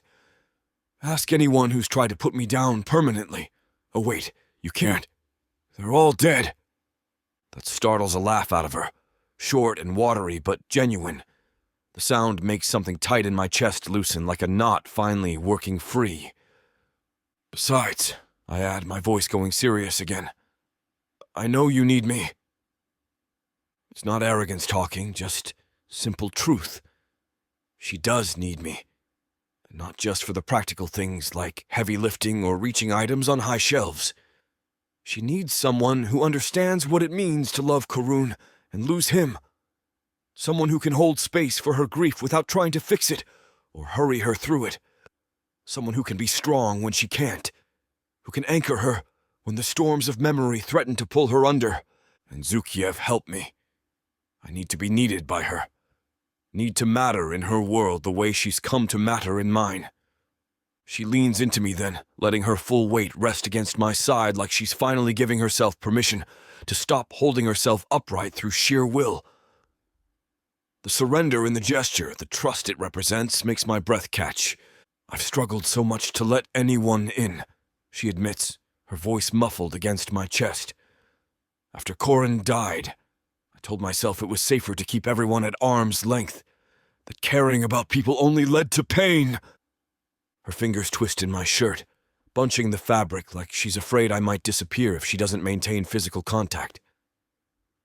But then you showed up, and you were so patient with me. So gentle with Taryn. And somewhere along the way, I stopped being able to imagine life without you in it. The confession hits me like a rogue wave, unexpected and overwhelming. She's been fighting us, not just because she feels guilty about moving on from Corin, but because she's terrified of opening herself up to loss again. Of caring about someone enough that losing them would shatter her completely. I was so scared, she whispers, and the admission is so quiet I almost miss it. When you didn't come home, I was so scared. My hand smooths down her back in long, soothing strokes, following the curve of her spine from her shoulders to the small of her back, and up again. The motion is automatic, instinctive, the same way I gentle a spooked horse or calm, choppy seas. But there's nothing calculated about it. I just need to touch her, to offer what comfort I can, while she finally lets herself be vulnerable. I know, I murmur against the top of her head. I know it's all been so difficult. And I do know. Not just from watching her struggle these past months, but from my own experience of losing people who mattered. The difference is that I've had years to build up scar tissue around those wounds while hers are still raw and bleeding. She's trying to function with her heart completely exposed, and every day is a gamble that something won't come along to tear it open wider. But we'll get through it, I tell her, meaning every word. Whatever comes next, we'll face it together. She shakes against me then, not with sobs this time, but with the kind of tremors that come from holding yourself together for too long before finally letting someone else share the weight. Her body gradually relaxes as I continue stroking her back, the tension bleeding out of her muscles as she allows herself to truly lean on me. I hold her like that, feeling her breathing gradually even out, while Taryn dozes peacefully against my shoulder. The house is quiet around us, except for the soft sounds of three people learning how to be a family. And for the first time since I walked through that door, I let myself believe we might actually figure this out. Chapter 22. Dagon. Hours later, after we've eaten a quiet meal and Taryn's been fed and changed and sung to sleep, I find myself sitting beside Soraya on the edge of her bed. The baby sleeps peacefully in his cradle nearby, one tiny fist curled near his face, completely oblivious to the weight of the conversation hanging between his mother and me. The lamplight casts warm shadows across Soraya's profile as she watches over our boy. Her boy, I correct myself, though the slip feels more natural than it should. Her hair falls in loose waves around her shoulders, still slightly mussed from earlier when she buried her face against my chest and clung to me like I was the only solid thing in her world. She's changed into a soft nightgown, pale yellow fabric that makes her skin look golden in the flickering light. There's something vulnerable about seeing her like this, not just because of the thin cotton or the way the neckline dips to reveal the hollow of her throat, but because she's let her guard down completely. No careful composure or practiced strength, just Soraya as she truly is when she thinks no one's watching. I want to tell you something, I say quietly, my voice pitched low so we don't wake Tehran. She turns to look at me, those hazel eyes still slightly red-rimmed from crying but alert. There's trust there now, hard-won over these past months, but finally solid enough to lean on. She doesn't tense or pull away, just waits for me to find the words. I reach into my shirt pocket and pull out the letter I've been reading over and over since our kiss. I didn't tell her then because I didn't want to manipulate her feelings. She needed to process them. But now, I think she deserves to know. The parchment is soft from handling, worn thin at the creases where I've folded and unfolded it dozens of times during the voyage home.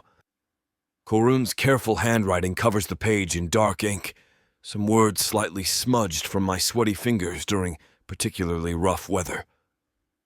This came days after he told me about you being pregnant, I explain, holding the letter carefully between us like the fragile thing it is. I think the idea of being a father changed so much in him. Soraya's breath catches, her eyes fixed on the familiar handwriting. I can see her throat work as she swallows, probably recognizing the careful way Korun formed his letters. He'd always taken pride in his penmanship, said it was important for a Minotaur to prove he wasn't just brute strength. He asked me to come home, I continue, my thumb tracing over one worn edge of the paper. Said if anything happened to him, he needed to know you and the baby would be protected. The words sit heavy between us, carrying all the weight of my brother's love and fear for his family. I can still hear his voice when I read these lines.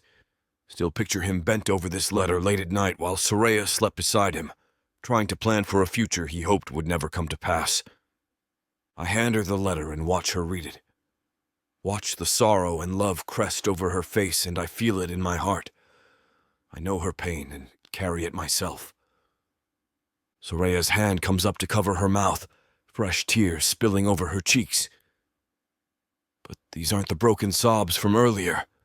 These are the quiet tears that come with bittersweet memories, the kind that hurt and heal at the same time.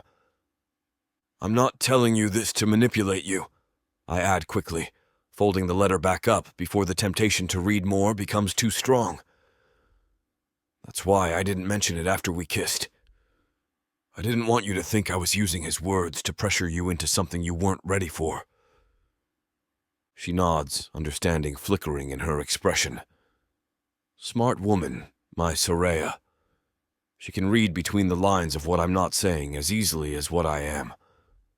But I want you to know that Korun would understand, I continue, tucking the letter back into my pocket where it's lived for months now. Maybe not exactly this. I don't think he anticipated us falling for each other. But he wanted us to be a family, in whatever way worked. Korun was a good man, she says softly, her voice steady despite the tears tracking down her cheeks. He was, I agree, feeling the familiar ache that comes with missing my brother. Best man I ever knew, if I'm being honest. Too good for this world, probably. We sit in comfortable silence for a moment, both lost in our own memories of the Minotaur who brought us together without meaning to. I can almost feel his presence in the room, not in some mystical way, but in the love he left behind. In the son who has his amber eyes and the woman who carries his gentleness in the way she moves through the world. I'm falling for you, Soraya, The confession comes out rougher than I intended, my voice catching on the words I've been holding back for weeks now. Her head turns toward me, eyes wide with something that might be surprise or might be relief. I don't want to replace Karun, I continue, needing her to understand this completely. Not in your heart. Not as Tehran's father. That's not what this is about. I reach for her hand, threading our fingers together and marveling at how perfectly they fit. Her skin is soft against my calloused palm, warm and real and exactly what I need to anchor myself while I fumble through the most important conversation of my life. But I want to be yours, I tell her, meeting her gaze steadily. Both of yours. I want to wake up every morning knowing I get to spend another day with you. I want to teach Taran how to sail and fight and treat women with respect. I want to grow old watching him become the kind of man his father would be proud of. Her breath hitches and I can see the war playing out across her features. Hope battling with fear. Love fighting against the terror of loss. I understand if you need more time, I add quickly, giving her hand a gentle squeeze. If you need to move slowly, I'm not going anywhere, no matter how long it takes. She's quiet for so long I start to worry I've pushed too hard, said too much too soon. But then she speaks, her voice barely above a whisper. I want Taran to know about Karun, she says. I want him to grow up hearing stories about his father, knowing how much he was loved even before he was born. Of course, I reply immediately. Karan should be part of his life, even if he can't be here physically. I have dozens of stories about his stubborn, honorable, completely ridiculous father that Taran needs to hear. That gets me a watery smile, the kind that transforms her entire face and reminds me why I fell so hard so fast. I've been so scared, she admits, her free hand coming up to wipe at her cheeks. After losing him, I told myself it was safer to keep everyone at arm's length, that caring about people only led to pain. It does lead to pain, I agree, because there's no point in lying about something we've both experienced firsthand. But it also leads to moments like this. To mornings where you wake up excited about the day ahead instead of just trying to survive it. She nods slowly, her thumb stroking across my knuckles in a rhythm that matches the steady beating of my heart. I realize how limited time is, she says finally, her voice gaining strength with each word. How quickly everything can change. How precious every moment really is. I don't want to hold back anymore, Day. I don't want to waste whatever time we have being afraid. The relief that floods through me is so intense it's almost painful. I'd prepared myself for her to ask for more time, more space, more careful navigation of the complicated emotions tangled between us. But here she is, choosing to step forward instead of back, choosing us despite the risk. Love doesn't replace what was lost, she continues, her eyes finding mine and holding steady. It grows alongside it, shapes itself into something strong enough to hold us both. I bring our joined hands up to my lips, pressing a soft kiss to her knuckles while I try to find words adequate for what she's just given me. Permission to love her without guilt. Permission to build something new without tearing down what came before. I love you, I tell her simply, because sometimes the most important truths are also the simplest ones. Not as a replacement for what you had with Karun, but as something entirely our own. Her smile this time is radiant, bright enough to chase away every shadow in the room. I love you too, she whispers back, and the words settle into my chest like coming home after years at sea. Chapter 23. Soraya. The words hang between us like a bridge I've finally decided to cross. I love you too. 3 simple words that feel like stepping off a cliff and learning to fly at the same time. Dagon's sea glass eyes search my face, probably looking for any hint that I might bolt again. The memory of our last kiss, how I panicked and ran, sits heavy between us. I can see the caution in his expression, the way he's holding himself back despite everything we've just shared. He starts to lean in, his massive frame moving with that careful grace he always shows around me, like I'm something precious that might break.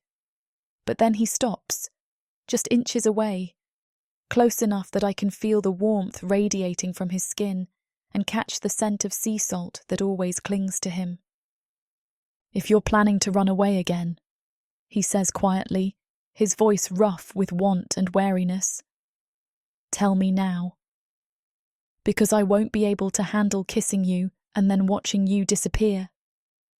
The teasing note in his voice doesn't quite hide the vulnerability underneath. He's giving me an out, protecting both of us from the possibility of me retreating into myself again. But I don't want an out anymore. I don't want the careful distance I've been maintaining or the walls I've built to keep myself safe.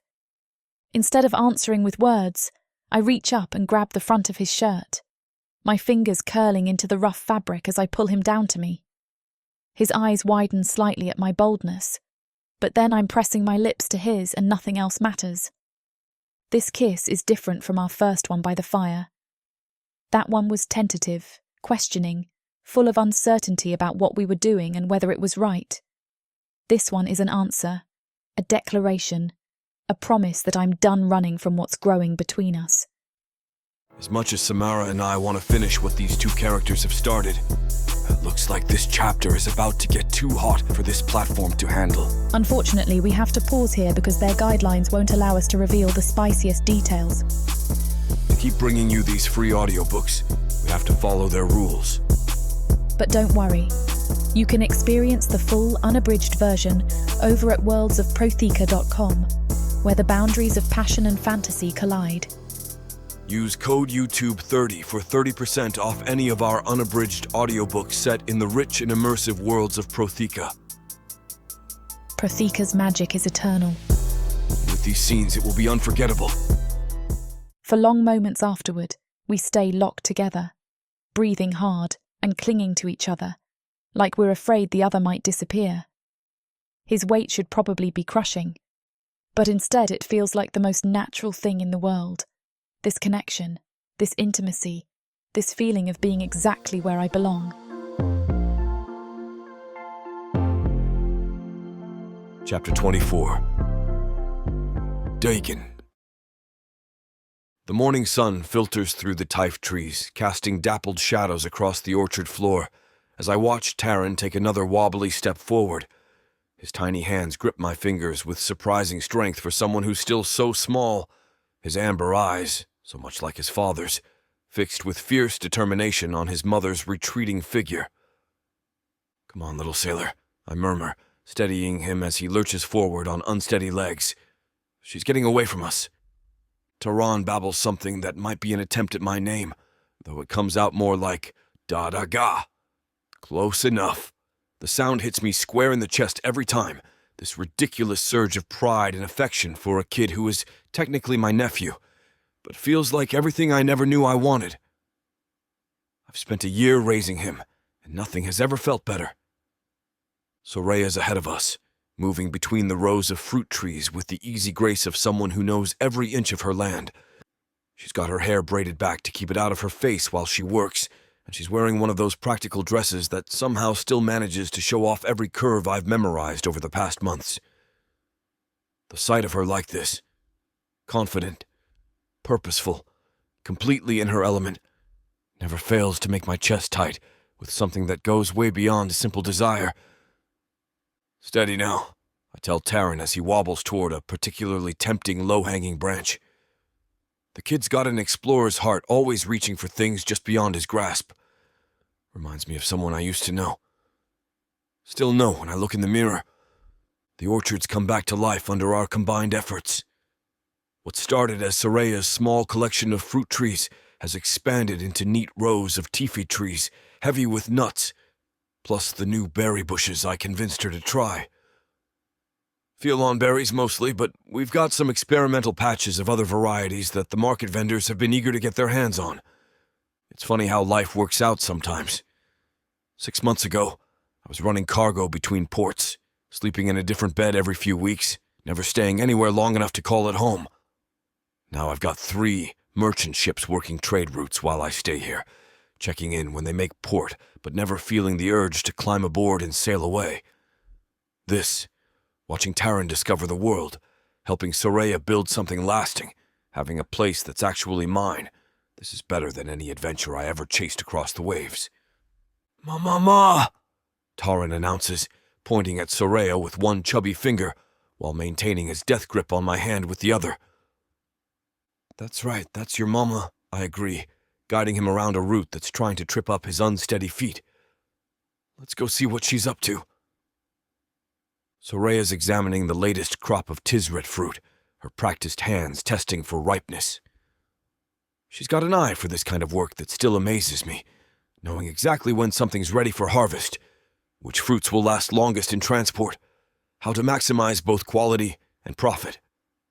It's a different kind of navigation than a reading wind and tide, but there's an art to it that I've come to appreciate. The market vendors love her now, not just because her fruit's consistently good, but because she's fair in her dealings and reliable as clockwork. She shows up when she says she will, with exactly what she promised, and she doesn't try to pass off inferior goods as premium stock. It's built her a reputation that extends beyond just the vendors she used to work with. "How's our crop looking?" I ask, as Taran and I finally catch up to her. She straightens, brushing her hands off on her apron. "Better than expected. The new fertilizer mix you suggested is working wonders on the berry bushes. We'll have enough for the regular orders plus extra for the festival market next week." There's satisfaction in her voice, the kind that comes from work well done and plans coming together. It's one of the things I love most about her, how she throws herself completely into whatever she's doing. Whether it's tending the orchard, caring for Taran, or driving me half crazy with want in the middle of the night. Taran chooses that moment to let go of my hand and attempt a solo journey toward his mother. He makes it exactly 3 steps before his legs give out, and he sits down hard on his padded bottom, looking surprised by this sudden change in altitude. "Oh, brave boy," Soraya laughs, crouching down to his level. "You're getting so good at walking. Soon you'll be running all over the orchard and driving us both to distraction." She scoops him up, settling him on her hip with the practiced ease of someone who's been doing this for months. Taran immediately starts babbling at her in his own private language, his hands patting her cheeks like he's trying to tell her something incredibly important. "Is that so?" She responds seriously, as if she understands every word. "And what did you think about the Tizret trees? Should we harvest them tomorrow, or wait another day?" The sight of them together like this, Soraya's complete attention focused on our son, Taran's obvious adoration for his mother, hits me with the same overwhelming gratitude that's become a constant companion these days. I never expected this when I came back to Minotaur. Never imagined I'd find a family, a purpose, a reason to stay in one place longer than a few weeks. I never imagined I'd be content to let other people sail my ships while I stayed home playing father to a kid who calls me Daga, and helping a woman I love more than my next breath build the life she deserves. "Speaking of the market," Soraya says, bouncing Taran gently to keep him entertained, "I have something to tell you." There's something in her tone that makes me pay closer attention. Not worry exactly, but a kind of careful excitement that puts me on alert. She's got that look she gets when she's nervous about how I'll react to something, the same expression she wore when she first told me she loved me. "What's on your mind?" I ask, moving closer so I can catch Taran if he decides to launch himself out of her arms. The kid's got no sense of self-preservation whatsoever. "Yesterday when I was at the market, I stopped by to see Mirath." Her fingers comb through Taran's dark hair, the gesture both affectionate and slightly anxious. "I've been feeling different lately. Tired in the mornings, but not sick exactly. And I realized I was late. My heart does something complicated in my chest, hope and certainty colliding in a way that makes it hard to breathe.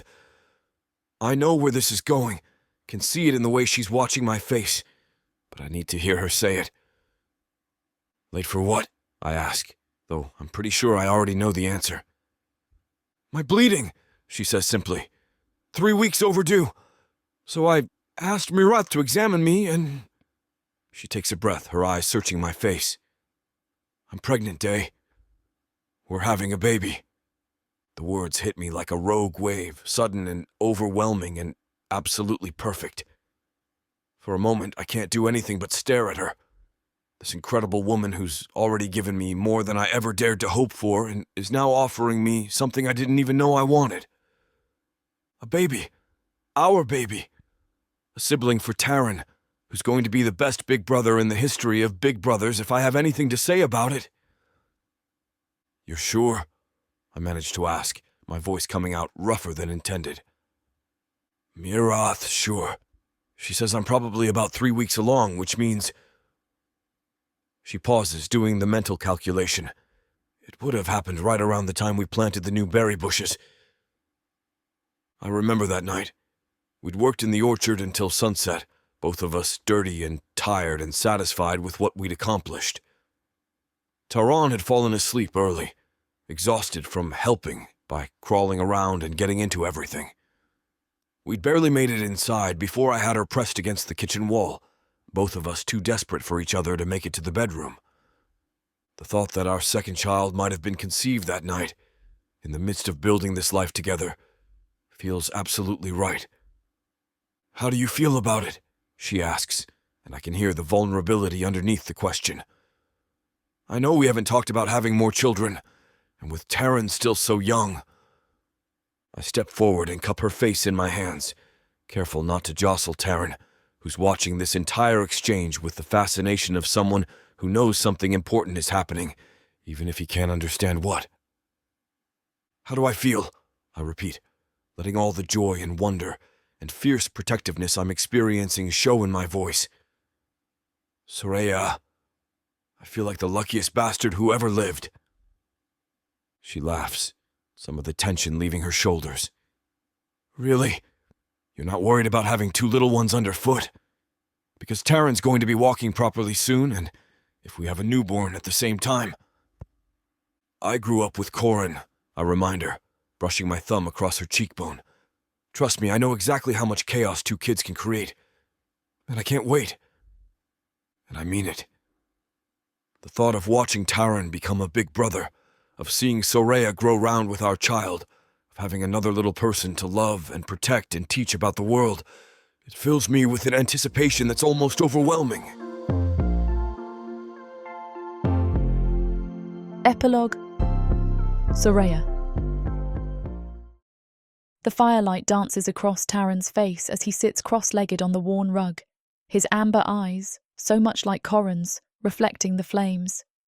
At 9, he's all sharp angles and growing limbs, his voice caught somewhere between boy and young man.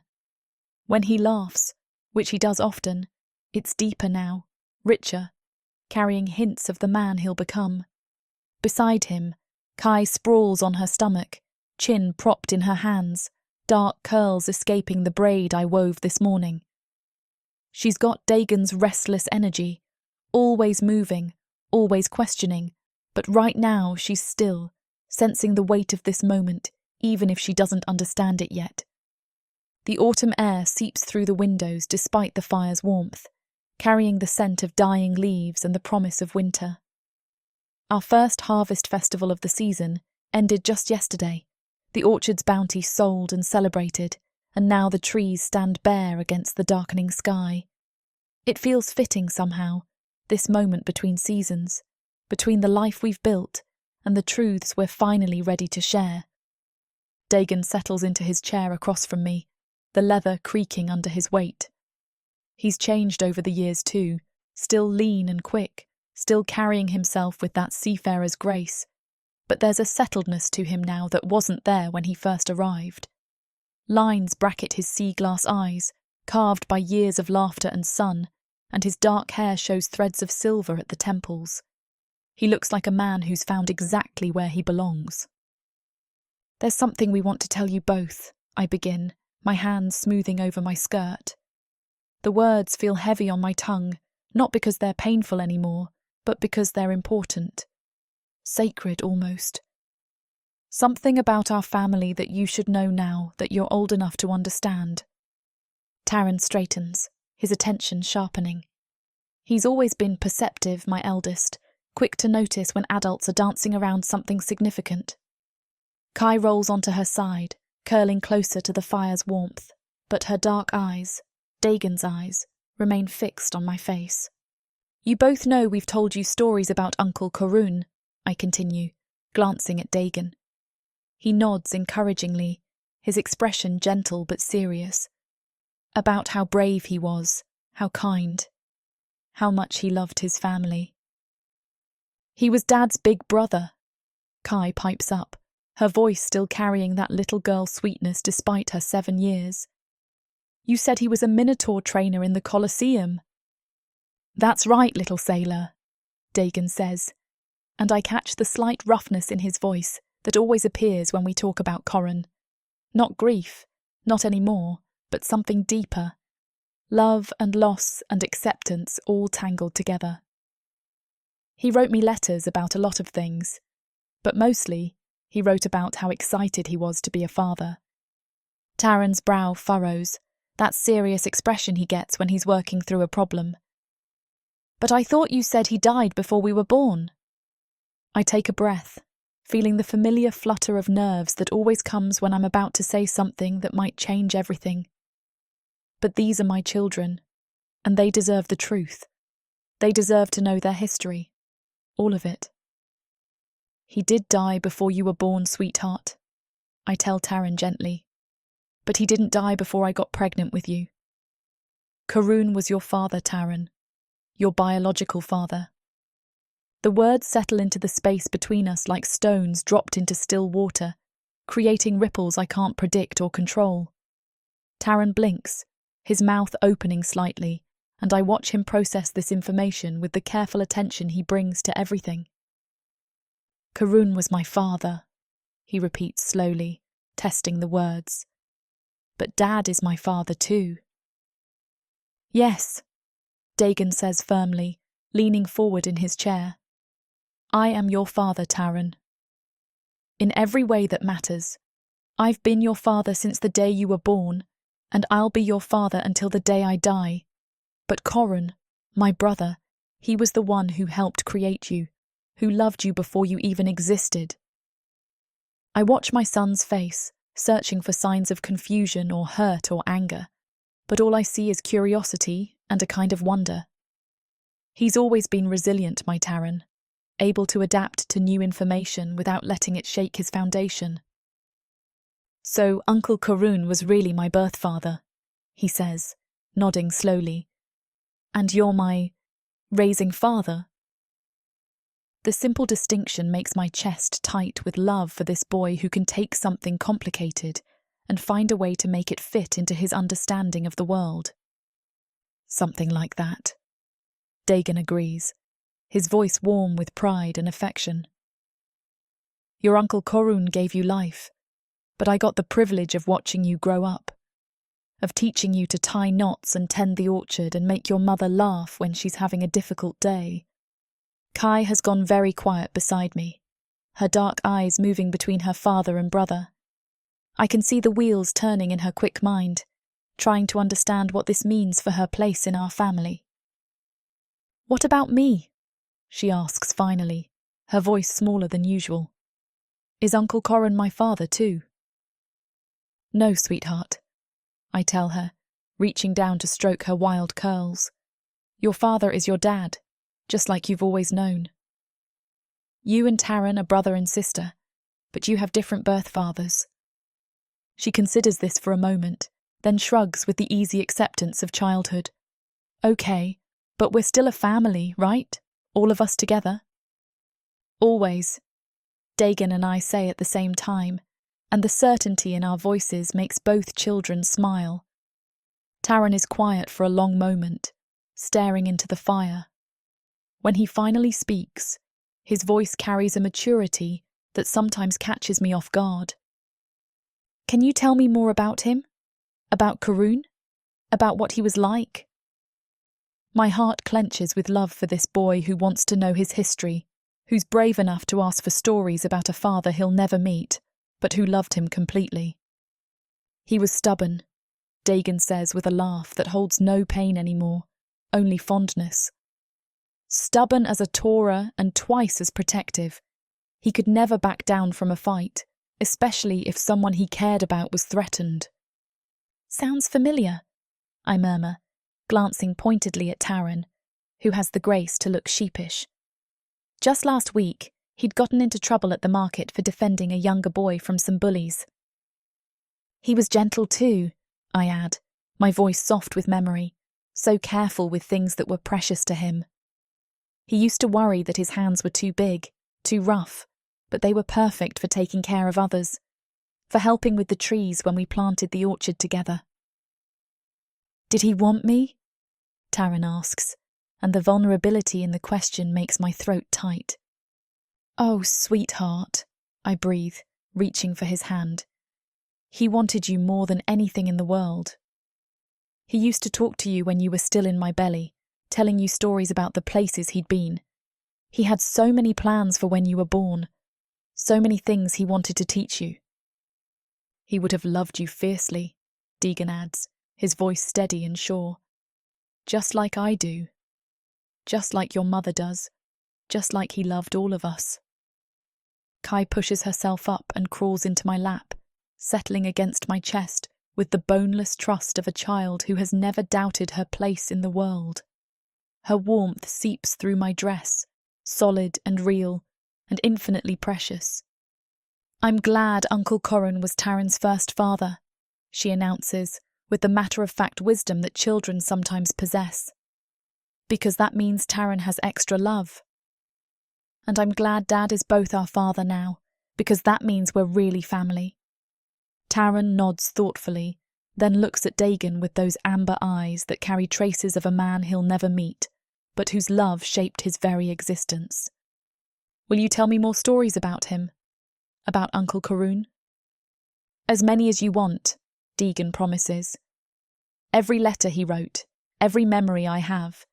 He was your father first, Taran, and he deserves to be remembered, to be part of who you become. The fire crackles and settles, sending sparks up the chimney as the autumn wind rattles the windows. But inside our small home, wrapped in warmth and truth, and the unshakable certainty of our love for each other, everything feels exactly as it should be. I catch Dagon's gaze across the hearth, seeing my own contentment reflected in his sea-glass eyes. There is no grief there anymore, no shadow of loss or uncertainty. Only love, deep, steady, and enduring. Only gratitude for the life we've built together, for the children who call us home, for the quiet miracle of finding happiness in the most unexpected places. And I'd never take any of it for granted. Not when I've been far more blessed than I ever deserved. This huge orc brings out the animal in me. In a world where humans have been driven underground, living like rats is the only way to stay safe from the marauding orcs. All my life, my only job has been to make sure I have enough to eat. These orcs of the Burning Sun clan will vow to keep their human mates safe. There is a nobleness to these giant savages, alpha male warriors who will protect their women at all costs. Get this complete series of books following the Burning Sun clan for 70% off. Each book is a full-length monster romance that features a giant orc with eyes for his beloved, curvy human. Happily ever after guaranteed. Protheka's magic is eternal. This bundle will show you that size really does matter.